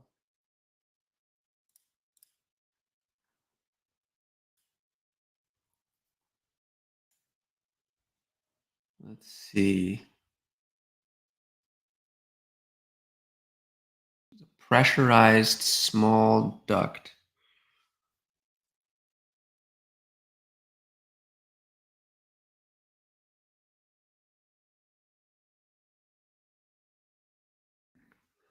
Got to be a way to utilize this.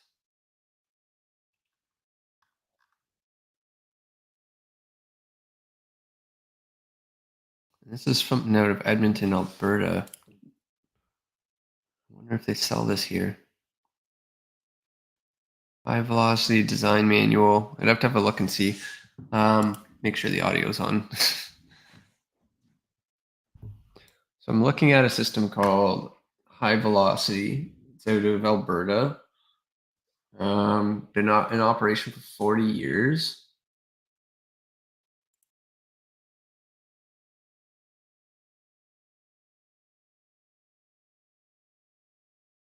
It's a little bit bulky, but I wonder how that works.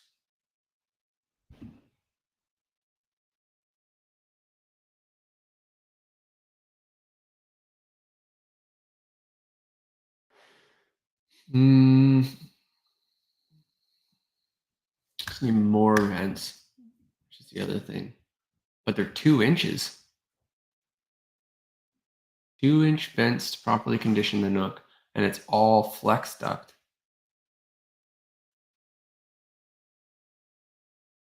Air handler in central space. What's the air handler look like? What are the dimensions?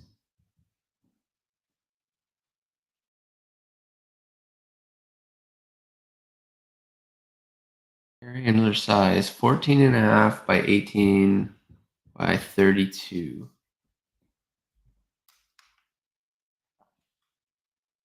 Intriguing. That's for a 2-ton. Yeah, I wouldn't need much more than that. Why does it look so big though? Or is that just the condenser?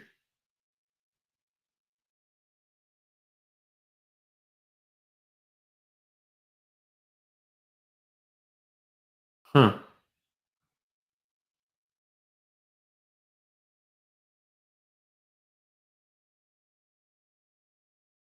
Really how big it is? Seems small. I'd have to see one installed. Wonder if they have any images. Take a look.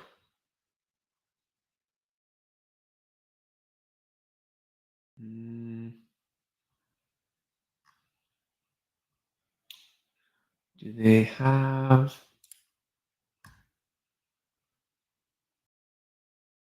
High velocity HEZ series standard brochure. Let's have a look. Got pictures of it.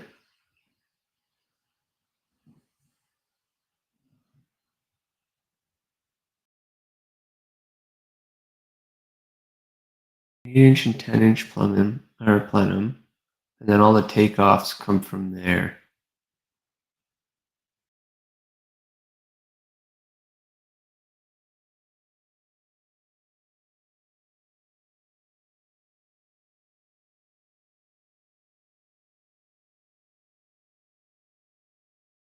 Two-ton airflow. The air handler size is 14.5 by 18.25 by 32 and 5/16.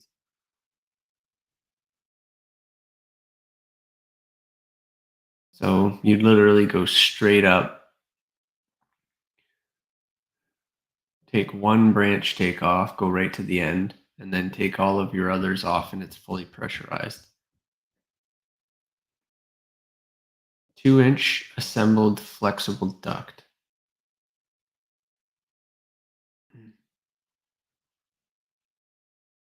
Hmm.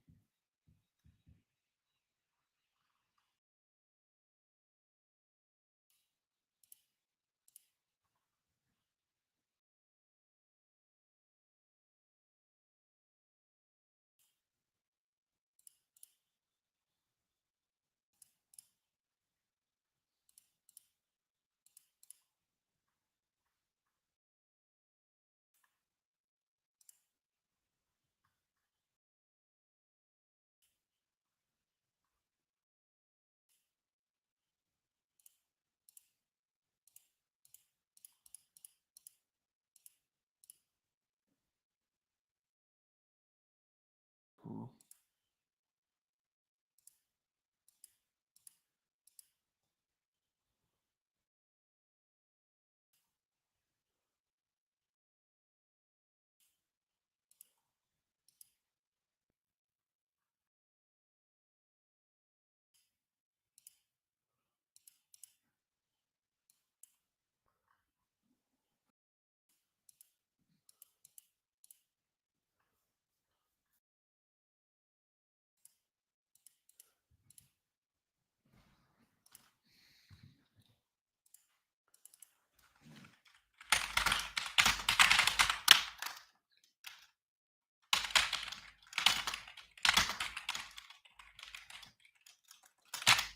Together nicely.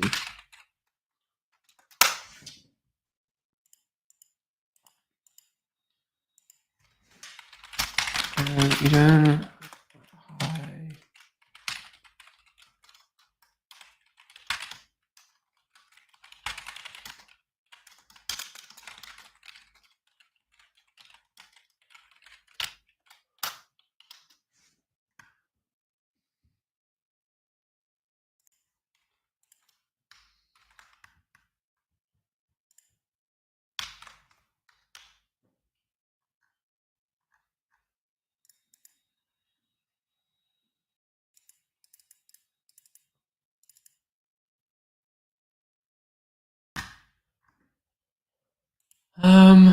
Okay.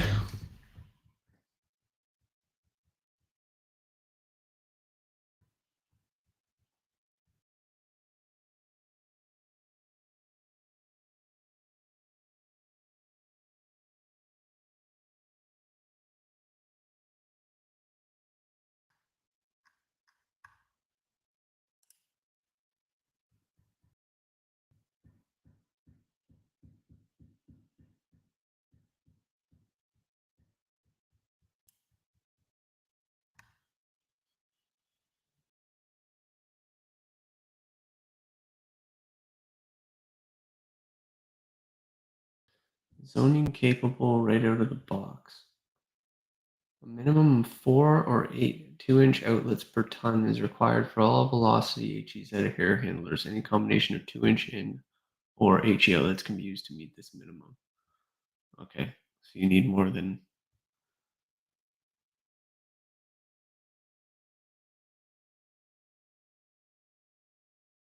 Okay.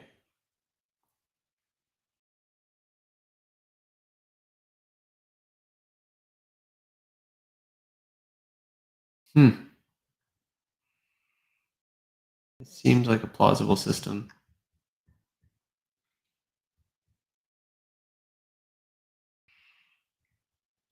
My only concern would be crushing the tubing with insulation.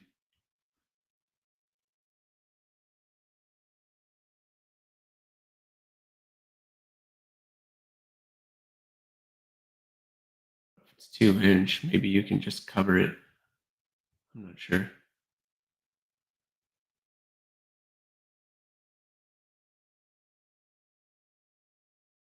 We'd probably just take like a small little rip of plywood and just shove it up in the corner. Oh. Um,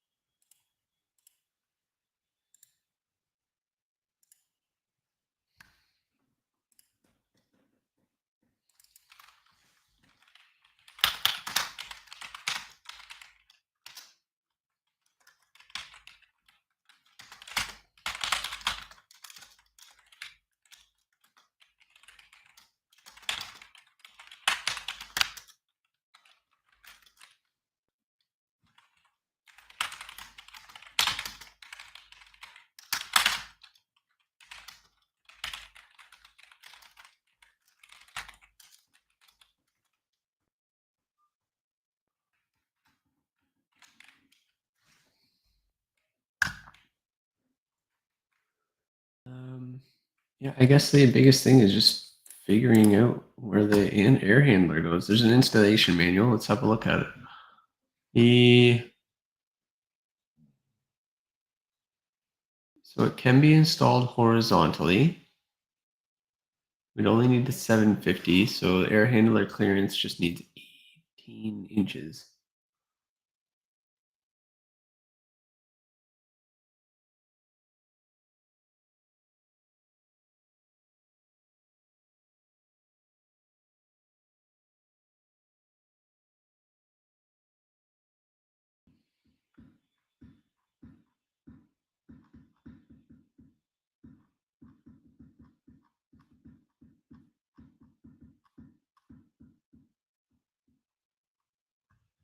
Hmm.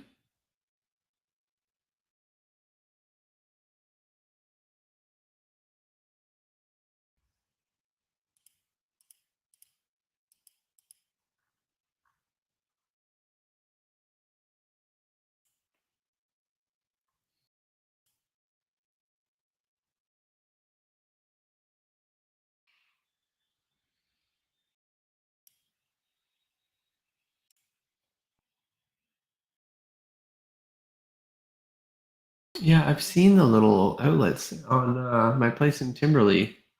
They seemed more like Connor McDavid.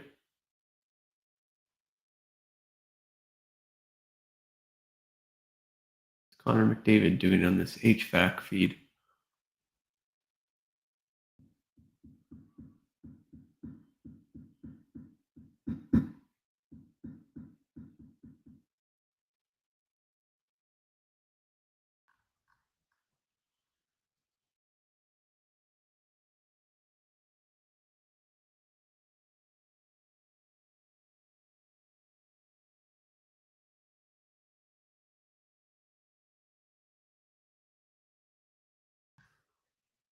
Sorry, did I get aimed somewhere? Featured in action. This video includes an exclusive tour of the house designed to learn. Keep your eye out for the unique high velocity outlets throughout the home. I mean, if he's using it.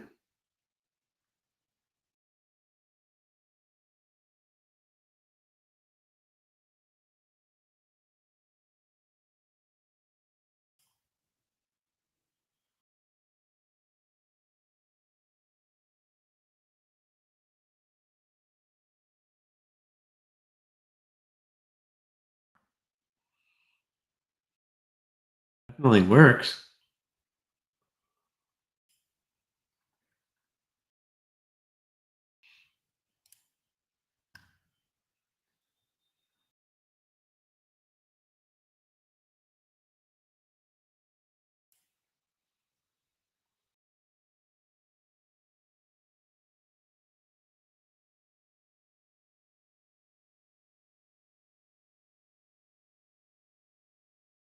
This has got to be a commercial unit. Yeah, it's a commercial unit. Um,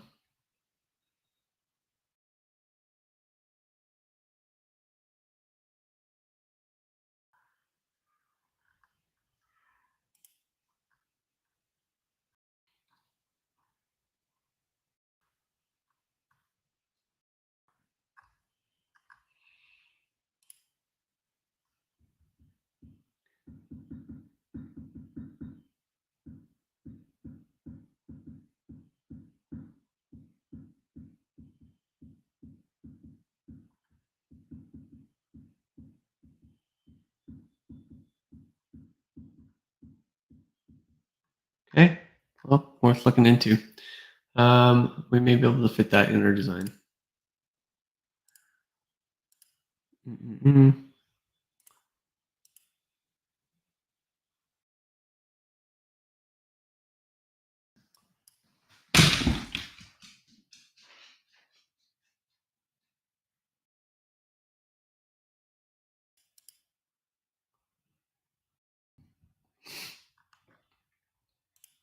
Okay, cool. I think I'm done for today. I gotta get to take care of the kids. Wife is out for a bit, so I will. I'll close up shop. Thank you for joining in. Please make sure to donate to Welcome Housing, a supportive housing group in Nova Scotia. Here, this is the whole reason why we're doing this is to open up housing opportunities. I am going to work on this over the weekend and make sure that we can get a fourplex design that you can utilize. I think it's really important to have some options that we can inject into our society here. And yeah, thanks again for joining on. It's been a lot of fun. I'm debating whether or not we'll continue on tomorrow, just because of our tight timelines and what we're working through. So I think I might stop here. We're going to cut the feed short, and we will carry on that wayward song. Wayward. And here we go. Thank you very much for joining on. Take care.